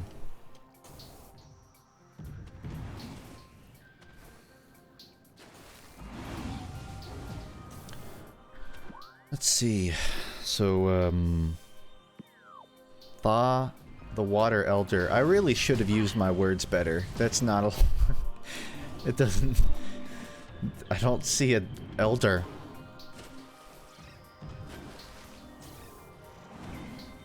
And I don't... It says... I'm on the shoreline. Is there a shore? Maybe I have to go to the Chapel of the Elders.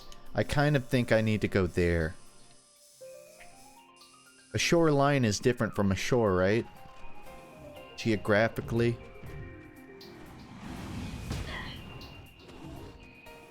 I'm gonna go find out.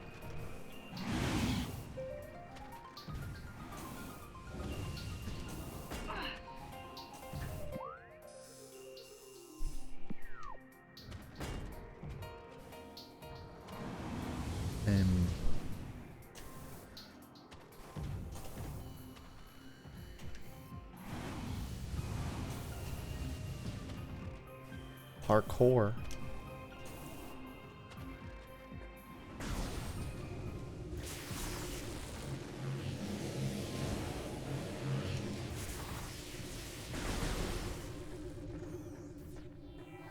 It is true. I am finishing this game. I cannot deny the truth, and the truth is, I'm gonna finish this game. This guy's probably the elder. He looks pretty old. A Chozo balancing the plane. Nope. It's probably that thing at the top. That thing that's frozen. That thing. Yeah. I am willing to wager that this is my artifact. I didn't need to do with seeing his spit melt in front of my eyes, but you know what? Not gonna question.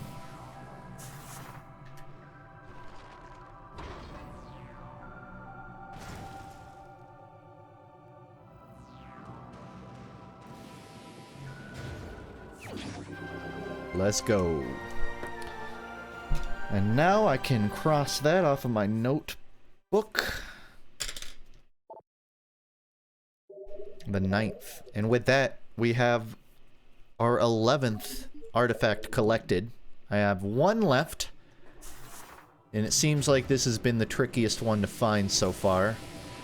I'm sure someone in chat knows. I don't have a good lead. So, I'm gonna play hot and cold. And if someone knows the answer, please indulge me for an answer or two. Compared to Fernandra Drifts, where I am now, hot or cold? Phazon Mines. Phazon Mines. Maybe. That's not useful. That did not narrow this down at all.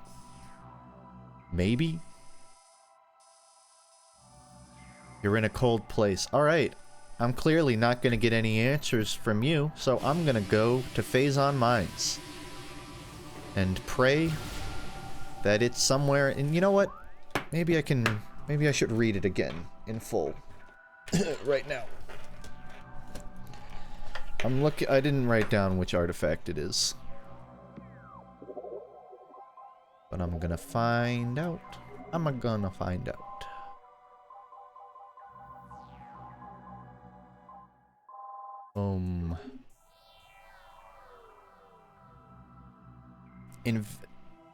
The newborn artifact. Invaders mine the depths in their greed, forge a path through a tunnel of the great poison to claim the artifact of newborn. Forge a tunnel through the great path of poison. Is Phazon a poison from like a lore perspective? I thought... Ugh. I have flipped the USB for my GameCube adapter 4 times. I guess Phazon is technically a type of poison in the lore. That kind of makes sense. I thought it was like an electric zap more sort of kind of ability, or even like hot. But if we are to assume that Phazon and the fungus are a poison spore, then technically that'd be where to go. So I need to go through Southern Magmore Cave. So here, which is, goodness, pretty far. But I think I can do it. I just need to go straight south, cut through whatever this thing is, the quarantine cave. Oh yeah, that's the boss. Okay. One more check. One more check, everybody.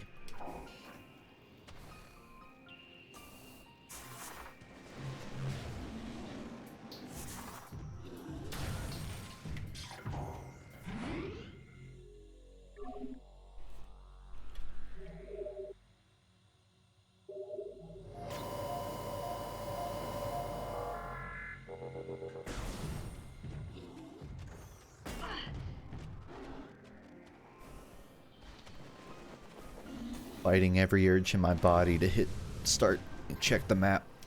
Because I don't need it. I don't need it. I don't need GPS. I can drive 5 miles away from my home and not get lost. And that is the truth. Definitely.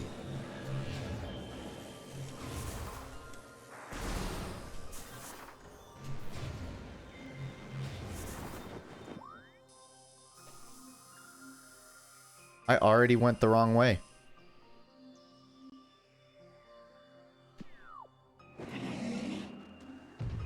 The first door I took was a door that wasn't going south. It was going east.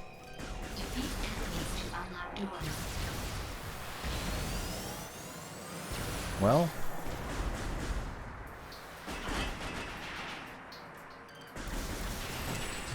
Stop it.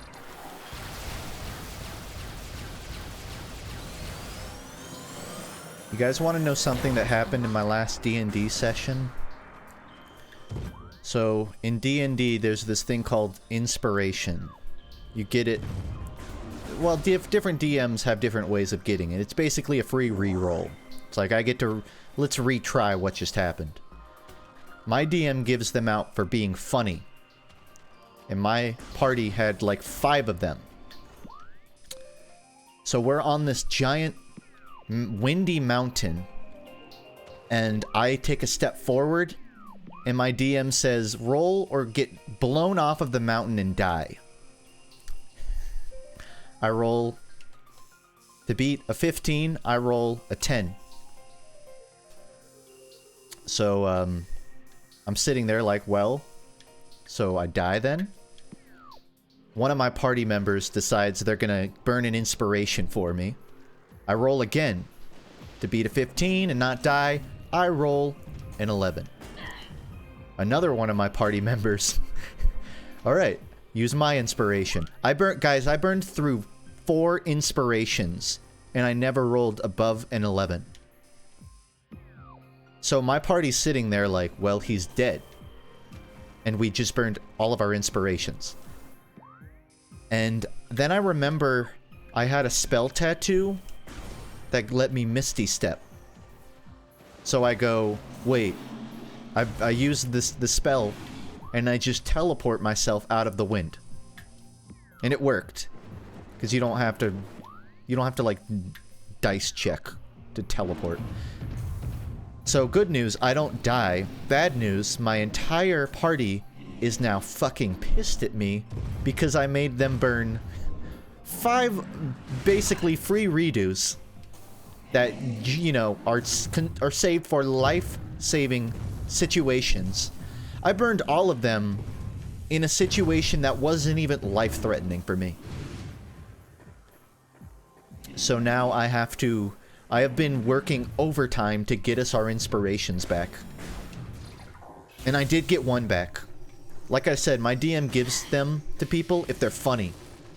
So get this, on the windy mountain, after almost getting blown off, I said, this place blows. My DM gave me an inspiration. So, I'm making my way back. I didn't deserve it. I didn't deserve the inspiration. But I'm making my way back.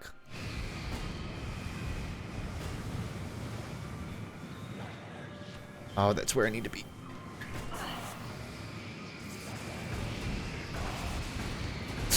Okay, I won't jump in, jeez. Such opinionated grunts.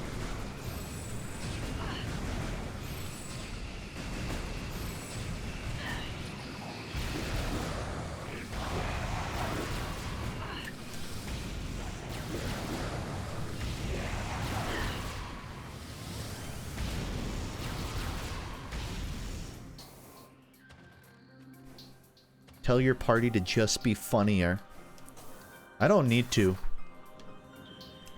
Honestly, they make me laugh a lot, so we'll get it back pretty quick.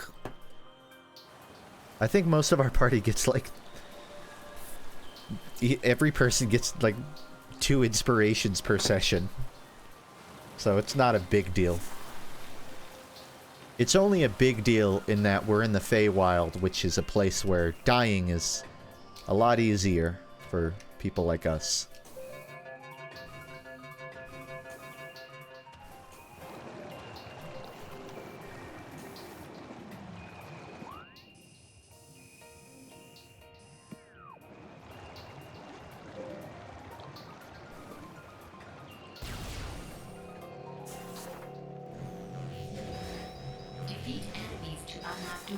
Lame.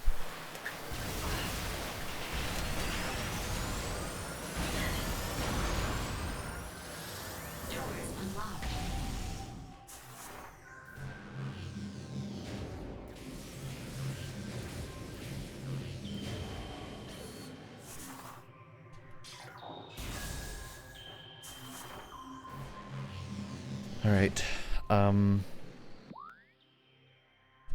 Where am I going? I'm going to Magmar Caverns South. Which is right there.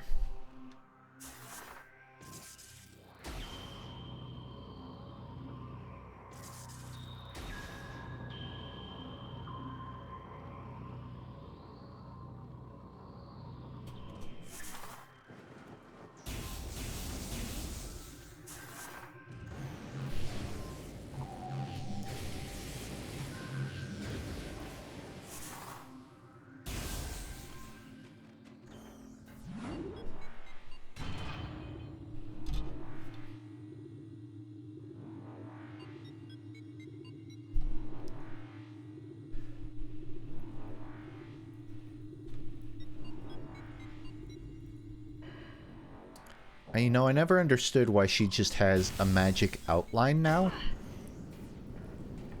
Something about the Phazon suit means I have a constant protective barrier around me. Phazon Mines West? Oh, wow. It's like a direct connection. Perfect.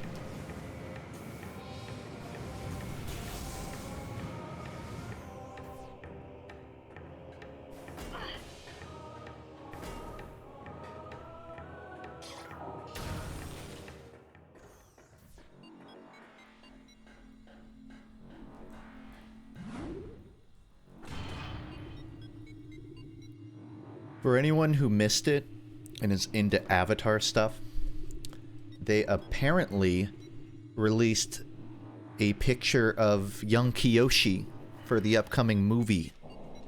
I don't know why. And I didn't see whether it was verified real, but it seemed like it was. It was literally just like basically like a full-body reference print of her. Not like an environment or a shot from the movie or anything. But for some reason I thought they were going to make the movie about Kyoshi when she was older, like as the Avatar, but it kind of makes sense that they would do an origin story for her. The thing is, they said they wouldn't have the movies overlap with stuff that's already in a book. And I'm pretty sure the books cover the origin of Kyoshi, so I'm wondering how much of that they're gonna adapt. Wait, movie? Yeah. Avatar Studios announced that they're working on 3 different movies for the franchise. And, I believe the first one that's gonna come out is the... I think it's the Kyoshi one. In, like, 2025?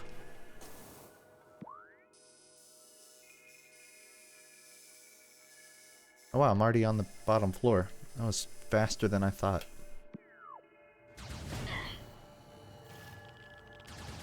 Anyways, I'm pretty excited for that movie to come out. I think there's like people making rumors about another TV show happening, but I don't believe that's confirmed. It's like just the movies right now.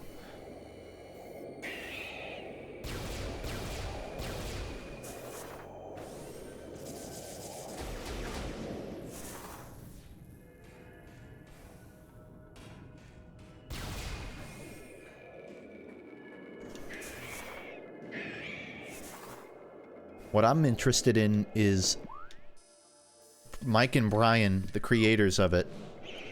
Yeah, I should probably clarify. I mean the cartoon Avatar, not the movie, the whatever, the blue people, not the blue people, not the Na'vi.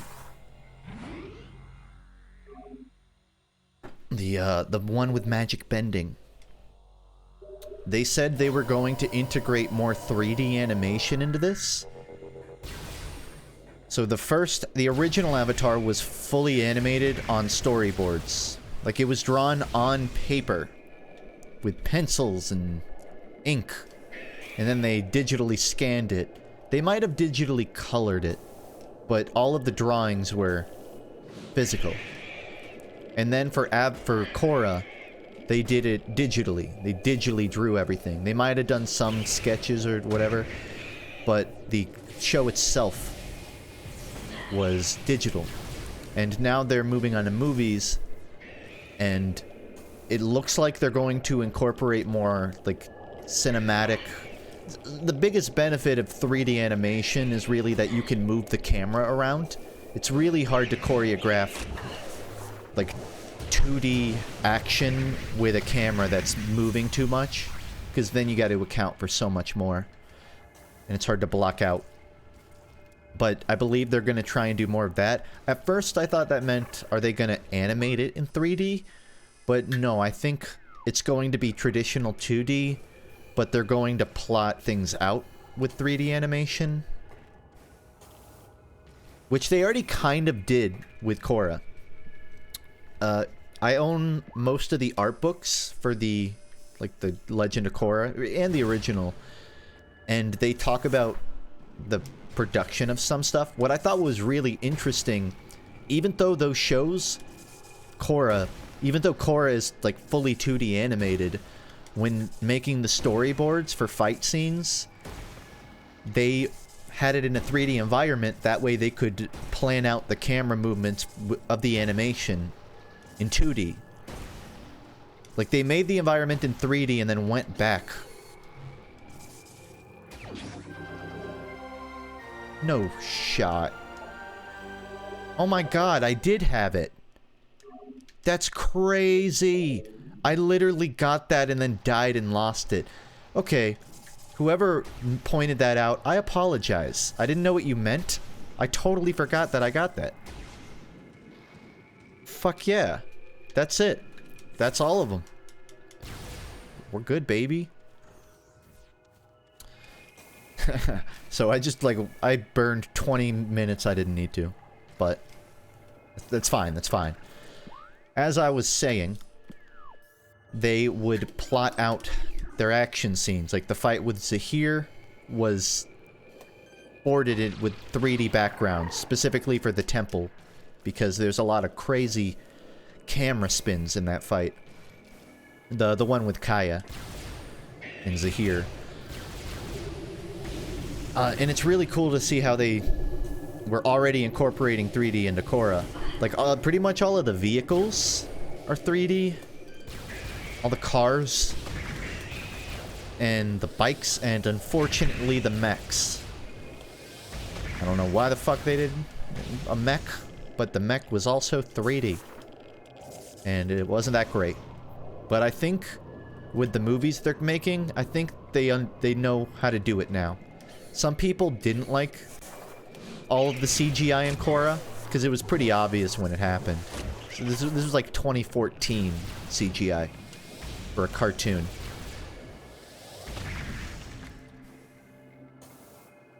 But I think they figured it out.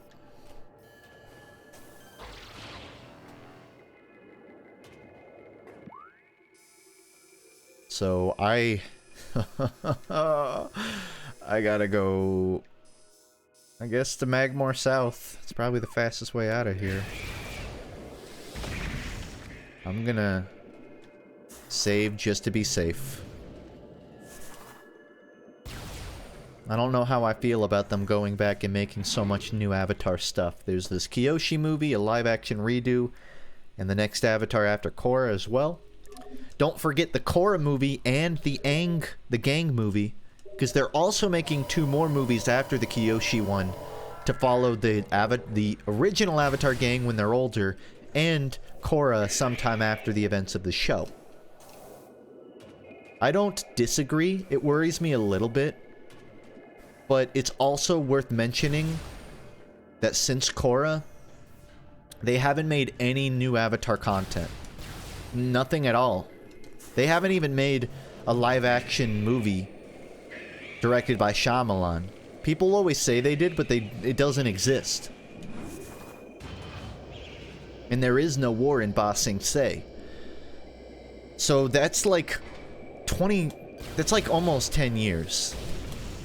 They made comics. Now they have made a lot of comics, to be fair. But I think... here's me playing devil's advocate. Here's me playing Avatar fanboy. I think Avatar as a series is not about any one character. It is a show about cultural division and generational conflict. It's a show about nations having, you know, political standings with each other, and it's about the difficulty of passing the torch to the next generation, which is what the whole Avatar cycle is.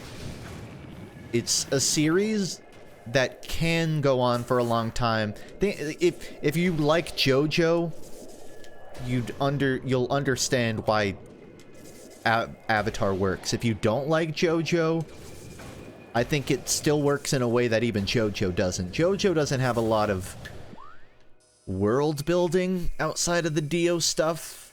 Like, we understand that there are stands and people have stands, but they just are restaurant owners. But we don't know that much about sort of the cultural landscape of stands.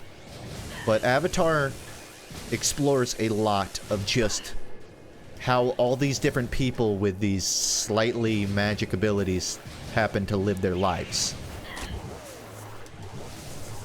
So even though they're making 3 movies and a TV show, I don't think that takes away from the value of each, because they're not really double dipping. All of those stories like share connections in the form of world history, but that's kind of it. Outside of the Avatar cycle and whatever political influence the characters had leading into the future, it doesn't double dip. It just works.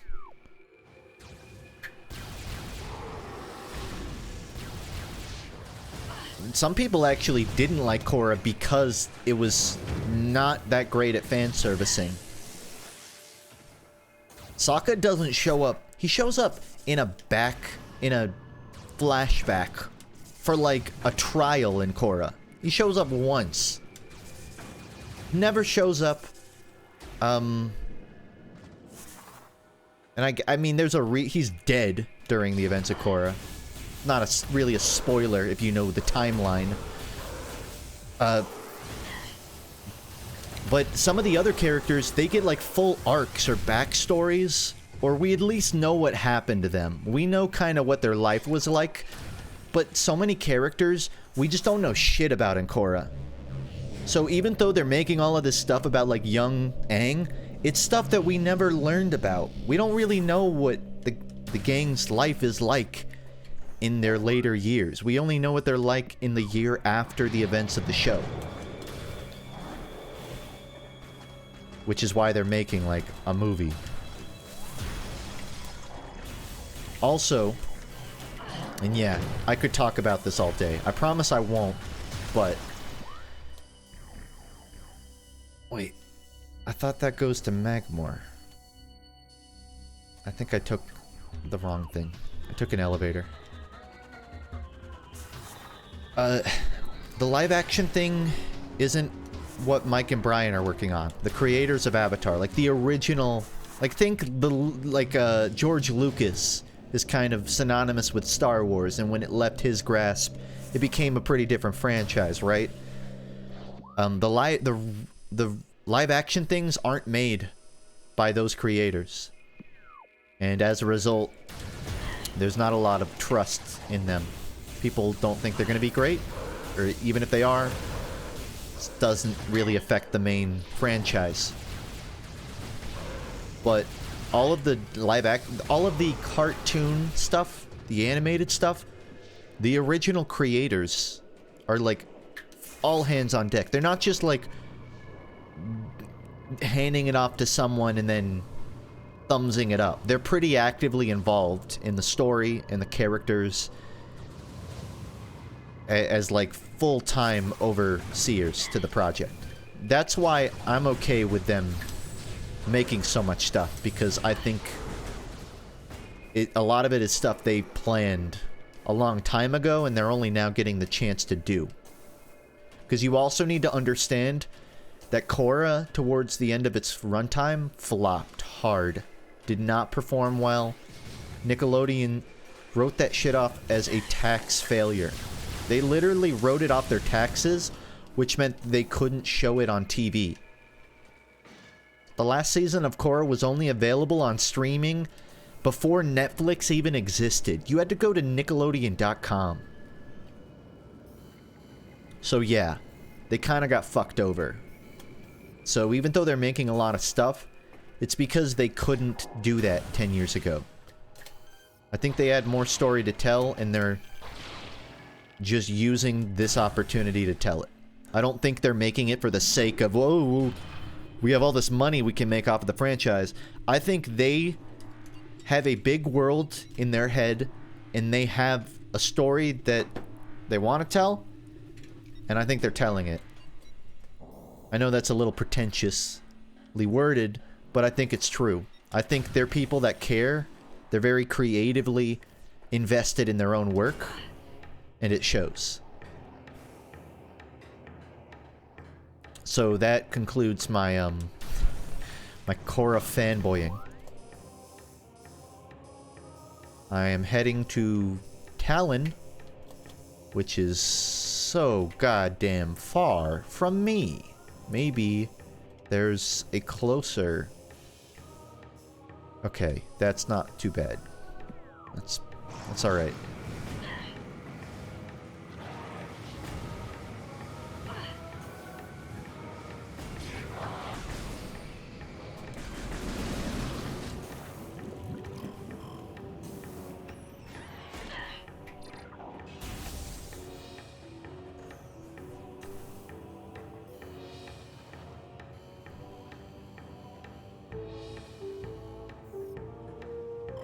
The world building of JoJo is either world tour or one place, one setting.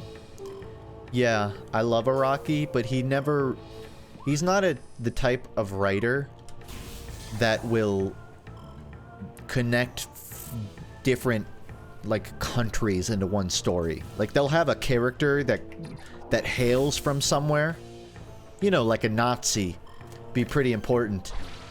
But, he won't write stories where different nations of people interact on like a large scale. He doesn't write large scale battles.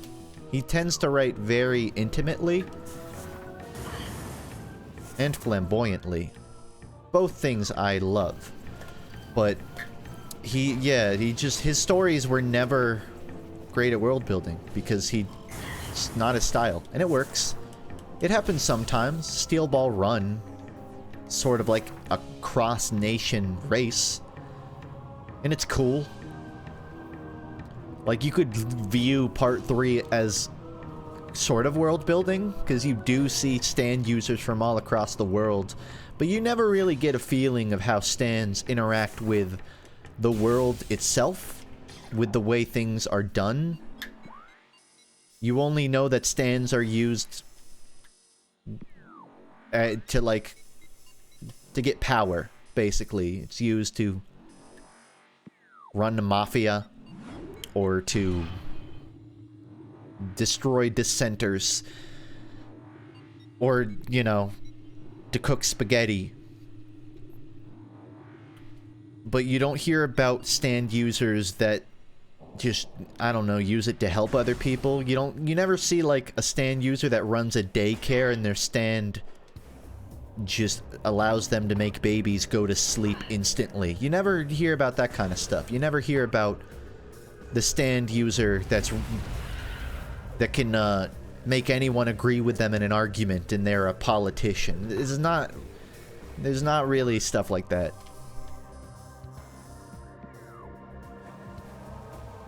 And it doesn't need to be, because JoJo is more of a story of a group of people's adventure, usually unraveling a specific mystery, but it's usually not more than that.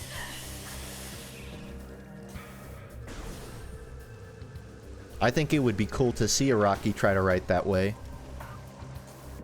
I don't think he would do it well, but I think it would be really enjoyable.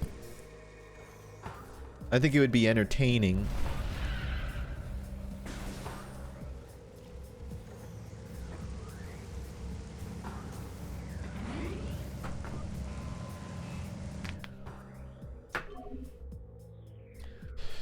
If the sound of me cracking my knuckles disgusted you,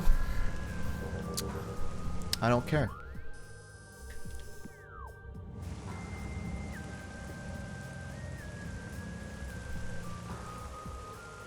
Here's another one.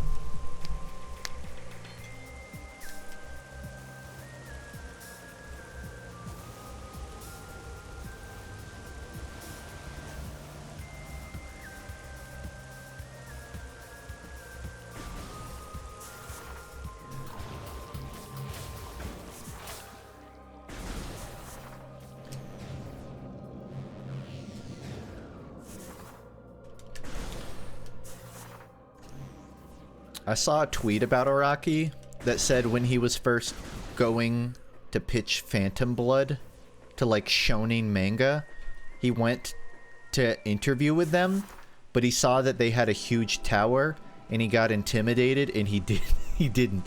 The reason he didn't interview with Shonen was because they had a really big building and he thought, wow, that's intimidating, so he didn't walk in.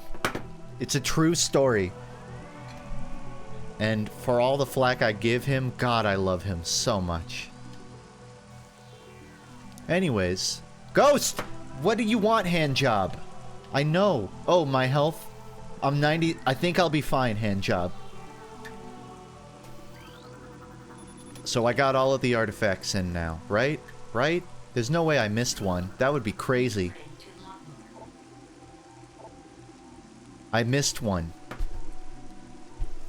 Handjob was trying to tell me that I missed one. Oh my god.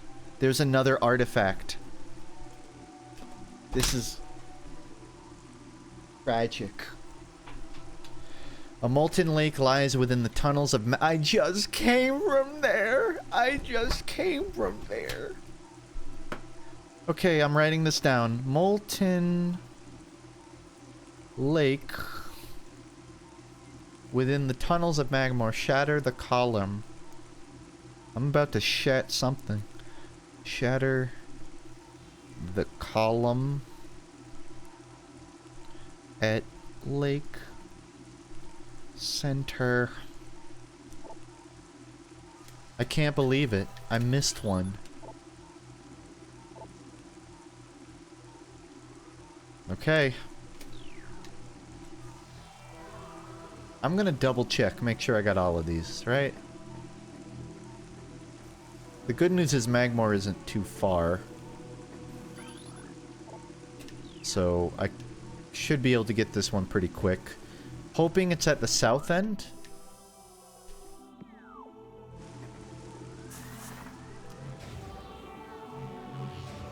Man. The egg on my face right now. I'm like a freaking omelet. By the way, the bird on my door is still doing fine. Really no updates there. It's a bird. I've been wanting to name her. I was thinking Dorothy, but I wasn't sure if that was too on the nose.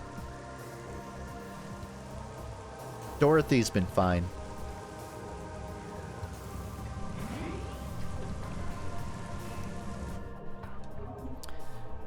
The thing is, I can't walk by my front door now. I can't use my front door, and if I walk by it, she hears me and she flies out to the tree in our yard. So, I've just been avoiding an entire section of my house so that the bird that's living there won't get annoyed or terrified. But she seems to be doing well. He's getting food. The eggs are growing.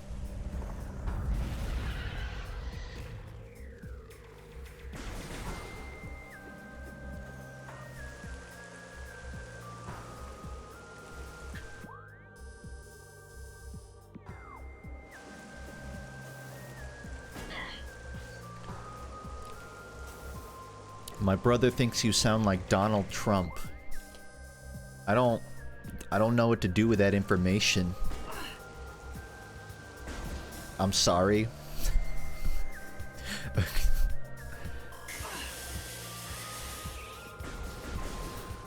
Is that a threat? Also, I don't see it. I don't see it, quite frankly. Maybe you should have him check his ears.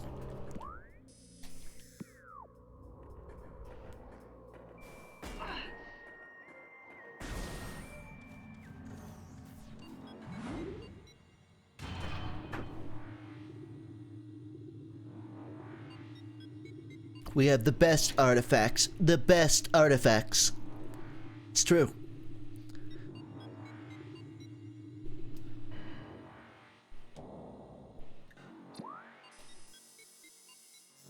In the molten lake, shatter the column at the lake's center. The column at the lake's... There is one called Molten Lake, I believe, right? Lava Lake. Baba bingo. That's gotta mean something, right? So let me double check my exits here. Yeah, I'm gonna have to walk there and back, but that's alright.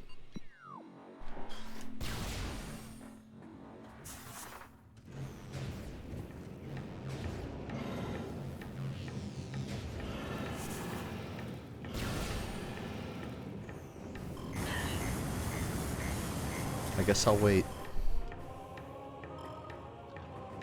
I hate it when the game dunks me in lava, but it's got to endure.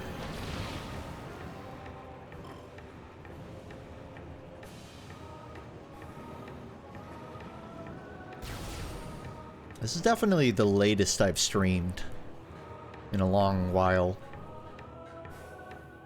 I don't mind, though. A little further.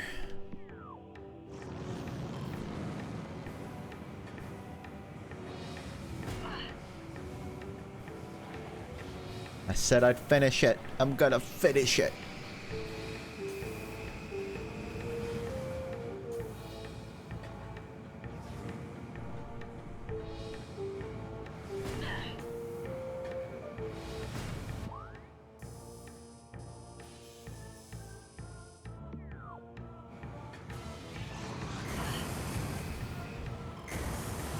Remember, guys, if you ever get caught in lava, just double jump across it.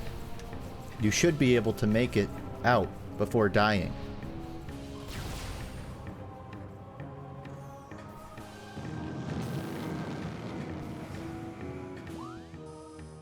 It's true.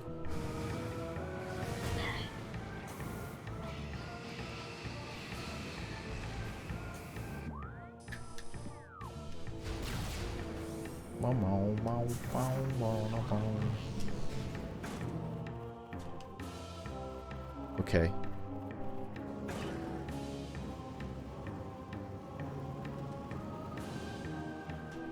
Okay.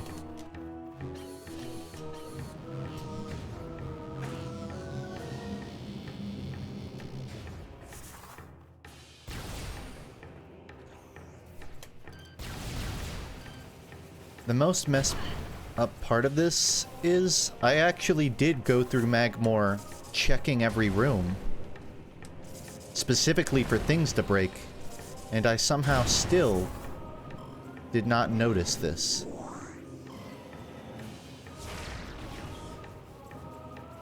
Shatter the column at the lake center. This sure does look like a column to me, if I do say so myself.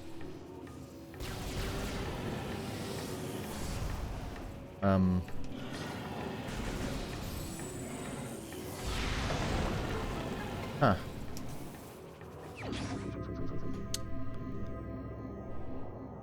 That wasn't too bad. And with that, I now actually have every artifact. For real this time. For not fake. But just in case, I'm gonna check. Yeah, that's every artifact. And just enough to go to open the door or whatever this is. Can I get a thumbs up hand job? No? Alright.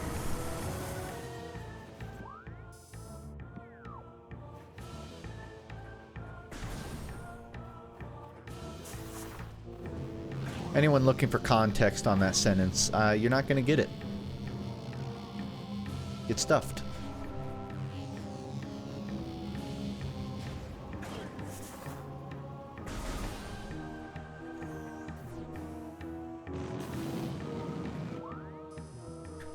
I meant get stuffed in a good way. Like eat your favorite food and get stuffed.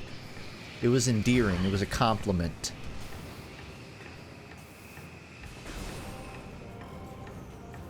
It's a southern thing. We eat food.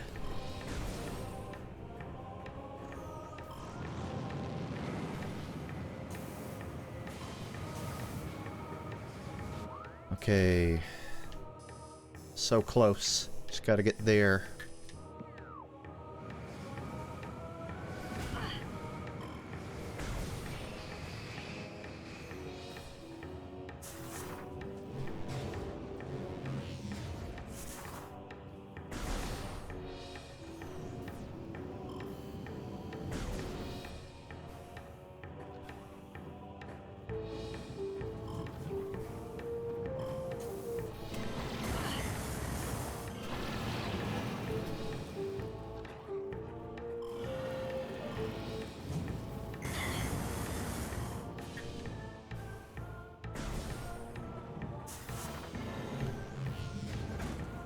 Do you think Samus would enjoy getting dribbled like a yo-yo, or would she be indifferent to being dribbled in ball form? Or would she just be sort of, make her sick? Okay, hand job, I don't really know what that means. But I'm glad that you're sharing with me.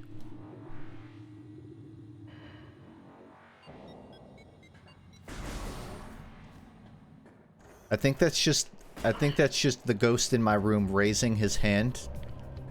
Like he's getting called on in a classroom, like, may I speak? But he never has anything to say. Option 1. Okay. Handjob thinks that Samus would enjoy getting dribbled like a yo-yo. I guess that's it. That makes sense. There's option 1.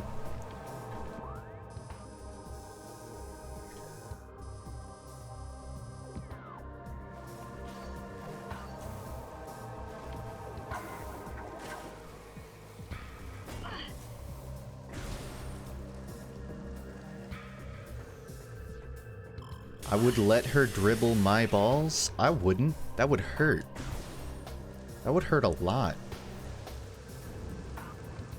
Why would you want that?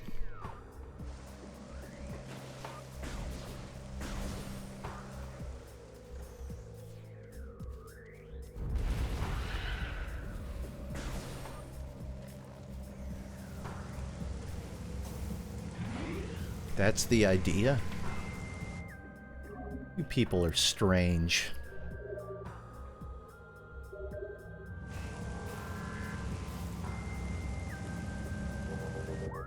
Alright, now... It's time to go beat Metroid Prime Remaster for the Switch, released in 2023 by Nintendo Corporations.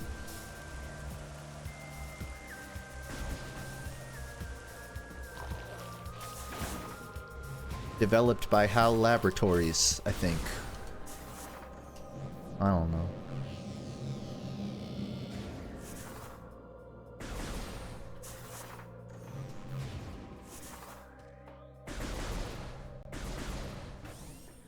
Retro Studios.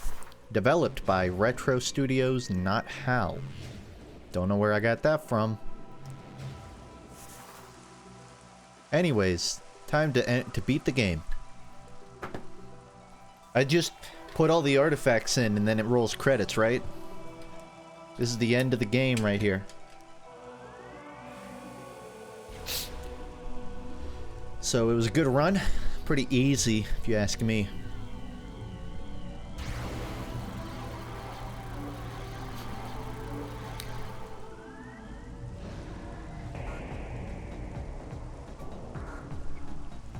That's the ending credits goblin. They're showing up to deliver the credits. I think.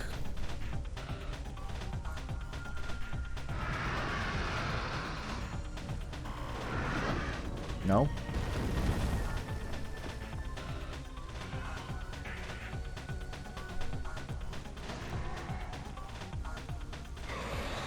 Okay, you're just showing off at this point. I could do without the WWE entrance.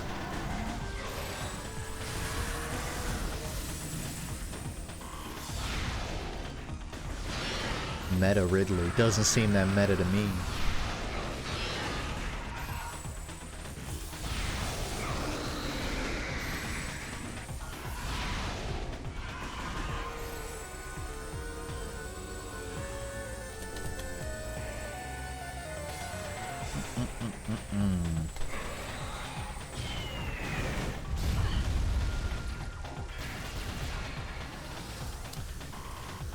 Yeah, I don't think I'm hitting that shot.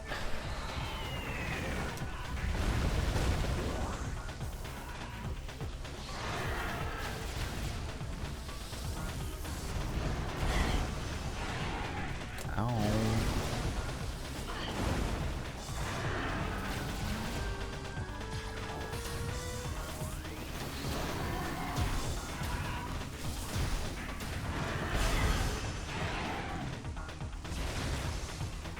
Does Ridley have targetable feet? Did I see that right?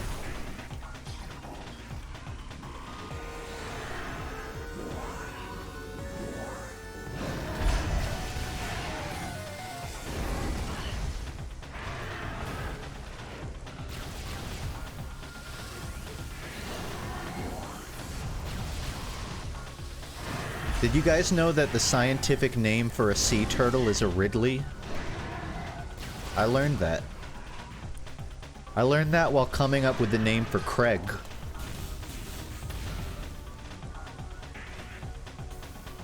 Sea turtles are also known as a Ridley for some reason. Is that the species or genus? No, it's a sea turtle. Like a turtle, but in the water.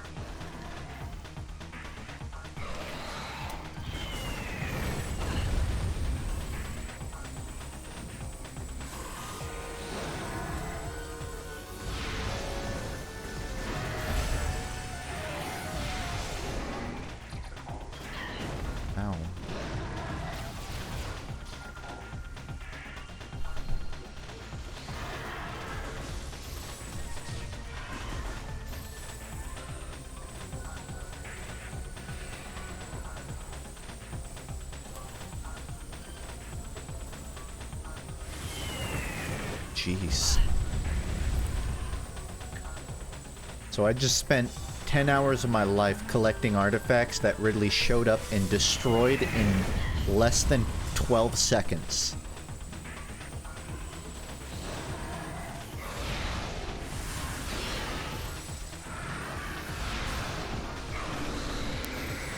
You know, I'm hoping this isn't the whole fight because I've gotten them down to half health with only the default launcher. Which does not seem right. Oh no. My tower.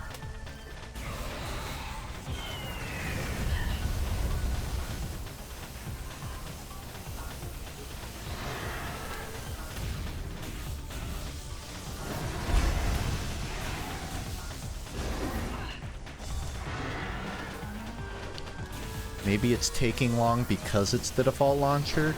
Maybe it's taking long because it's the final fight of the freaking game. Maybe I'm not bad. Maybe it's just a long boss fight.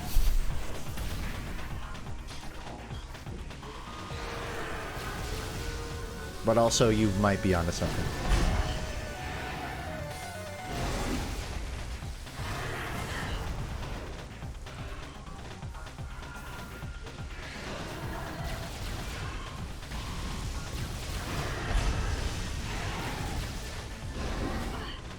Yeah, it's hard to flamethrower in swing range. Also, a lot of the launchers, you need to understand, are really slow. So if Ridley isn't on the ground, wave or ice beaming is just kind of useless. I can probably hit plasmas, but it doesn't seem to make that much of a difference. Plus, they seem to shoot slower. Or rather, I get less shots.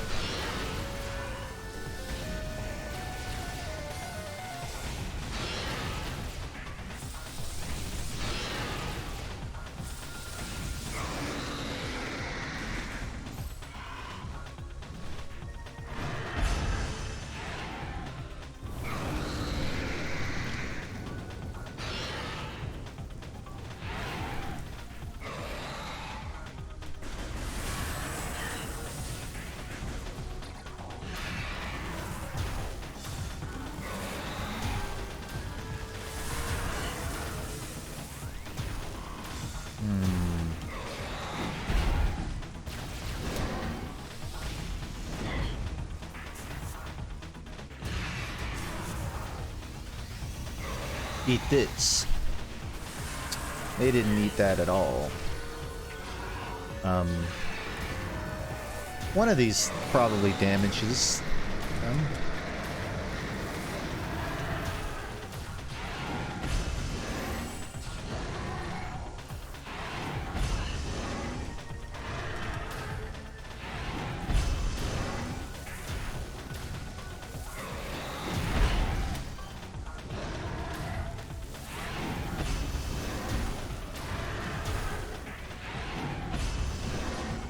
Does Ridley even really have anything to do with the lore of this game? Is Ridley a pirate? I guess Ridley's like the leader of the space pirates, right? I never played Metroid. Probably a good time to mention that.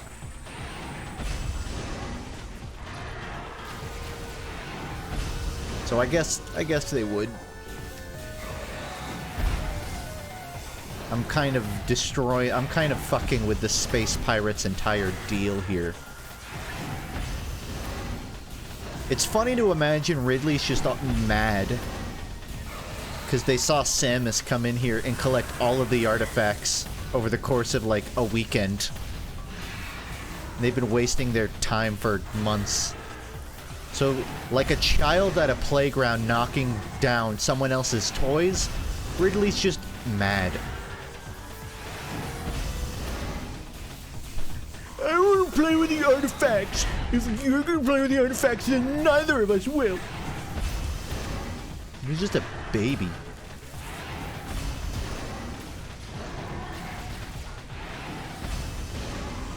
Don't make me scold you! Don't make me scold you, Ridley!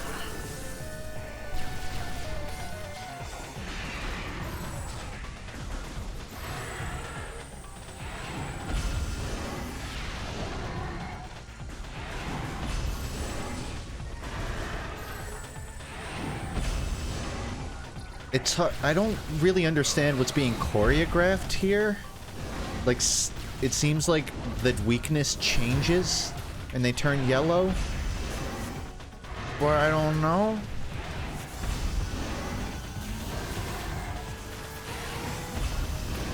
I'm not even really doing damage here.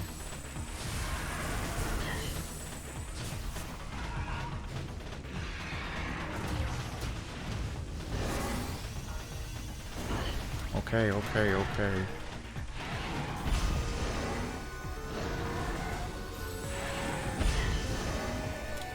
I am about to get stomped out of existence. It's a good time to mention this FOV makes it so I can't tell the timing of my jumps. Like, I think I jump, but she's not even in the air. Oh, wow.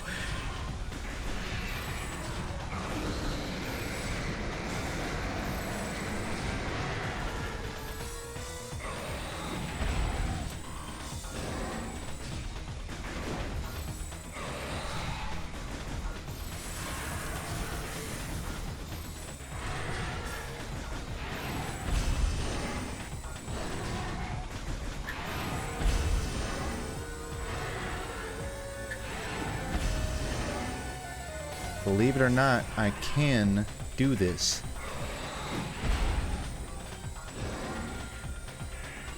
Yeah, I know the mouth thing. It's just some of the fight, it's hard to tell what's a mouth and what's an attack. It's hard to tell when it's a weakness mouth and it's just like an animation where the mouth opens, but you can't actually damage them. Because it seems like both of those exist.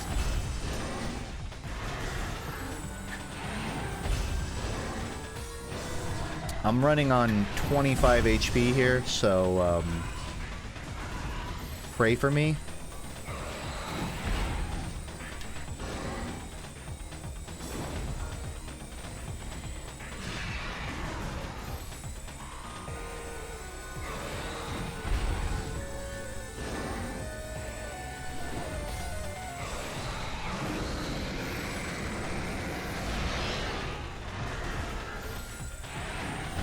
I'll tell you right now, if he gets a new attack pattern, I'm dead.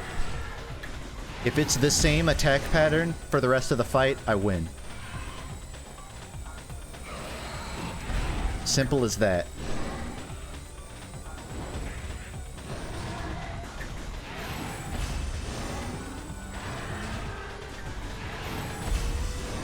Or if my left index finger gets cramped and I stop being able to lock on, then I die too.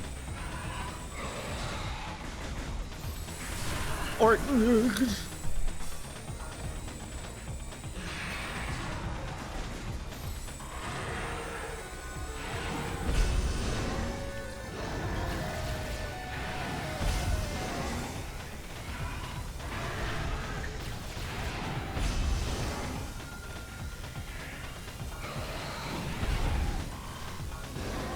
I feel like I'm one more hit away from winning.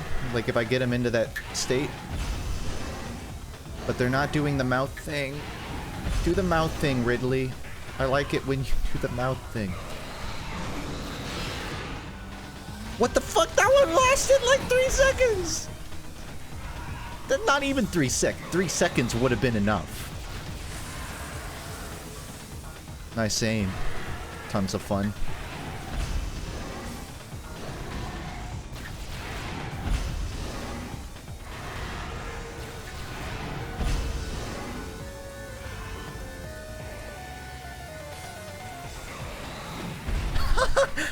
Well, you got me. By all accounts, I should be dead right now, but I tell you, I do not mind not being dead.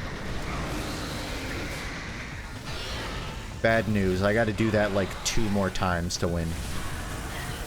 And I have officially exhausted all of my dead ringers. There's no more getting out of this.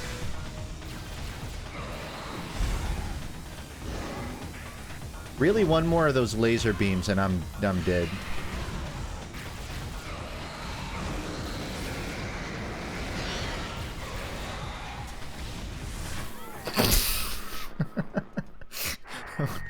I mean, did I lie?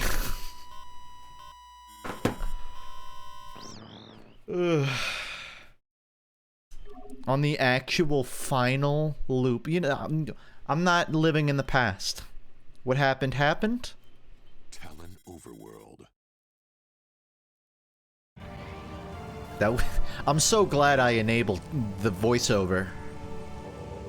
Thank God I enabled voiceover. I wouldn't have known.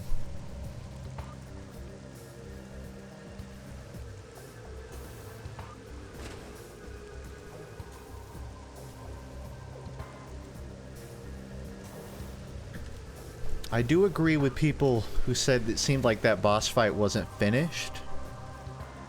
It seemed like they entered phase 2 and then stayed there for phase 3 and phase 4.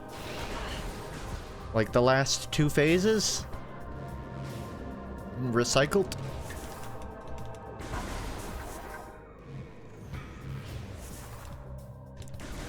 TSB, I did play the World of Horror update. I streamed it, although I had some mods on. Still a phenomenal game.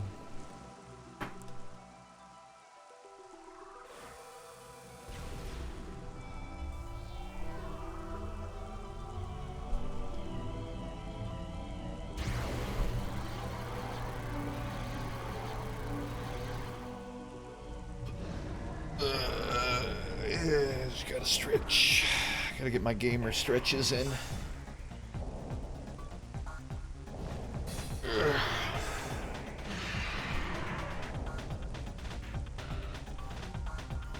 Pet, pet, pet, pet.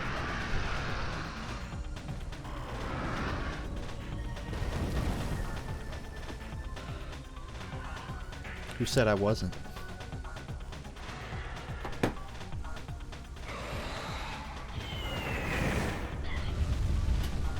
Opinion on Gabriel from Ultra Kill. Hot.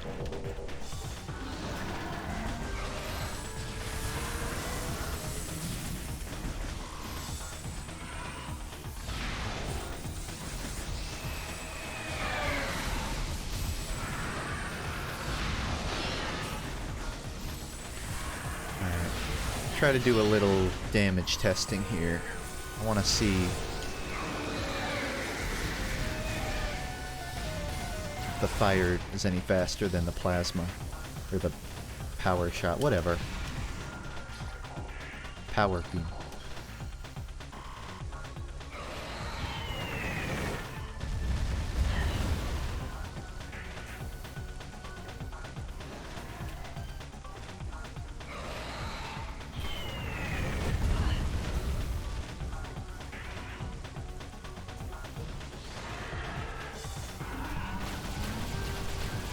Too close. Too close, Ridley.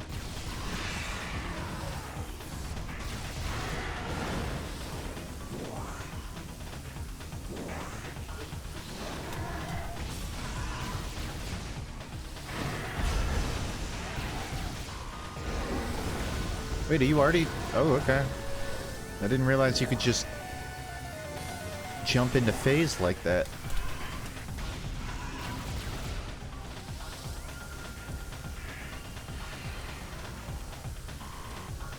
This fight has gone on long enough. I just switched from my index finger to my middle finger for the left trigger. I love the GameCube controller, but I hate the GameCube controller.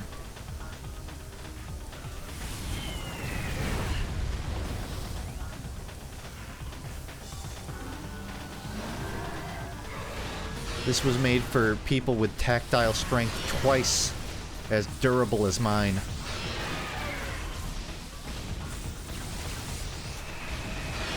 Yeah, I feel like the power shot does more. I don't know.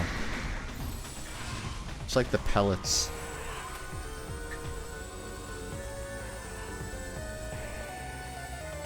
I'm not even gonna bother locking on when they're far away. Like, I need the strength.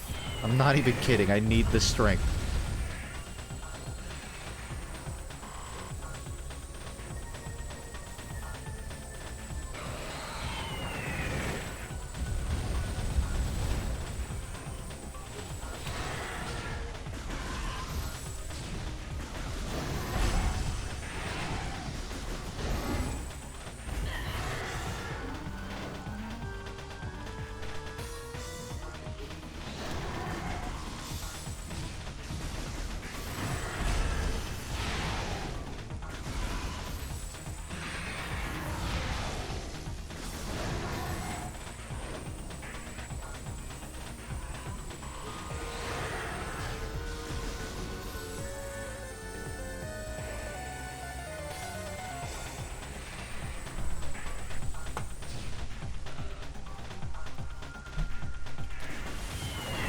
We didn't like that.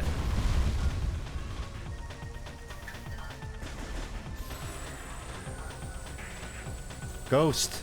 Hand job! Get out of the way, hand job!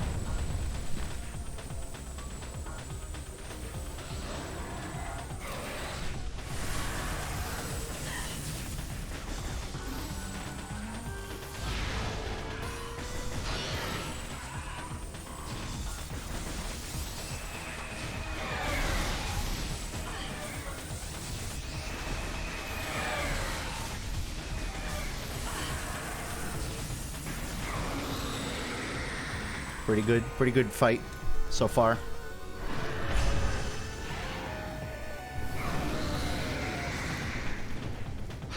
Yo, what are those? Are those shoes or ankle bracelets?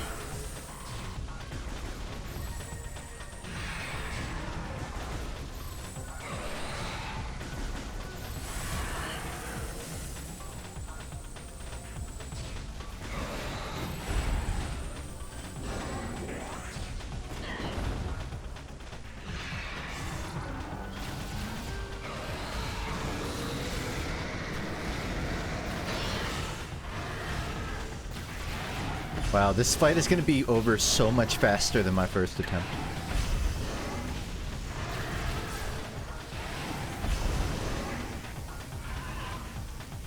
Let me see them pearly whites.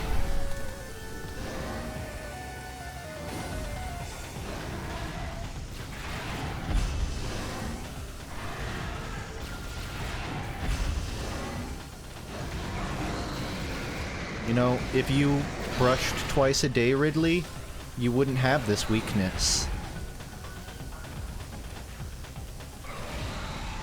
It's true. You have all that metal on your body, but you don't have a single dental implant? It's hard to believe.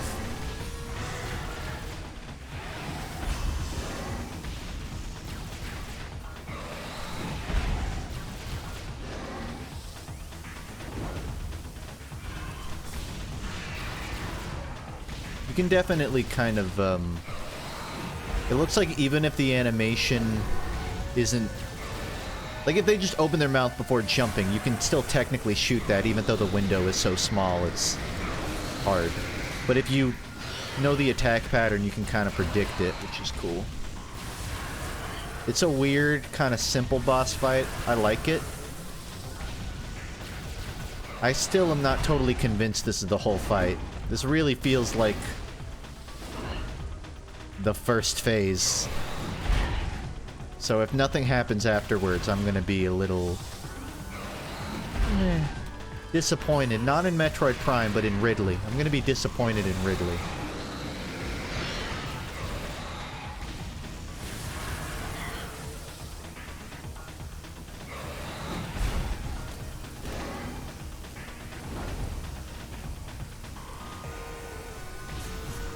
That's not the button.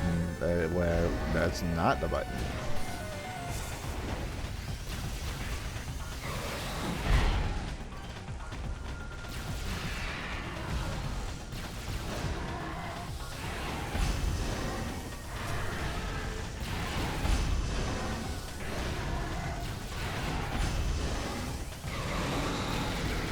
Would you look at that?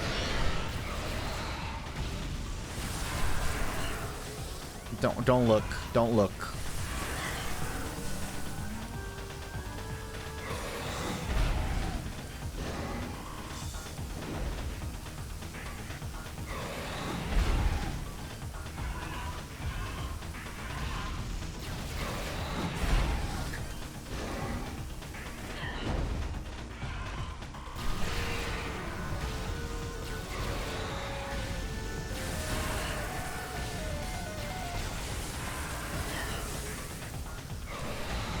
Well, would you look at that? Thank you for opening your heart to me, Ridley.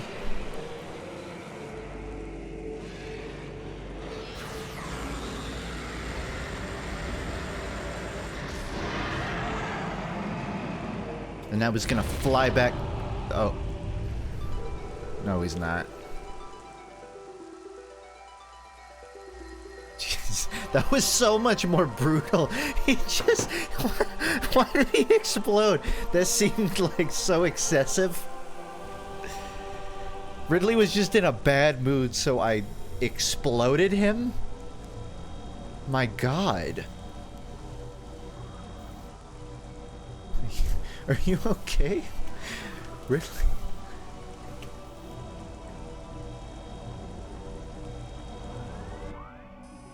Guess that's it. It's time for the beacon.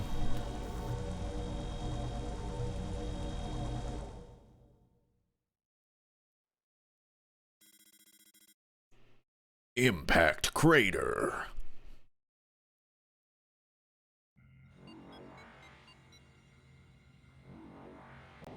I knew it. I knew they were gonna throw one last area at me.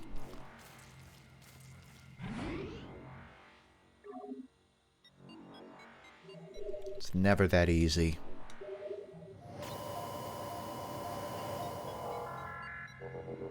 Good voice, Funk. Thanks. I was kind of doing the Halo announcer. Have you ever heard the sound, the video of the Halo announcer saying anything for commission? Someone paid him to say, "Big Mommy Milkers." And he says it in the Halo announcer voice, and it's dead on.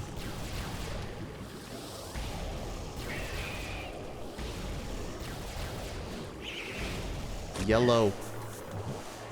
I played Simon Says. I know what's afoot.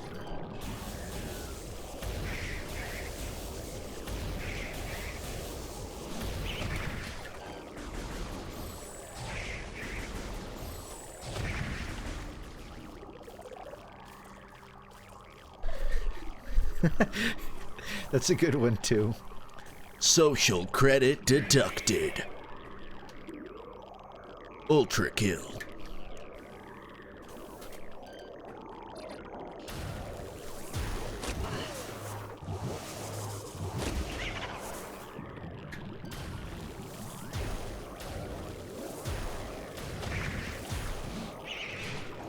Hey.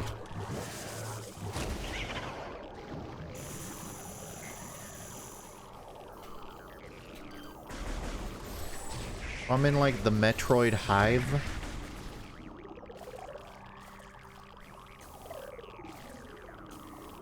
My man said trans rights. Based. It was the Halo announcer. He was already based.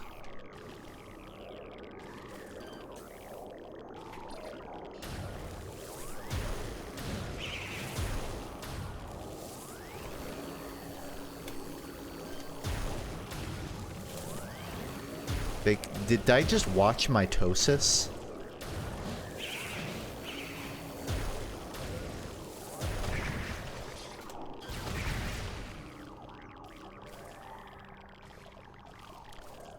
What's this? Attempt 5 at platforming? On teeth? I told Ridley to see a dentist. The Metroids are all about good dental care. Okay,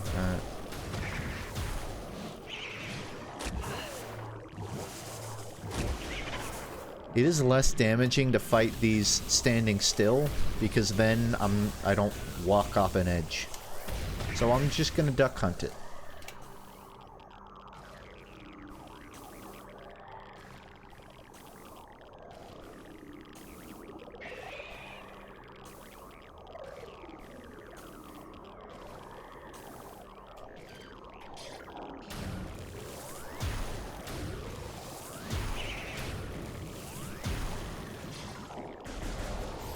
God, it really is Simon Says. Which color Metroid do you think tastes the best? I think the yellow one probably tastes like apple juice. Purple, I don't know. Purple kind of looks like medicine-y to me. I think the purple probably tastes like... It probably tastes like lavender or something. Like something that doesn't taste like food. Blue one... I don't... That blue one's looking kind of cool minty to me. Maybe like a blueberry. Definitely blueberry. Got the little brain. Red, I don't know what that red looks like. It's like a dark red. I kind of think it this might be controversial. I think the red Metroid tastes like soda. That's a root beer looking Metroid to me.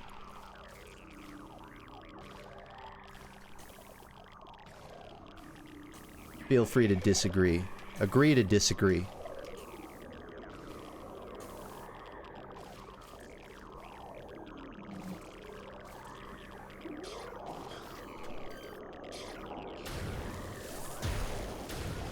You know what? I don't need to put up with this. I got a door. I got a red. I am red. I'm out of here.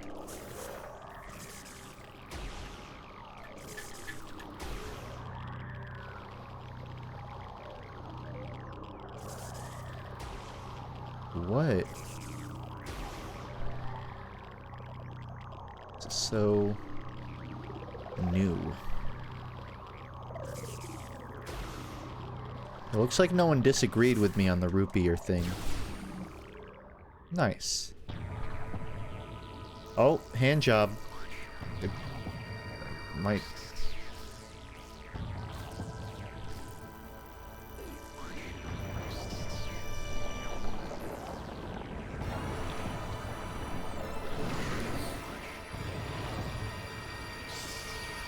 You're telling me Ridley wasn't the final boss of Metroid?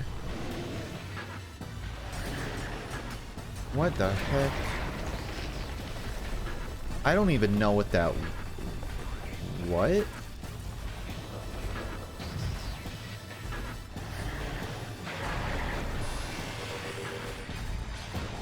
It's like a giant spider?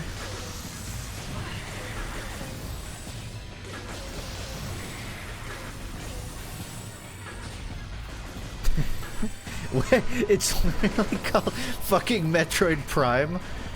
It's a mutant Metroid. That's phenomenal. It looks like the Dark Magician in a pumpkin.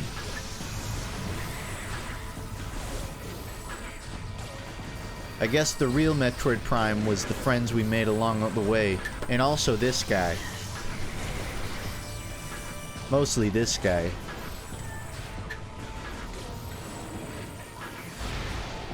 Yeah, I love this 5 damage I'm doing per shot. It's really... I hope he turns purple. I hope he turns cool mint next. Metroid Prime, do you take requests? I want to see the blue one.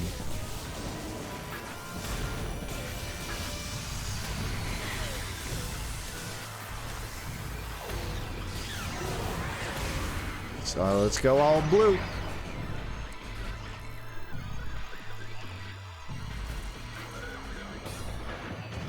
Okay, the flip was unnecessary, but cool and appreciated.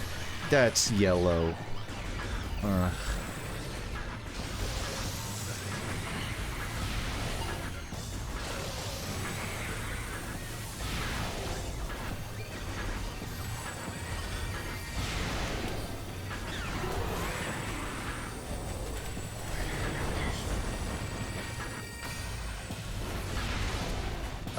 I'm not sure if I'm doing something wrong, but it seems like these fights haven't incorporated the ball form or the supernova nuclear detonation that I have when I'm in ball form.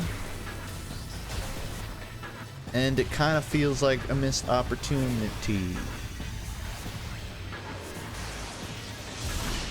Yeah, that did nothing. Pretty sure that did nothing. Well, yeah, the guy that I could blast the knees off, that was cool. I like that. I'm surprised the actual bosses don't do that. Although, I will admit, you can dodge him in ball form. I do see that. I acknowledge that.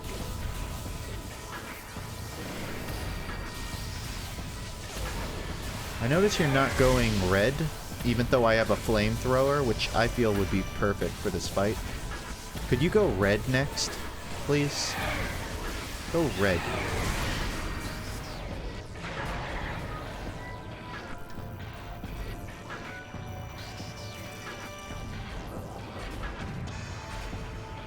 Hey, Samus, have you ever heard of energy preservation?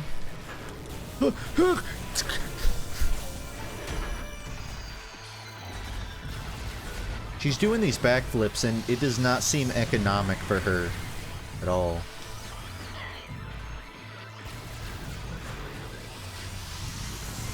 Like, who is she trying to impress? Maybe it's just for her. Maybe she doesn't want to impress anyone. That's just for her. Who am I to judge? Girl, keep slaying.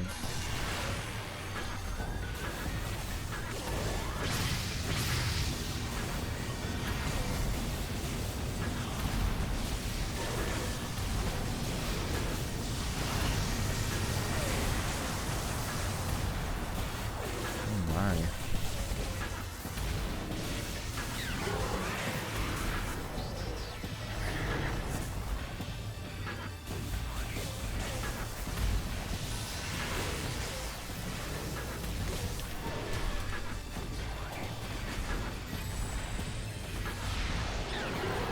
Got him.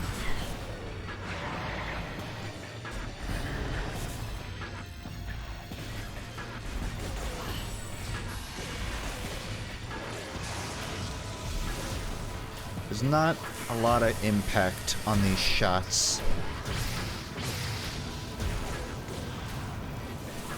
Like, they're doing decent damage, but they don't...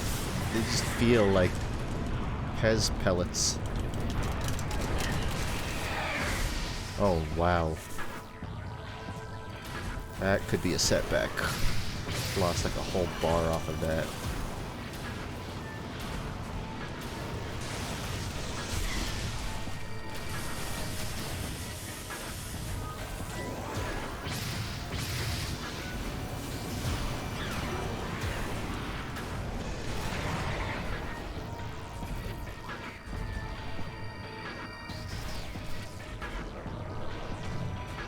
Well, there was like the third flip there. You starting to get a little tired?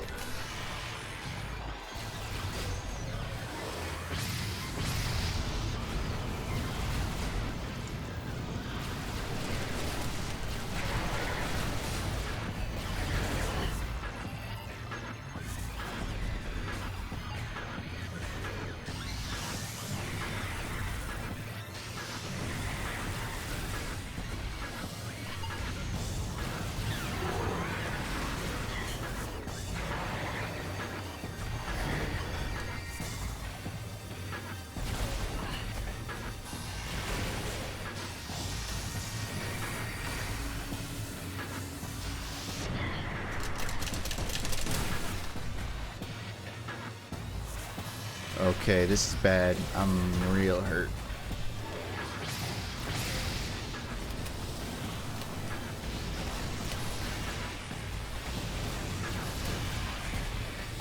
Hey, you ever think of dropping maybe like a health pack or something? Be pretty poggers if I just saw like health drop on the floor right now. I'd be so scared. That would be terrifying if I just saw a full health restore show up.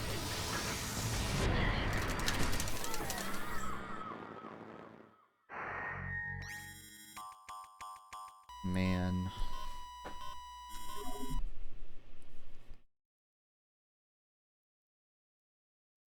Impact crater. Impact crater.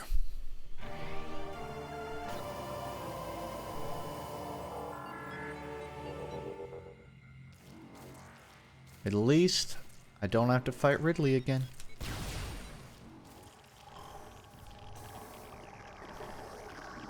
I do have to walk through a bunch of crap.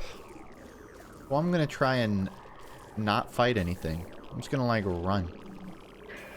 Bet I can do it.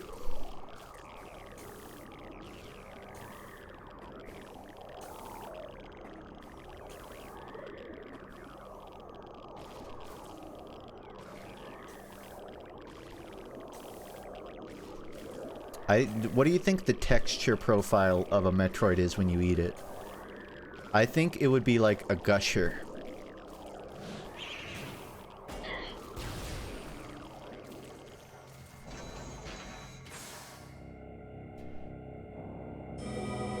Be sort of like a soft but firm outer shell encasing a more liquidy substance inside. And then there's a little bit of a crunch from their claws. But I think that would be sort of like eating a lobster. Like, you take the shell off, you don't really eat the claws of a Metroid. Like, you can, but it wouldn't be much.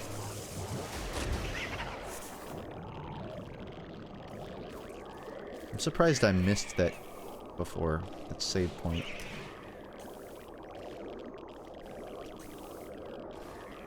More like jelly? I don't know. I guess I could kind of see the jellyfish there. Yeah.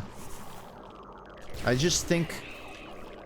because jelly is a pretty consistent texture on the outside and inside. Sort of a semi-solid. I don't think Metroids would be a semi-solid. I think they would have a very definitive chewy part and a definitive liquidy part.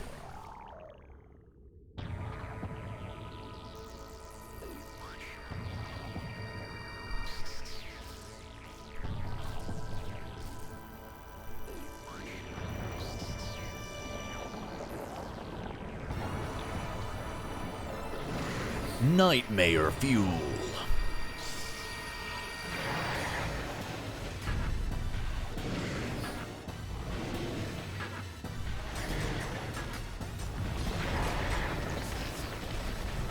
You better not flip, Samus. Samus, you better not flip. Don't do it! Samus!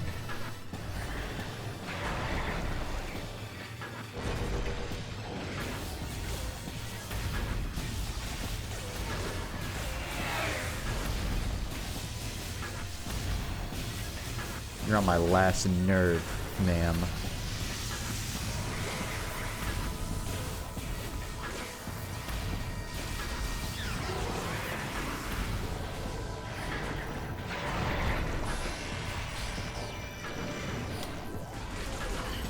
Leave me alone.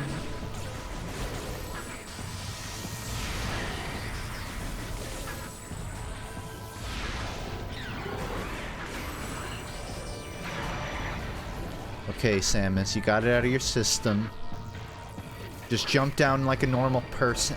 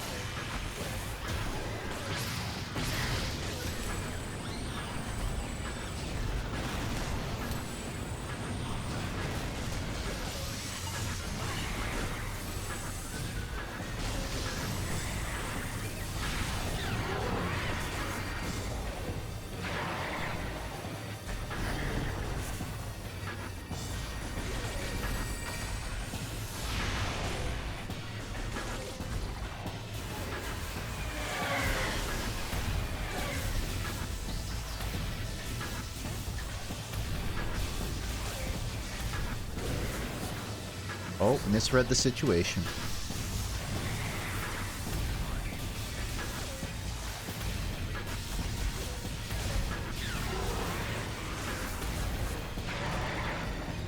I give up, Samus. You win.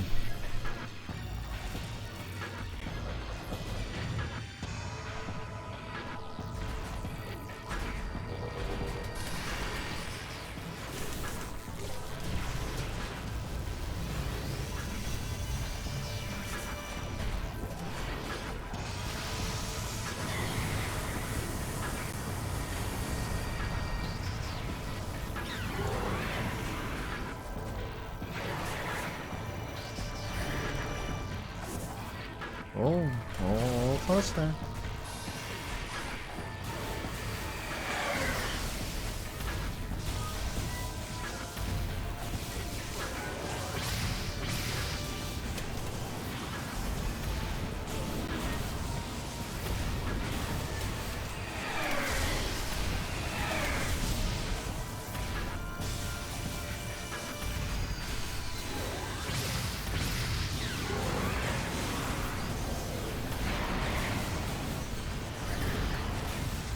Oh wait, you don't even need to be in ball form to dodge under them, so then what was the point of ball form at all?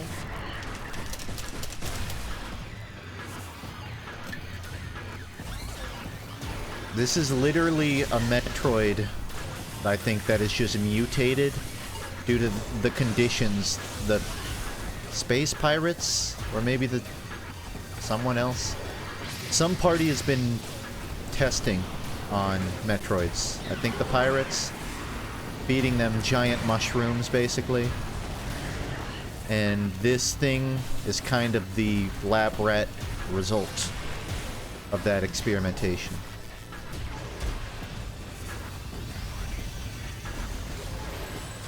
At least that's my working theory. I have just met this thing, don't have a lot of details. Kind of just going off of logbooks right now. It looks nothing like a Metroid. Yeah, that's how mutation works, friend. They don't generally look like the things that they are.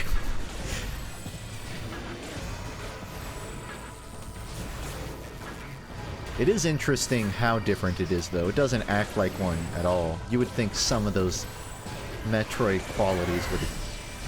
Like, it doesn't chase you down, try to grab you. It does pull you towards them, though. That's kind of Metroid-y. That is so Metroid. What a Metroid moment. Classic Metroid.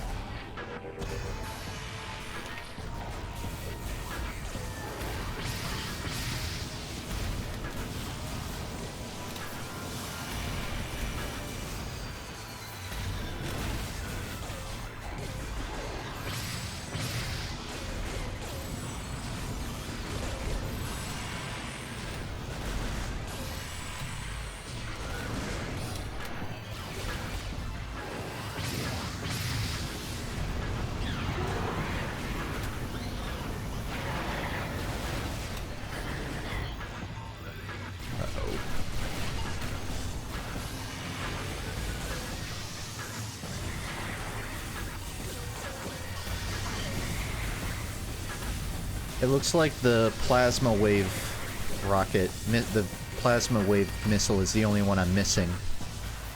So I don't have a super strong attack to dish out when I'm using purple weapon, which is apparently this Metroid Prime's favorite color, unfortunately. So I'm gonna hope RNG blesses me with maybe a red. Show me red. Haha. Oh, and they're gone.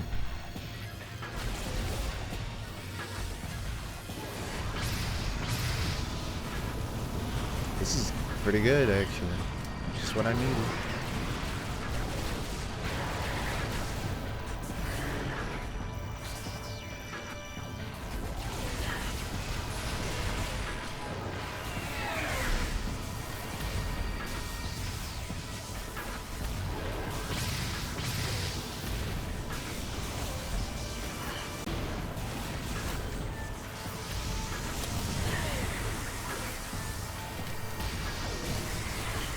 Why? I need that to see.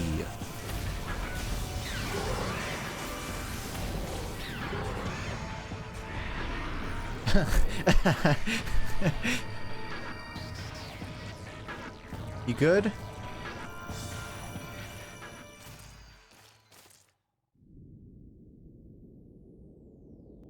That was... It didn't even look like they died. It looked like they tripped walking through the door. Just like...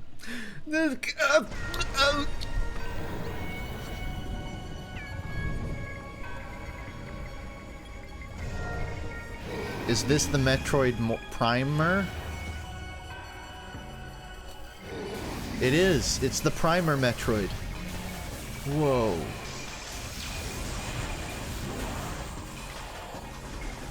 You're telling me if I die here, I have to fight that first thing again? Okay.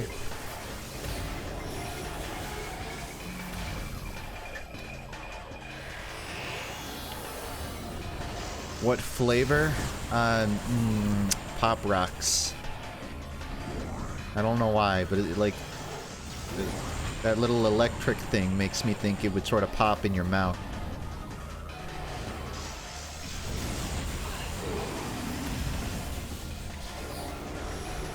I have not damaged it at all. At all.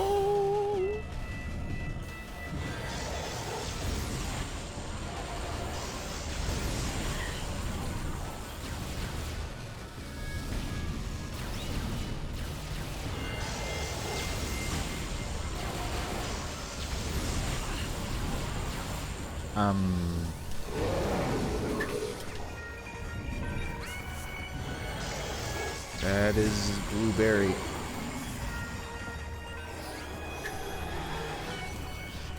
Yeah, I still don't... Whatever the gimmick is, I can assure you I haven't figured it out yet.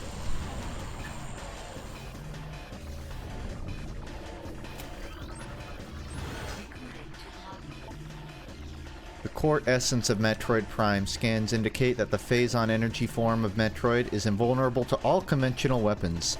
Only attacks from a Phazon-infused arm cannon will damage it.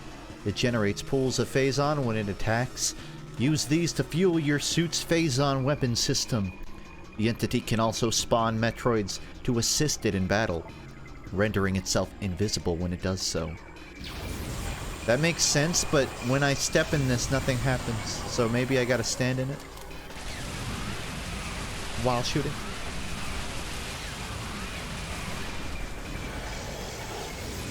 That makes sense. Why, of all the places to make a puddle? Why here? Why here, man?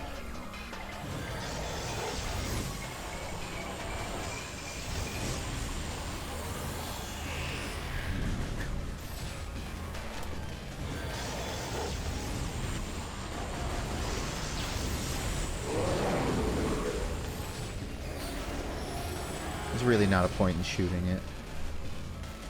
Yet. I'll say one thing, it certainly looks like a final boss.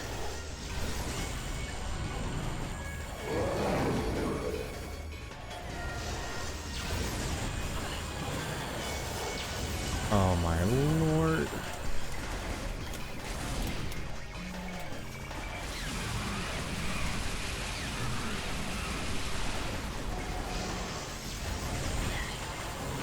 Alright, why don't you spawn some Metroids? Why don't you do that?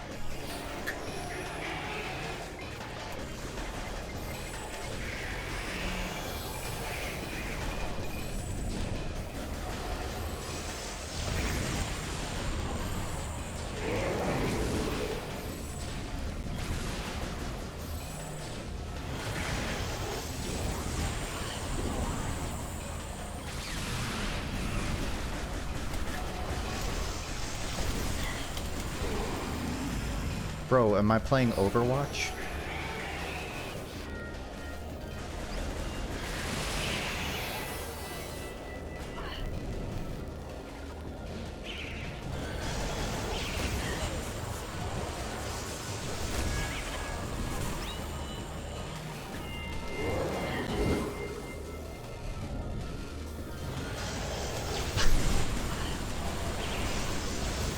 thought the super bomb would deal with them.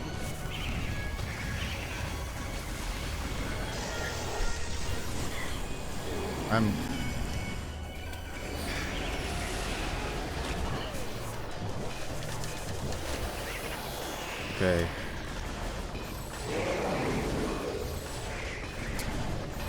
I don't like that ball form just seems totally useless for the last several boss fights of this game. Like, you gave me this nuke to kill everything tiny, and it's not killing everything tiny.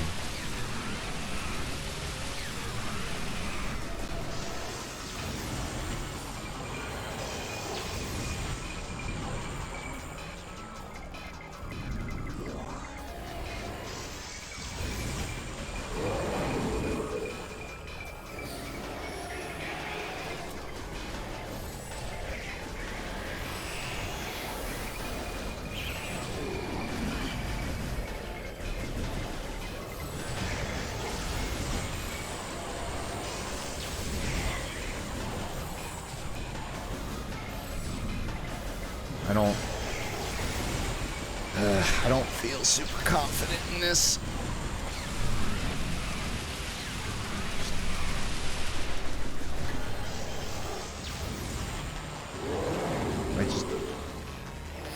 She does not drop. She does not seem to drop any kind of health thing. Or creature that does drop. These things usually give me like a full health bar there.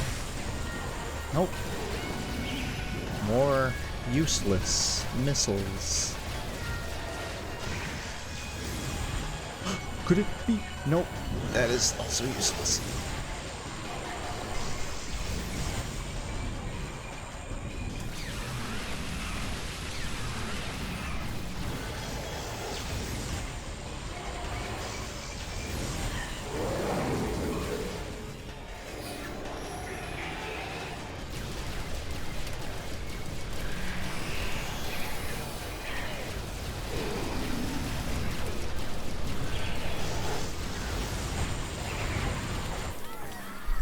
Man.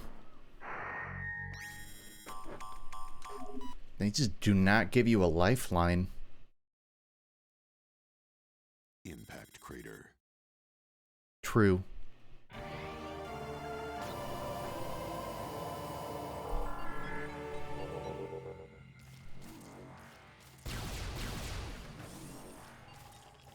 At least I know what I'm getting into now.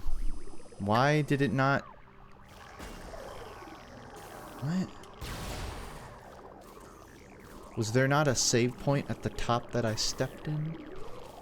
Oh well. 5 extra seconds.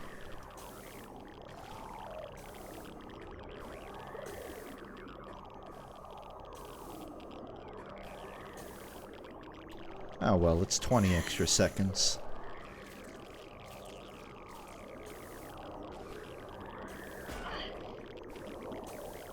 This is my buddy, Chet. Chet, the blue Metroid. It's me and him versus the world. Chet. No. Don't pull the leash.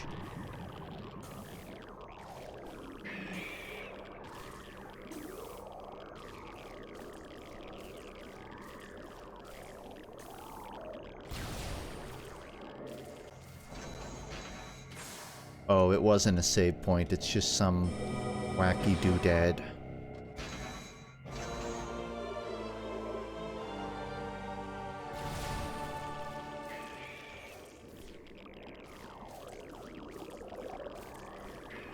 Big news for missile lovers.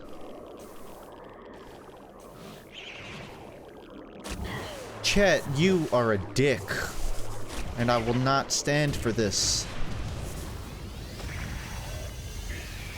Insolence. Insolent child.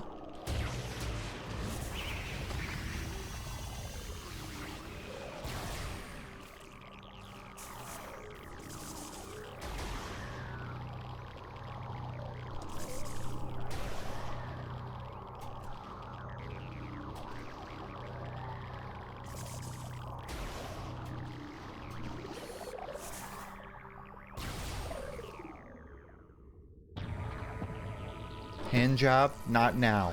I'm trying to focus.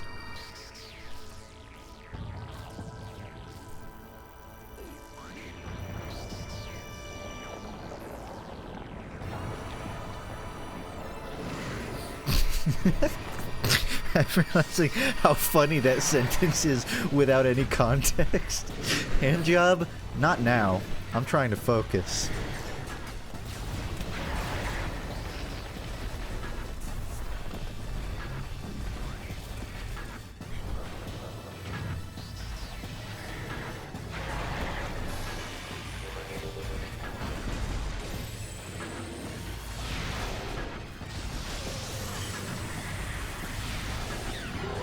I know what you look like in there. You got that big, dumb blue brain of yours.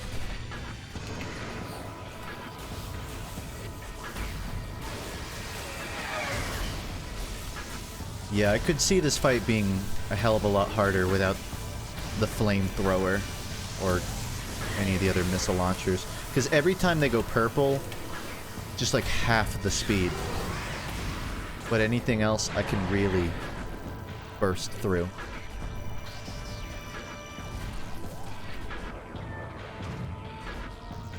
I wasn't flipping my fingers at the thing. Sometimes my tracking just makes a hand appear for some reason.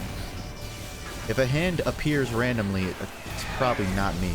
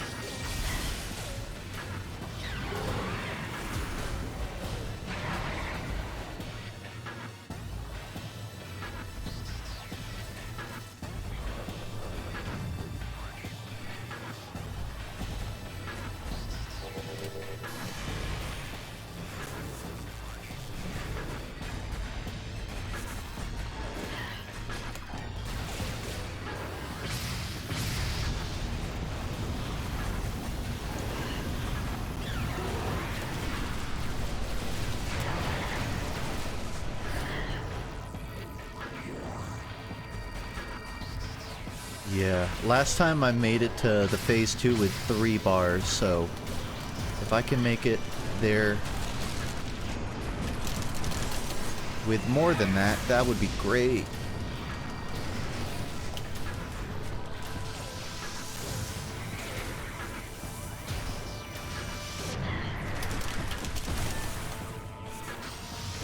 I've found my least favorite form to fight. And it's not even close.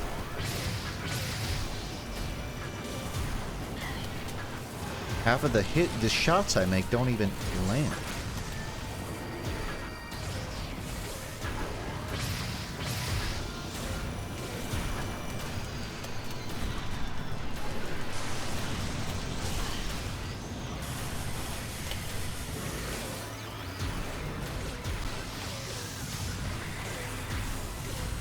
Please never turn blue ever again. Thanks.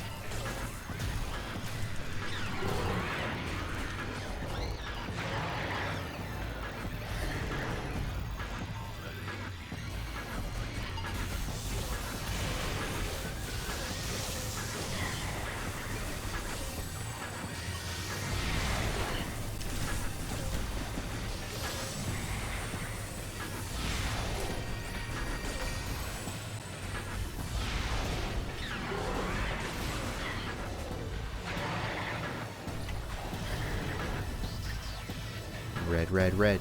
Red, red, red. Mm.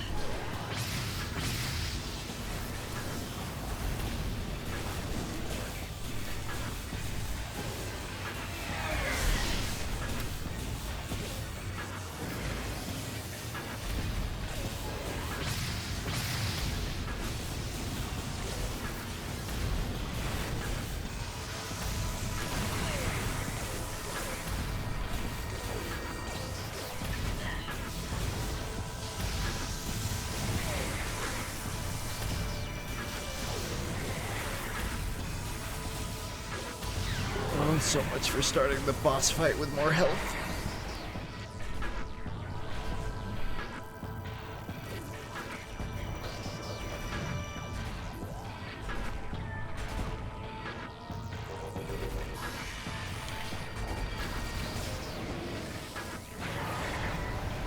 What?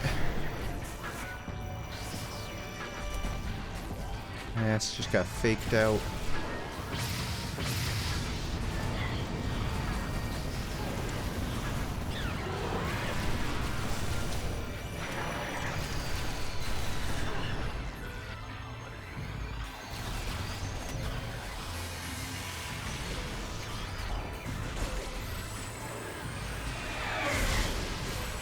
You know, I'll say one thing. This is a lot harder than Ridley. I don't know how to dodge that. Hey, you're not even in ice form. That's cheating.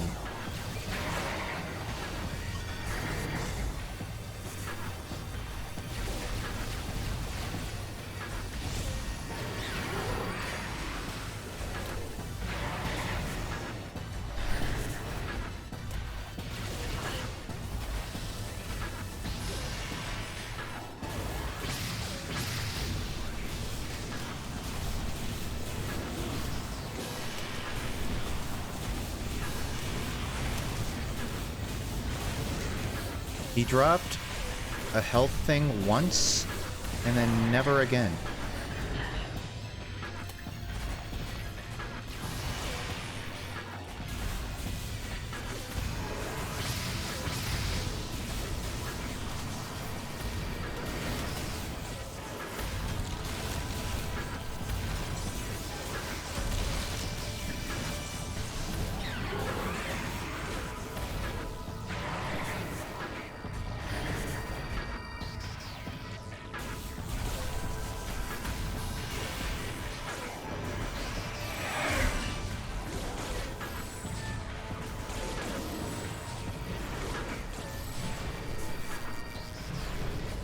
Nope.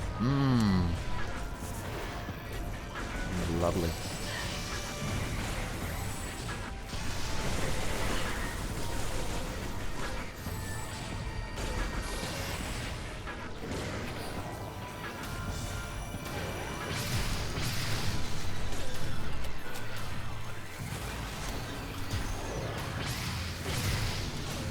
It seems like for some reason, it seems like I'm mad, but that's not what I was trying to say. Bro just true comboed me. I'm not even upset. That was just good tactics, to be honest. It seems like the ice weapon, out of all the weapons, misses when shooting at the big Metroid Prime. Like, every other weapon will 100% of the time hit. Am I making excuses? Potentially. But I'm shooting the ice weapon, and he doesn't light up red with damage taken. Am I crazy? Or is weapon bad? You be the judge. You have the evidence.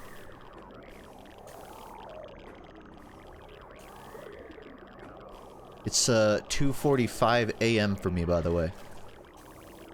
We are encroaching on 3 a.m. territory.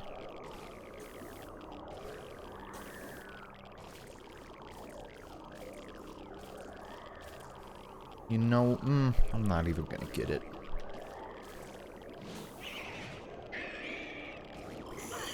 Okay, you know what? When in Rome.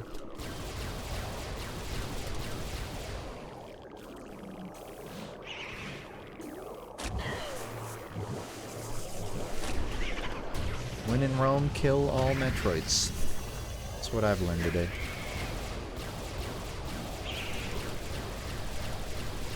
Not worth the hassle.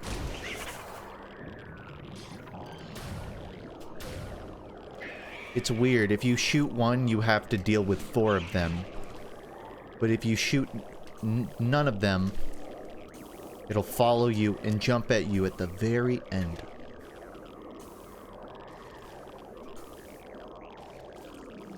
Playing mind games with me.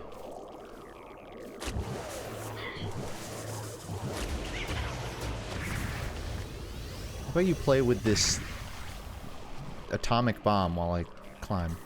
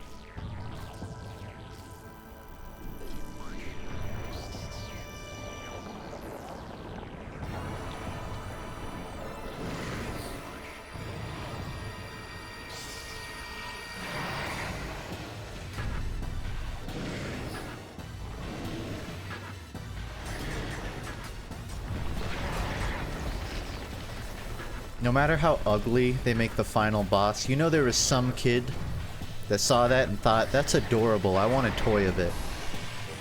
I'll call him Prinkles, and he'll be my little pet Spider-Man.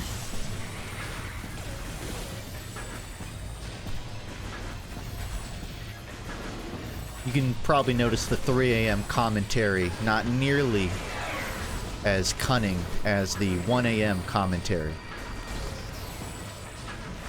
But I do stand by it. There's someone out there that sees this creature and thinks, adorable. It's not me.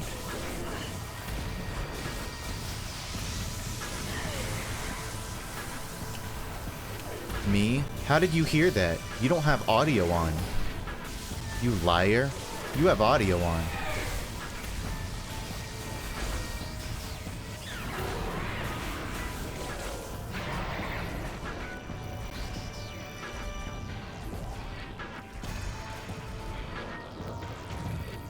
Well, thanks, Astropha.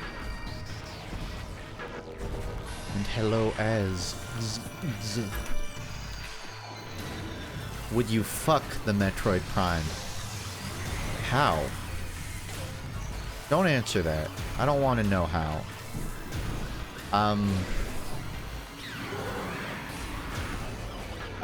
You know, it does have a pretty good suck. It's just a really terrifying green suck, but I think it would be really good at it. I'm not answering, but I'm just providing that evidence. Just for the jury.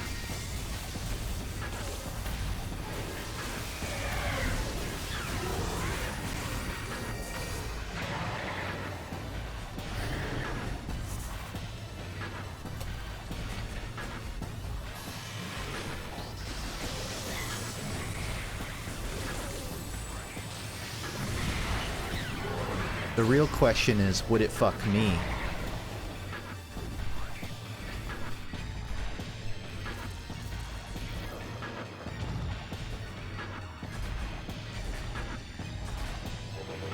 Well, I meant more emotionally, but we're getting there. We're definitely getting there.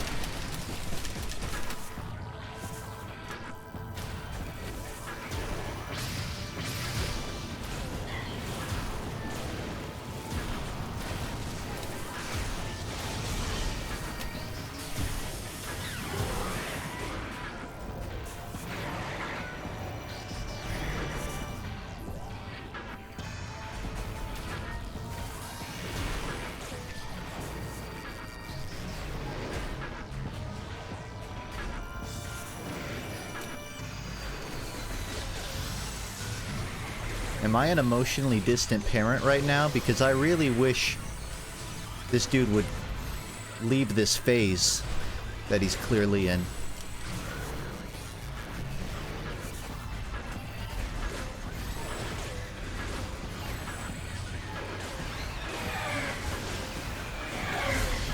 I came up with the joke during the ice phase, but he changed. So I was kind of just workshopping it. I'll say the joke again when he's in ice phase. Cheese? When it's in ice phase.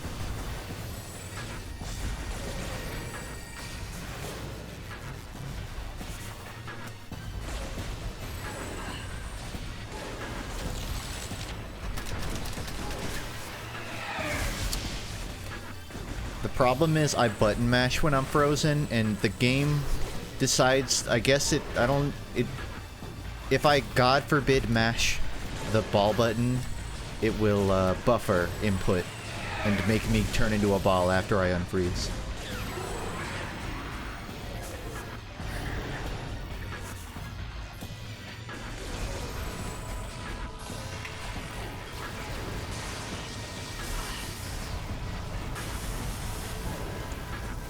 You know, honestly, I'll take the damage. Don't even mind.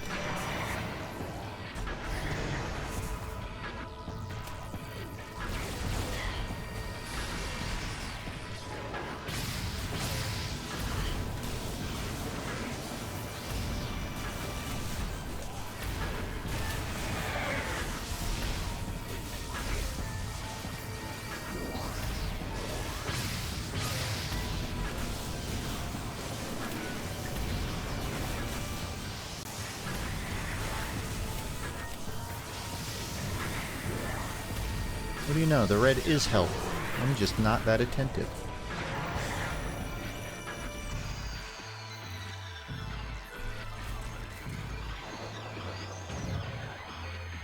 To be fair, I'm also in a boss fight with the final boss of Metroid Prime. Their name is Metroid Prime, everybody.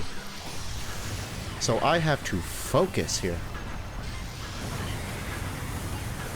I know you want the raging zingers non-stop, but I gotta space them out.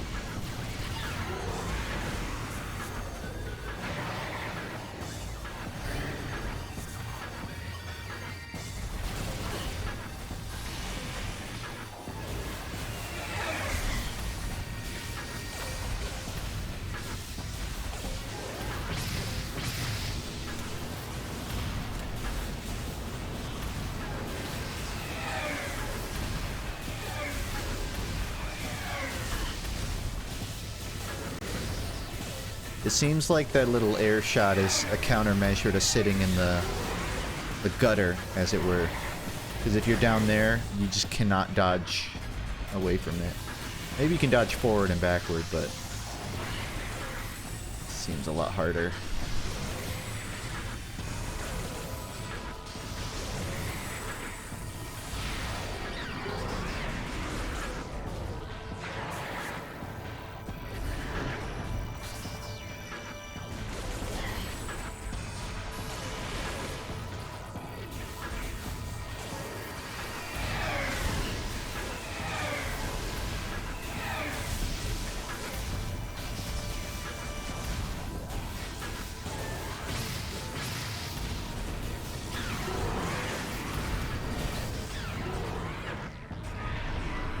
Yay!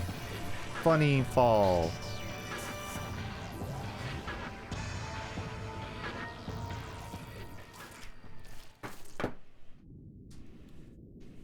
It's a little bit tight. It's a little bit tight on health.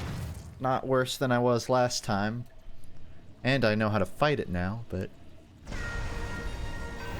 could be easier.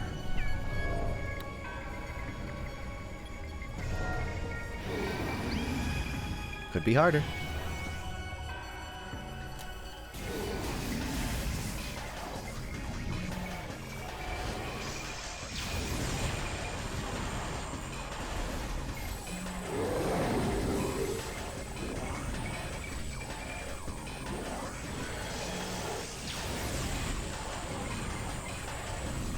Yeah, it's gonna keep this charged so I can get the free items.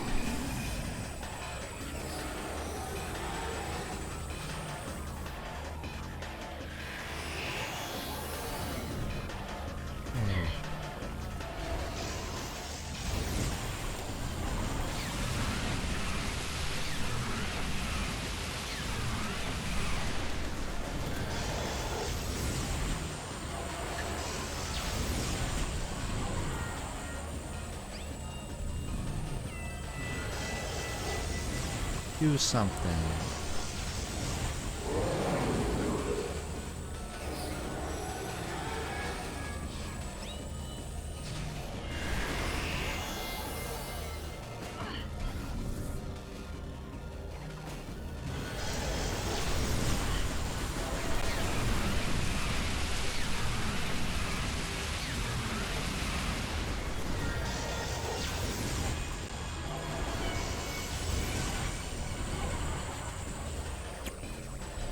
Now I get to deal with the Metroid.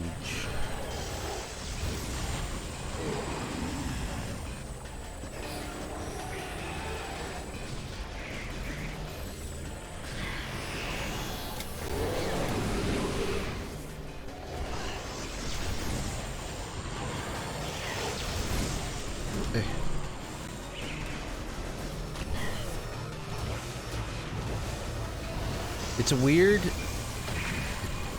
but like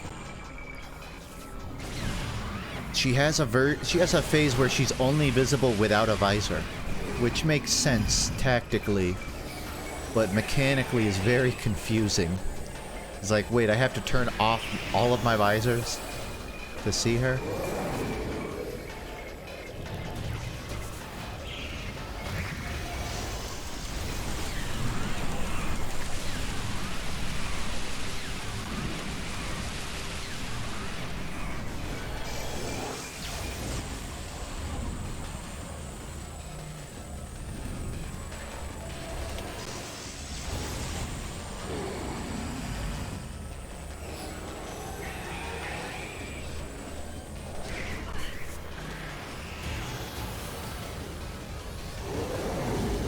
What?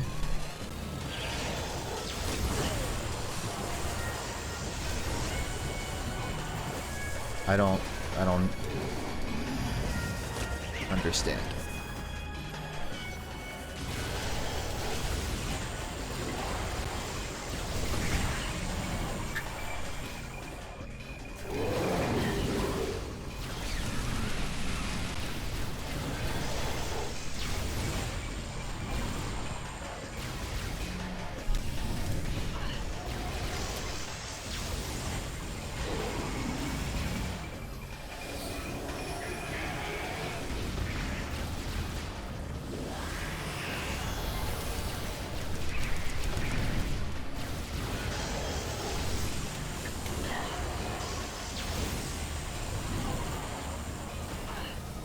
Where?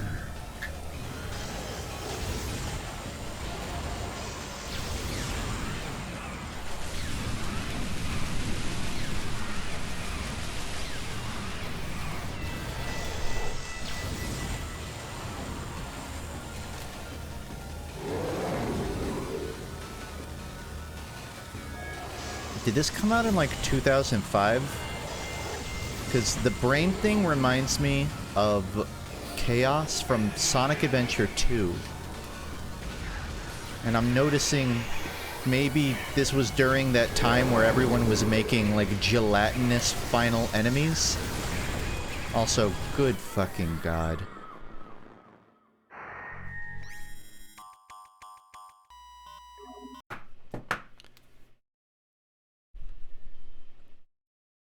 Impact crater. 2002. Okay. So it really was 2K graphics. It was that turn of the century where they learned how to make see-through textures and they wanted everyone to know. I don't blame them. It looks pretty cool. That's kind of the definition of 2K graphics, isn't it? Like Y2K graphics. It's just water. Water that's see-through or has reflections and splashes in it. What a vibe.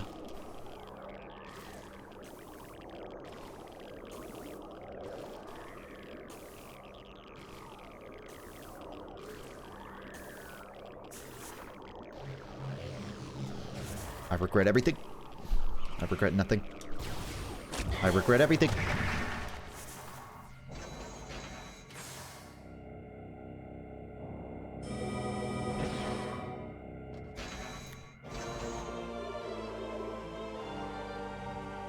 probably don't need it, but I figure a full flamethrower might end up helping on that first phase.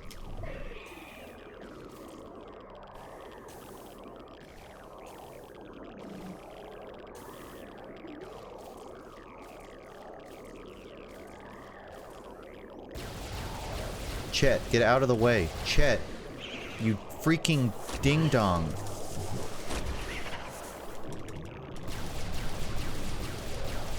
Dude, I'm mad.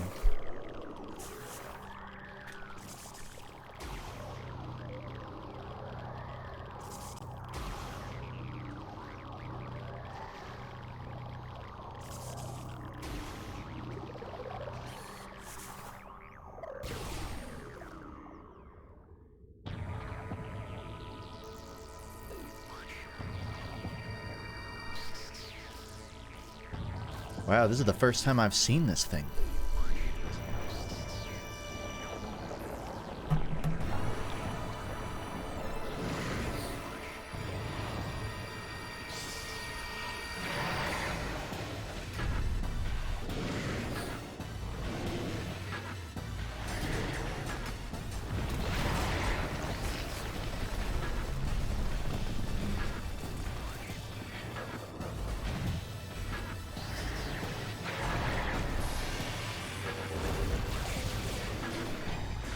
Why did that area look like Gluttony and Ultra Kill?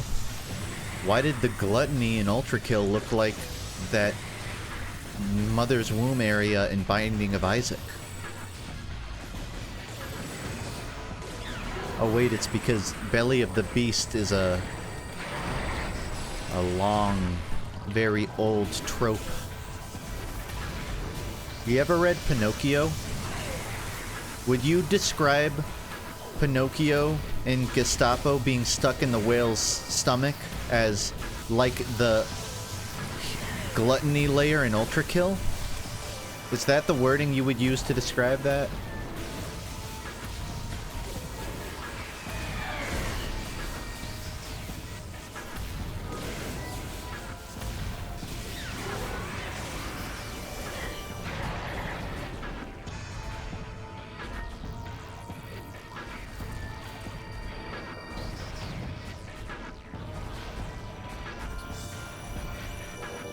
Geppetto, I know what I said.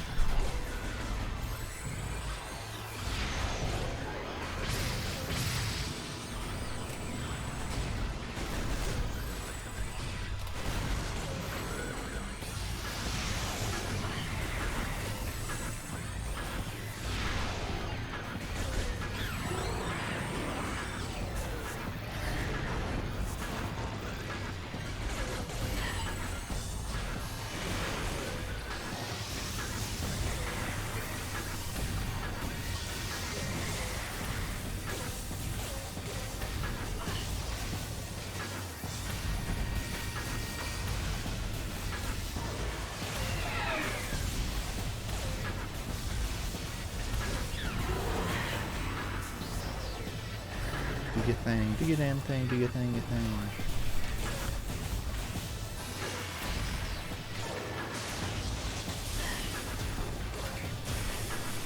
I don't even want to charge the shots because it just seems like half of them miss anyways, so. But even, it just shoots so slowly.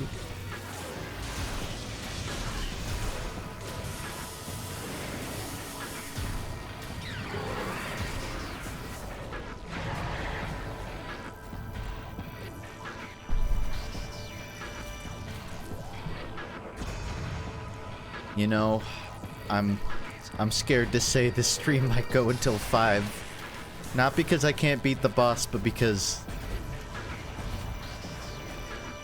what someone said makes me think there's something after the boss.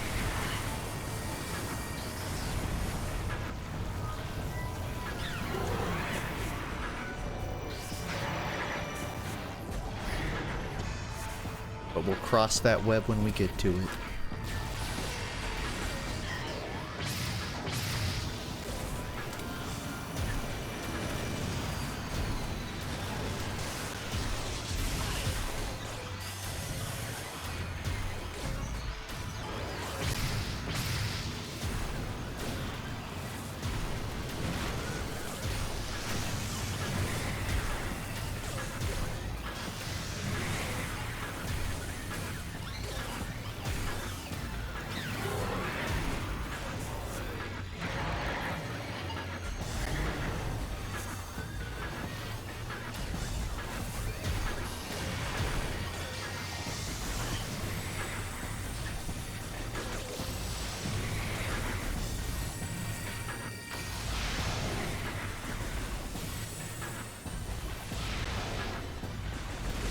I'm, all things considered, going pretty nasty right now.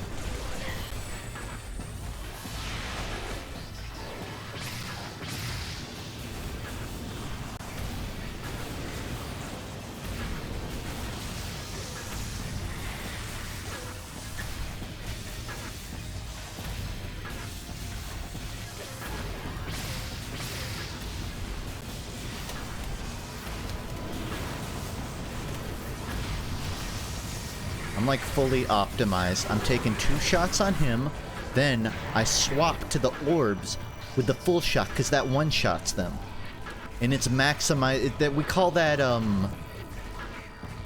what's the term? No XP waste, but it's like more like no damage waste. Min-maxing, that might apply, but I was thinking of that thing in RuneScape where you do a task even if it's trivial because it provides extra XP.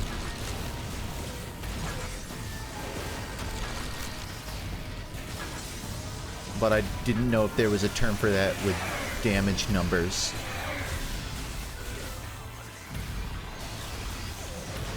I guess it's really just DPS. I'm maximizing my DPS.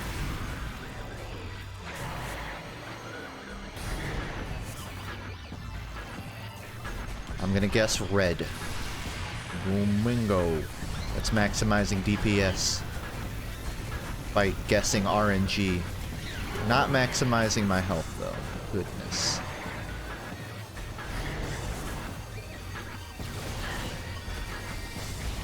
What, his ass reflex? That's so fucked up.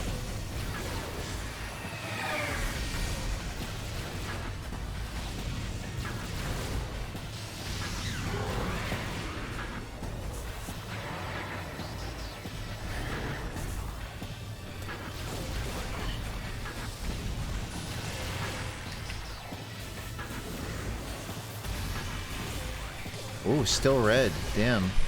Nope. He faked me out. I'm getting juked. I'm getting color juked.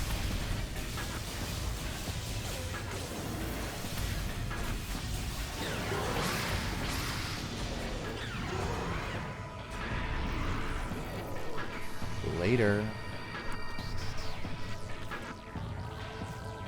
FUNKe, now that you have hands, can we play rock, paper, scissors? I have no clue how we would do it, but we should. Here's how we do it. I'm gonna count to 4. When you guys hear 4, and so on 5 really, I want you to post what you're gonna play in rock, paper, scissors. And as I say it, I'll throw it. That way the timing will allow us both to play, okay? Ready? Rochambeau. 1, 2, 3, 4. Paper. I play scissors. So I win. Good play, everyone. You're terrible at this.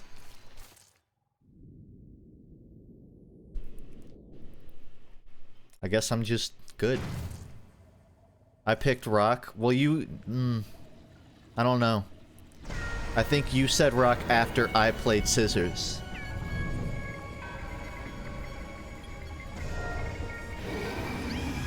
You might have noticed that I played paper 4 seconds after I said 4, but that was just... I assure you that was just, stream delay.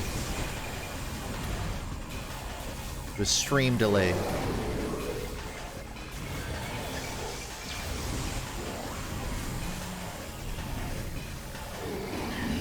Come on, don't stand there. Come on.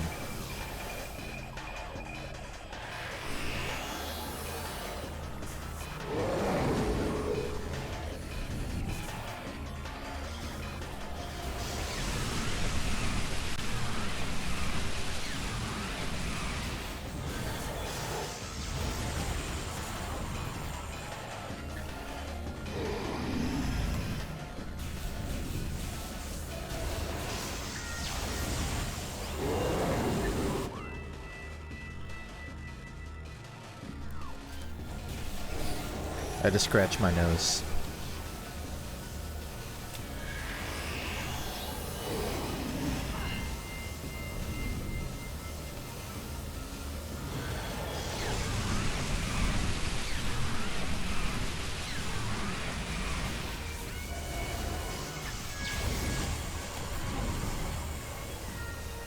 can't even see your face when I'm charging this big-ass weapon.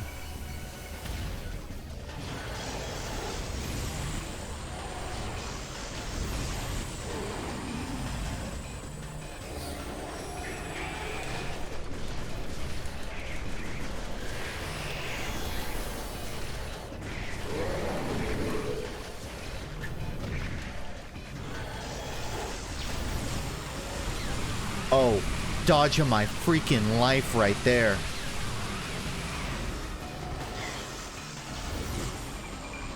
Come on. Body blocking the thing I need. Okay, this is feeling like the run, you know? Got all this health, and I'm not gonna jinx it.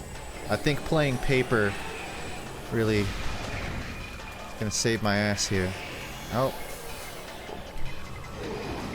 Yep.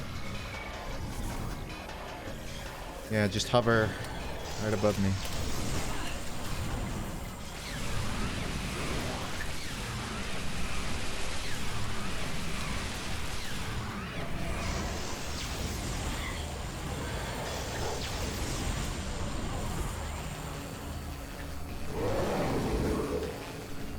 My strategy is just to kind of hold out the ice gun.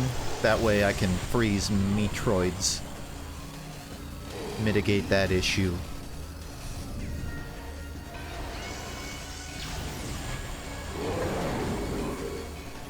Because her actual phase, not really hard at all.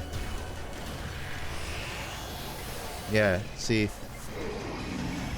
Easy as pie, which is apparently easy.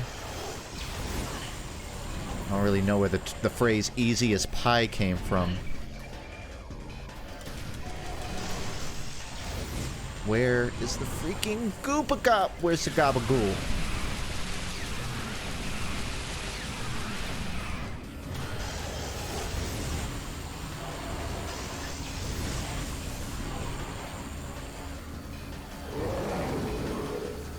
Yeah.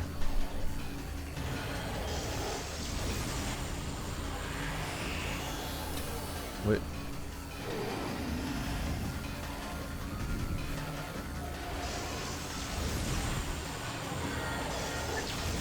You know, if I were a boss with electricity, I would just grab my opponent and freeze them. And then just sort of overwhelm their nervous system. I feel like she's wasting so much kill potential here.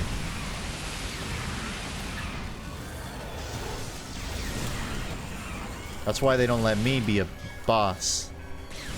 Because I'd be too good at it.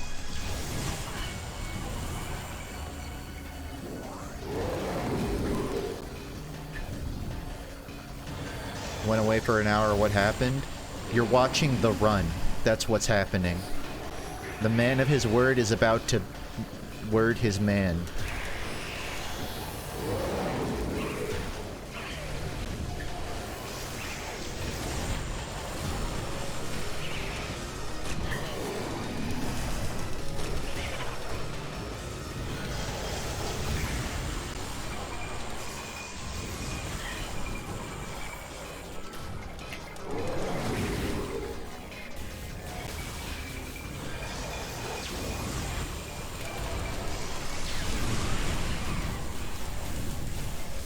Goodness.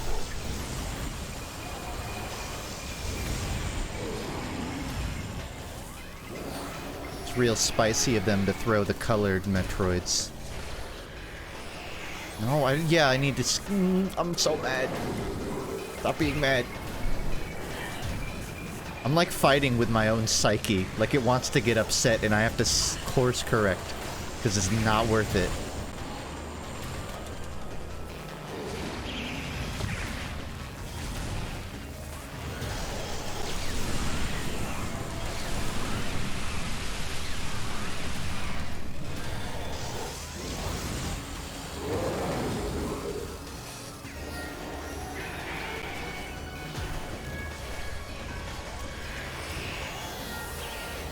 If anything, my luck has been really good. They're kind of just throwing out abilities that I already have.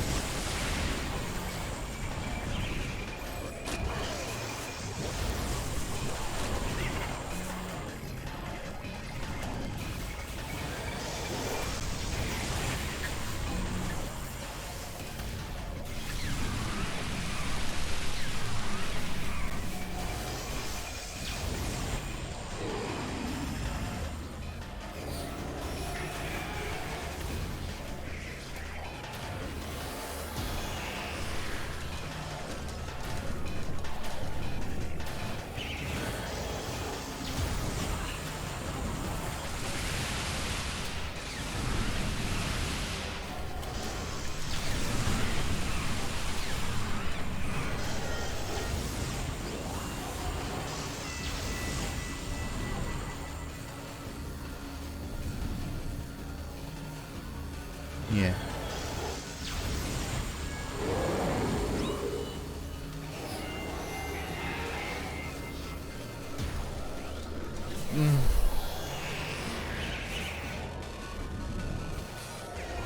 I don't know why it does that.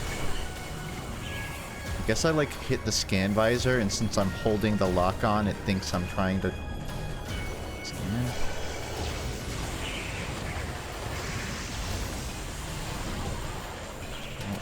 Totally no.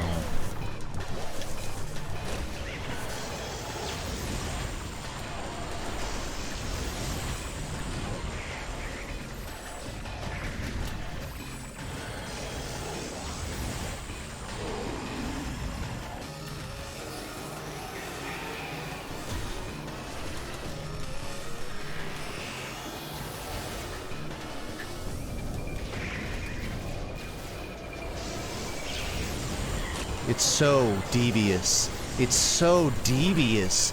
The way that I can't tell what color they are. If I have a visor up, but if I have a... I have to breathe. I'm breathing. It's fine. Everything is fine.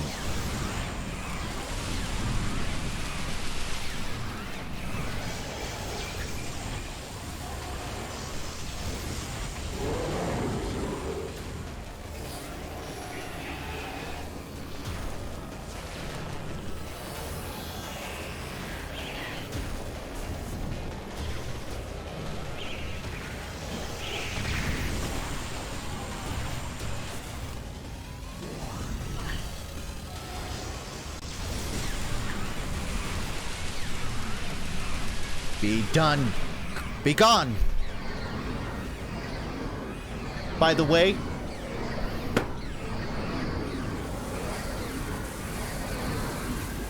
I played paper the whole time.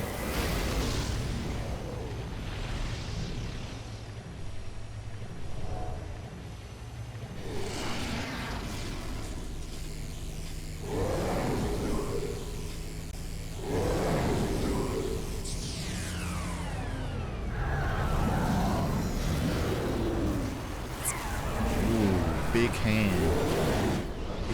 Big head. I'm glad you like the hand slide. It was not intentional. That was my... No, it was intentional. It wasn't my tracking breaking.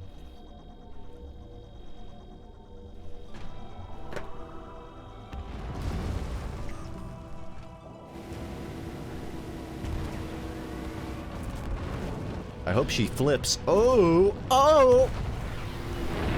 The Chozo's faith in Samus has been well rewarded, and now a new star shines in the universe.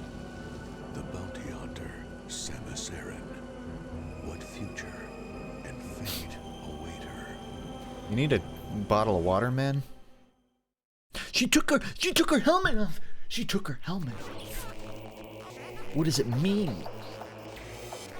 Well, would you look at that? Chat members who are still here after 7 hours. Remember that time I said I would beat Metroid Prime Remaster? And everyone said, you never beat any of the games you start on stream. Well, what's that? The Retro Studios logo? Definitive proof that I am a man of my word? I guess so. I guess so. Yeah. And that's it. That's the whole remaster. Give or take, you know. Probably at like 70% done. There might be a couple of missile expansions I missed, but all in all, I think I got the full experience there. Pretty good. And it only took me until 3 a.m. What if you just watched a walkthrough? It wouldn't be the same. I wouldn't feel this sense of accomplishment, this overwhelming feeling of pride that I'm currently embalming myself within. Did I enjoy it? I enjoyed it. I loved the set pieces. I like the plot. Combat. Little Simon Says-y. A little bit of a Simon Says Duck Hunt kind of thing. Nothing to write home about. The backtracking. I've already talked about it throughout the playthrough, but if this game had fast travel, I wouldn't hesitate to say I enjoyed it. Because of all of the map checking, it's kind of average for me. This isn't a game that I would be like, every gamer has to play. I don't think you do. I think I haven't played 2 or 3, but assuming they keep improving, I would maybe say that the newer ones, it depends on if they design like 4 for anyone to be able to play. If they make 4 as like a jumping on point for new players, I think that's probably going to be worth playing. If it's something you have to play the earlier ones to get, I don't know. Anyways, Metroid Prime, fun for me and my tastes, but you have to have a specific taste to enjoy this. That said, I'm trying to think about the standout points of the game for me. I liked the way they handled the types of beams. I felt really cool once I got the flamethrower. Doing those, like, true combos where you freeze a Metroid and then bust it up with a missile. It feels good. It's rewarding. The better parts of the combat are rewarding. It's just a big portion of it is going to be fighting stuff you've already fought. And not in a Dark Souls way where, like, you get a lot of value. Like, maybe if you're low on health, fighting the same stuff is good, because you can pick up the health packs. But, yeah. I would not use the word mid, but if I was being really scrutinous, it almost feels like throwing the word mid wouldn't be unfounded for Metroid Prime 1. That's someone who didn't play the original, and that's someone... I'm someone that's played enough Metroidvanias that came into being after Metroid Prime. I think this game paved way for a lot of great design decisions. I'm sure they learn in the later ones. I think this game definitely shows its age, even as a remaster. I think if you look at it in the vacuum of its time, when like no one really knew how to do a 3D Metroidvania, it was a very good game. Really good. If you try to match it up to the stuff that's around now, it's kind of mid. Metroid Prime. Yeah. Again, I loved it. Don't regret playing it. I'm going to play the second and eventually the third and the fourth. But yeah, it was just sort of alright. The flaws definitely make themselves known as much as the good parts. Sometimes a little more. But it's never like... It's never despicable. The worst parts of it are just sort of like, tedious. But it's never it doesn't piss you off. It's just sort of like, you could have delivered a bit more there. I'd say that's my opinion. I don't know what I would rate it out of a Weezer album. I can give you one, but I will tell you it will not reflect my final rating whenever I eventually make a video talking about the primes. But if I were to pull out my Weezer album photo folder, which will take a minute,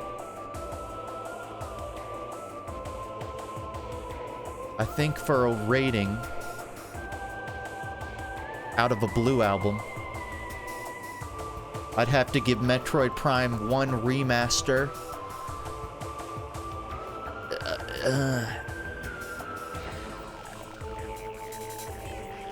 ooh, this is hard. Honestly, I need to update it. I don't have any of the Seasons albums in this. A Red. I'm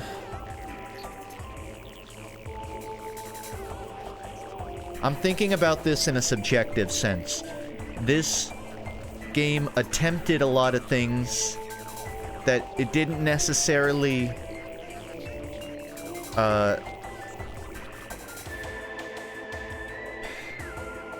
deliver on, but the concepts it attempted were pretty commendable. I think I would rate it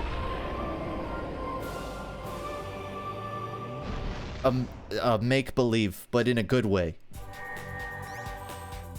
Make-believe, non-derogatory in brackets. And you know what? I'll leave it at that. I think that works for me. I would probably give a more technical answer in a video. I would probably slap on a bunch of fractions of other albums, but I'd go Make Believe. Because I like Make Believe. I think Make Believe is actually a really good album. It's just not mixed well, but the songs themselves are really cool. That's kind of how I feel about Metroid Prime. It has some really good concepts that it wishy-washies on. Could have gone further with it. But what was there was clearly a vision.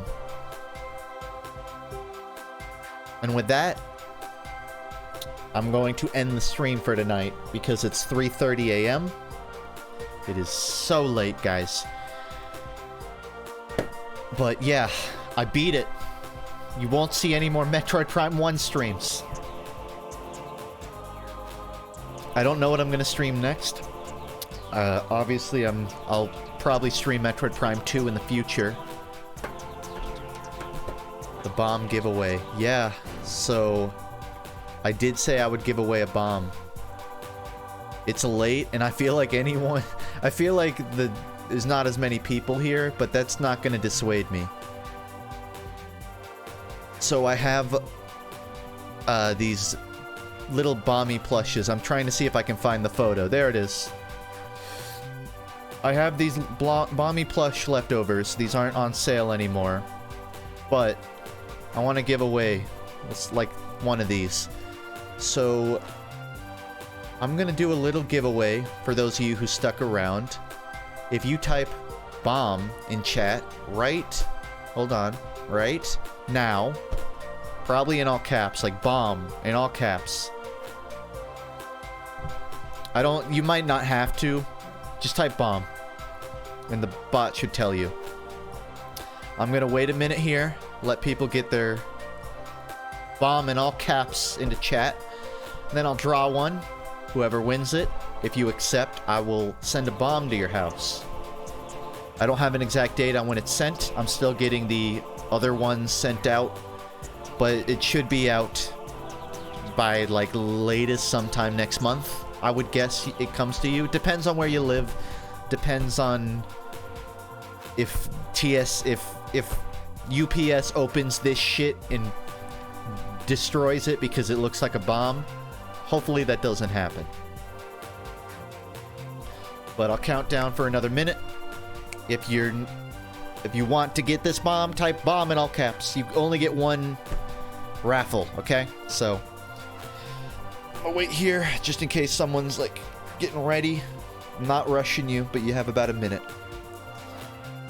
The bot, I have the number is going up, so if you type it, assume you got in, even if the bot doesn't respond to you. Assume you got in. So yeah, it's Saturday, right? I'm probably gonna sleep in tonight, but I stream on Tuesdays and Fridays, and I'm gonna figure out what I stream next. I might stream a community game, something that I can fill a server with people. But yeah, I might take a few days before I start another game. We'll see. Whatever I do end up playing, if you go to my Discord, I'm sure you'll be able to read in the events what I'm doing. Okay, enough stalling. I'm gonna pick a winner of this bomb. Wouldn't you know it, it's Benny Heb. Benny Heb, would you like to accept the bomb? Just say, like, if you accept. I assume you accept, but I'm just double checking. Benny Heb, congrats. You don't have to respond if you don't want to, but if you want it, then DM me. I feel bad because I just got here. It's fine. It's a giveaway. There's no rules. I have more of these. Don't feel like you're preventing someone else from getting one.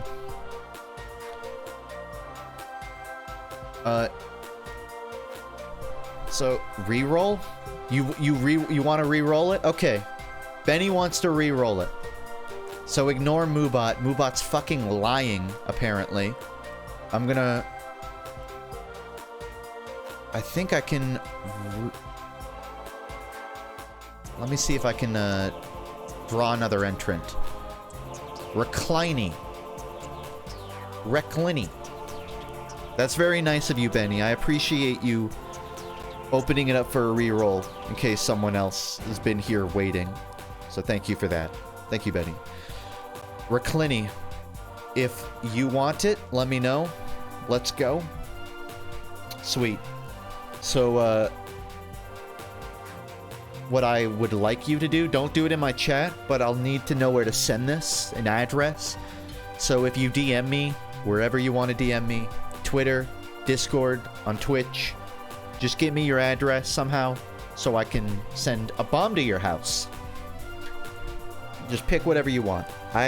If you want to go on Discord, FUNKe9204, just send me a message.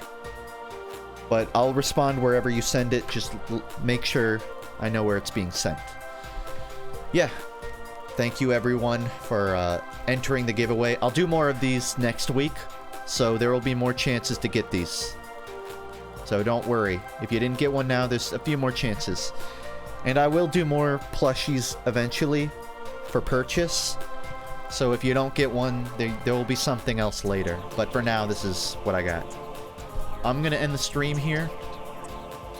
I feel proud of myself for beating a game on stream. This is a rare occurrence, guys, but I'm a man of my word, and I'm gonna keep it that way. Next game I play, I will also beat. Manward. Manward is heading out to sleep. So yeah, live long, live well, and take care. Bye-bye.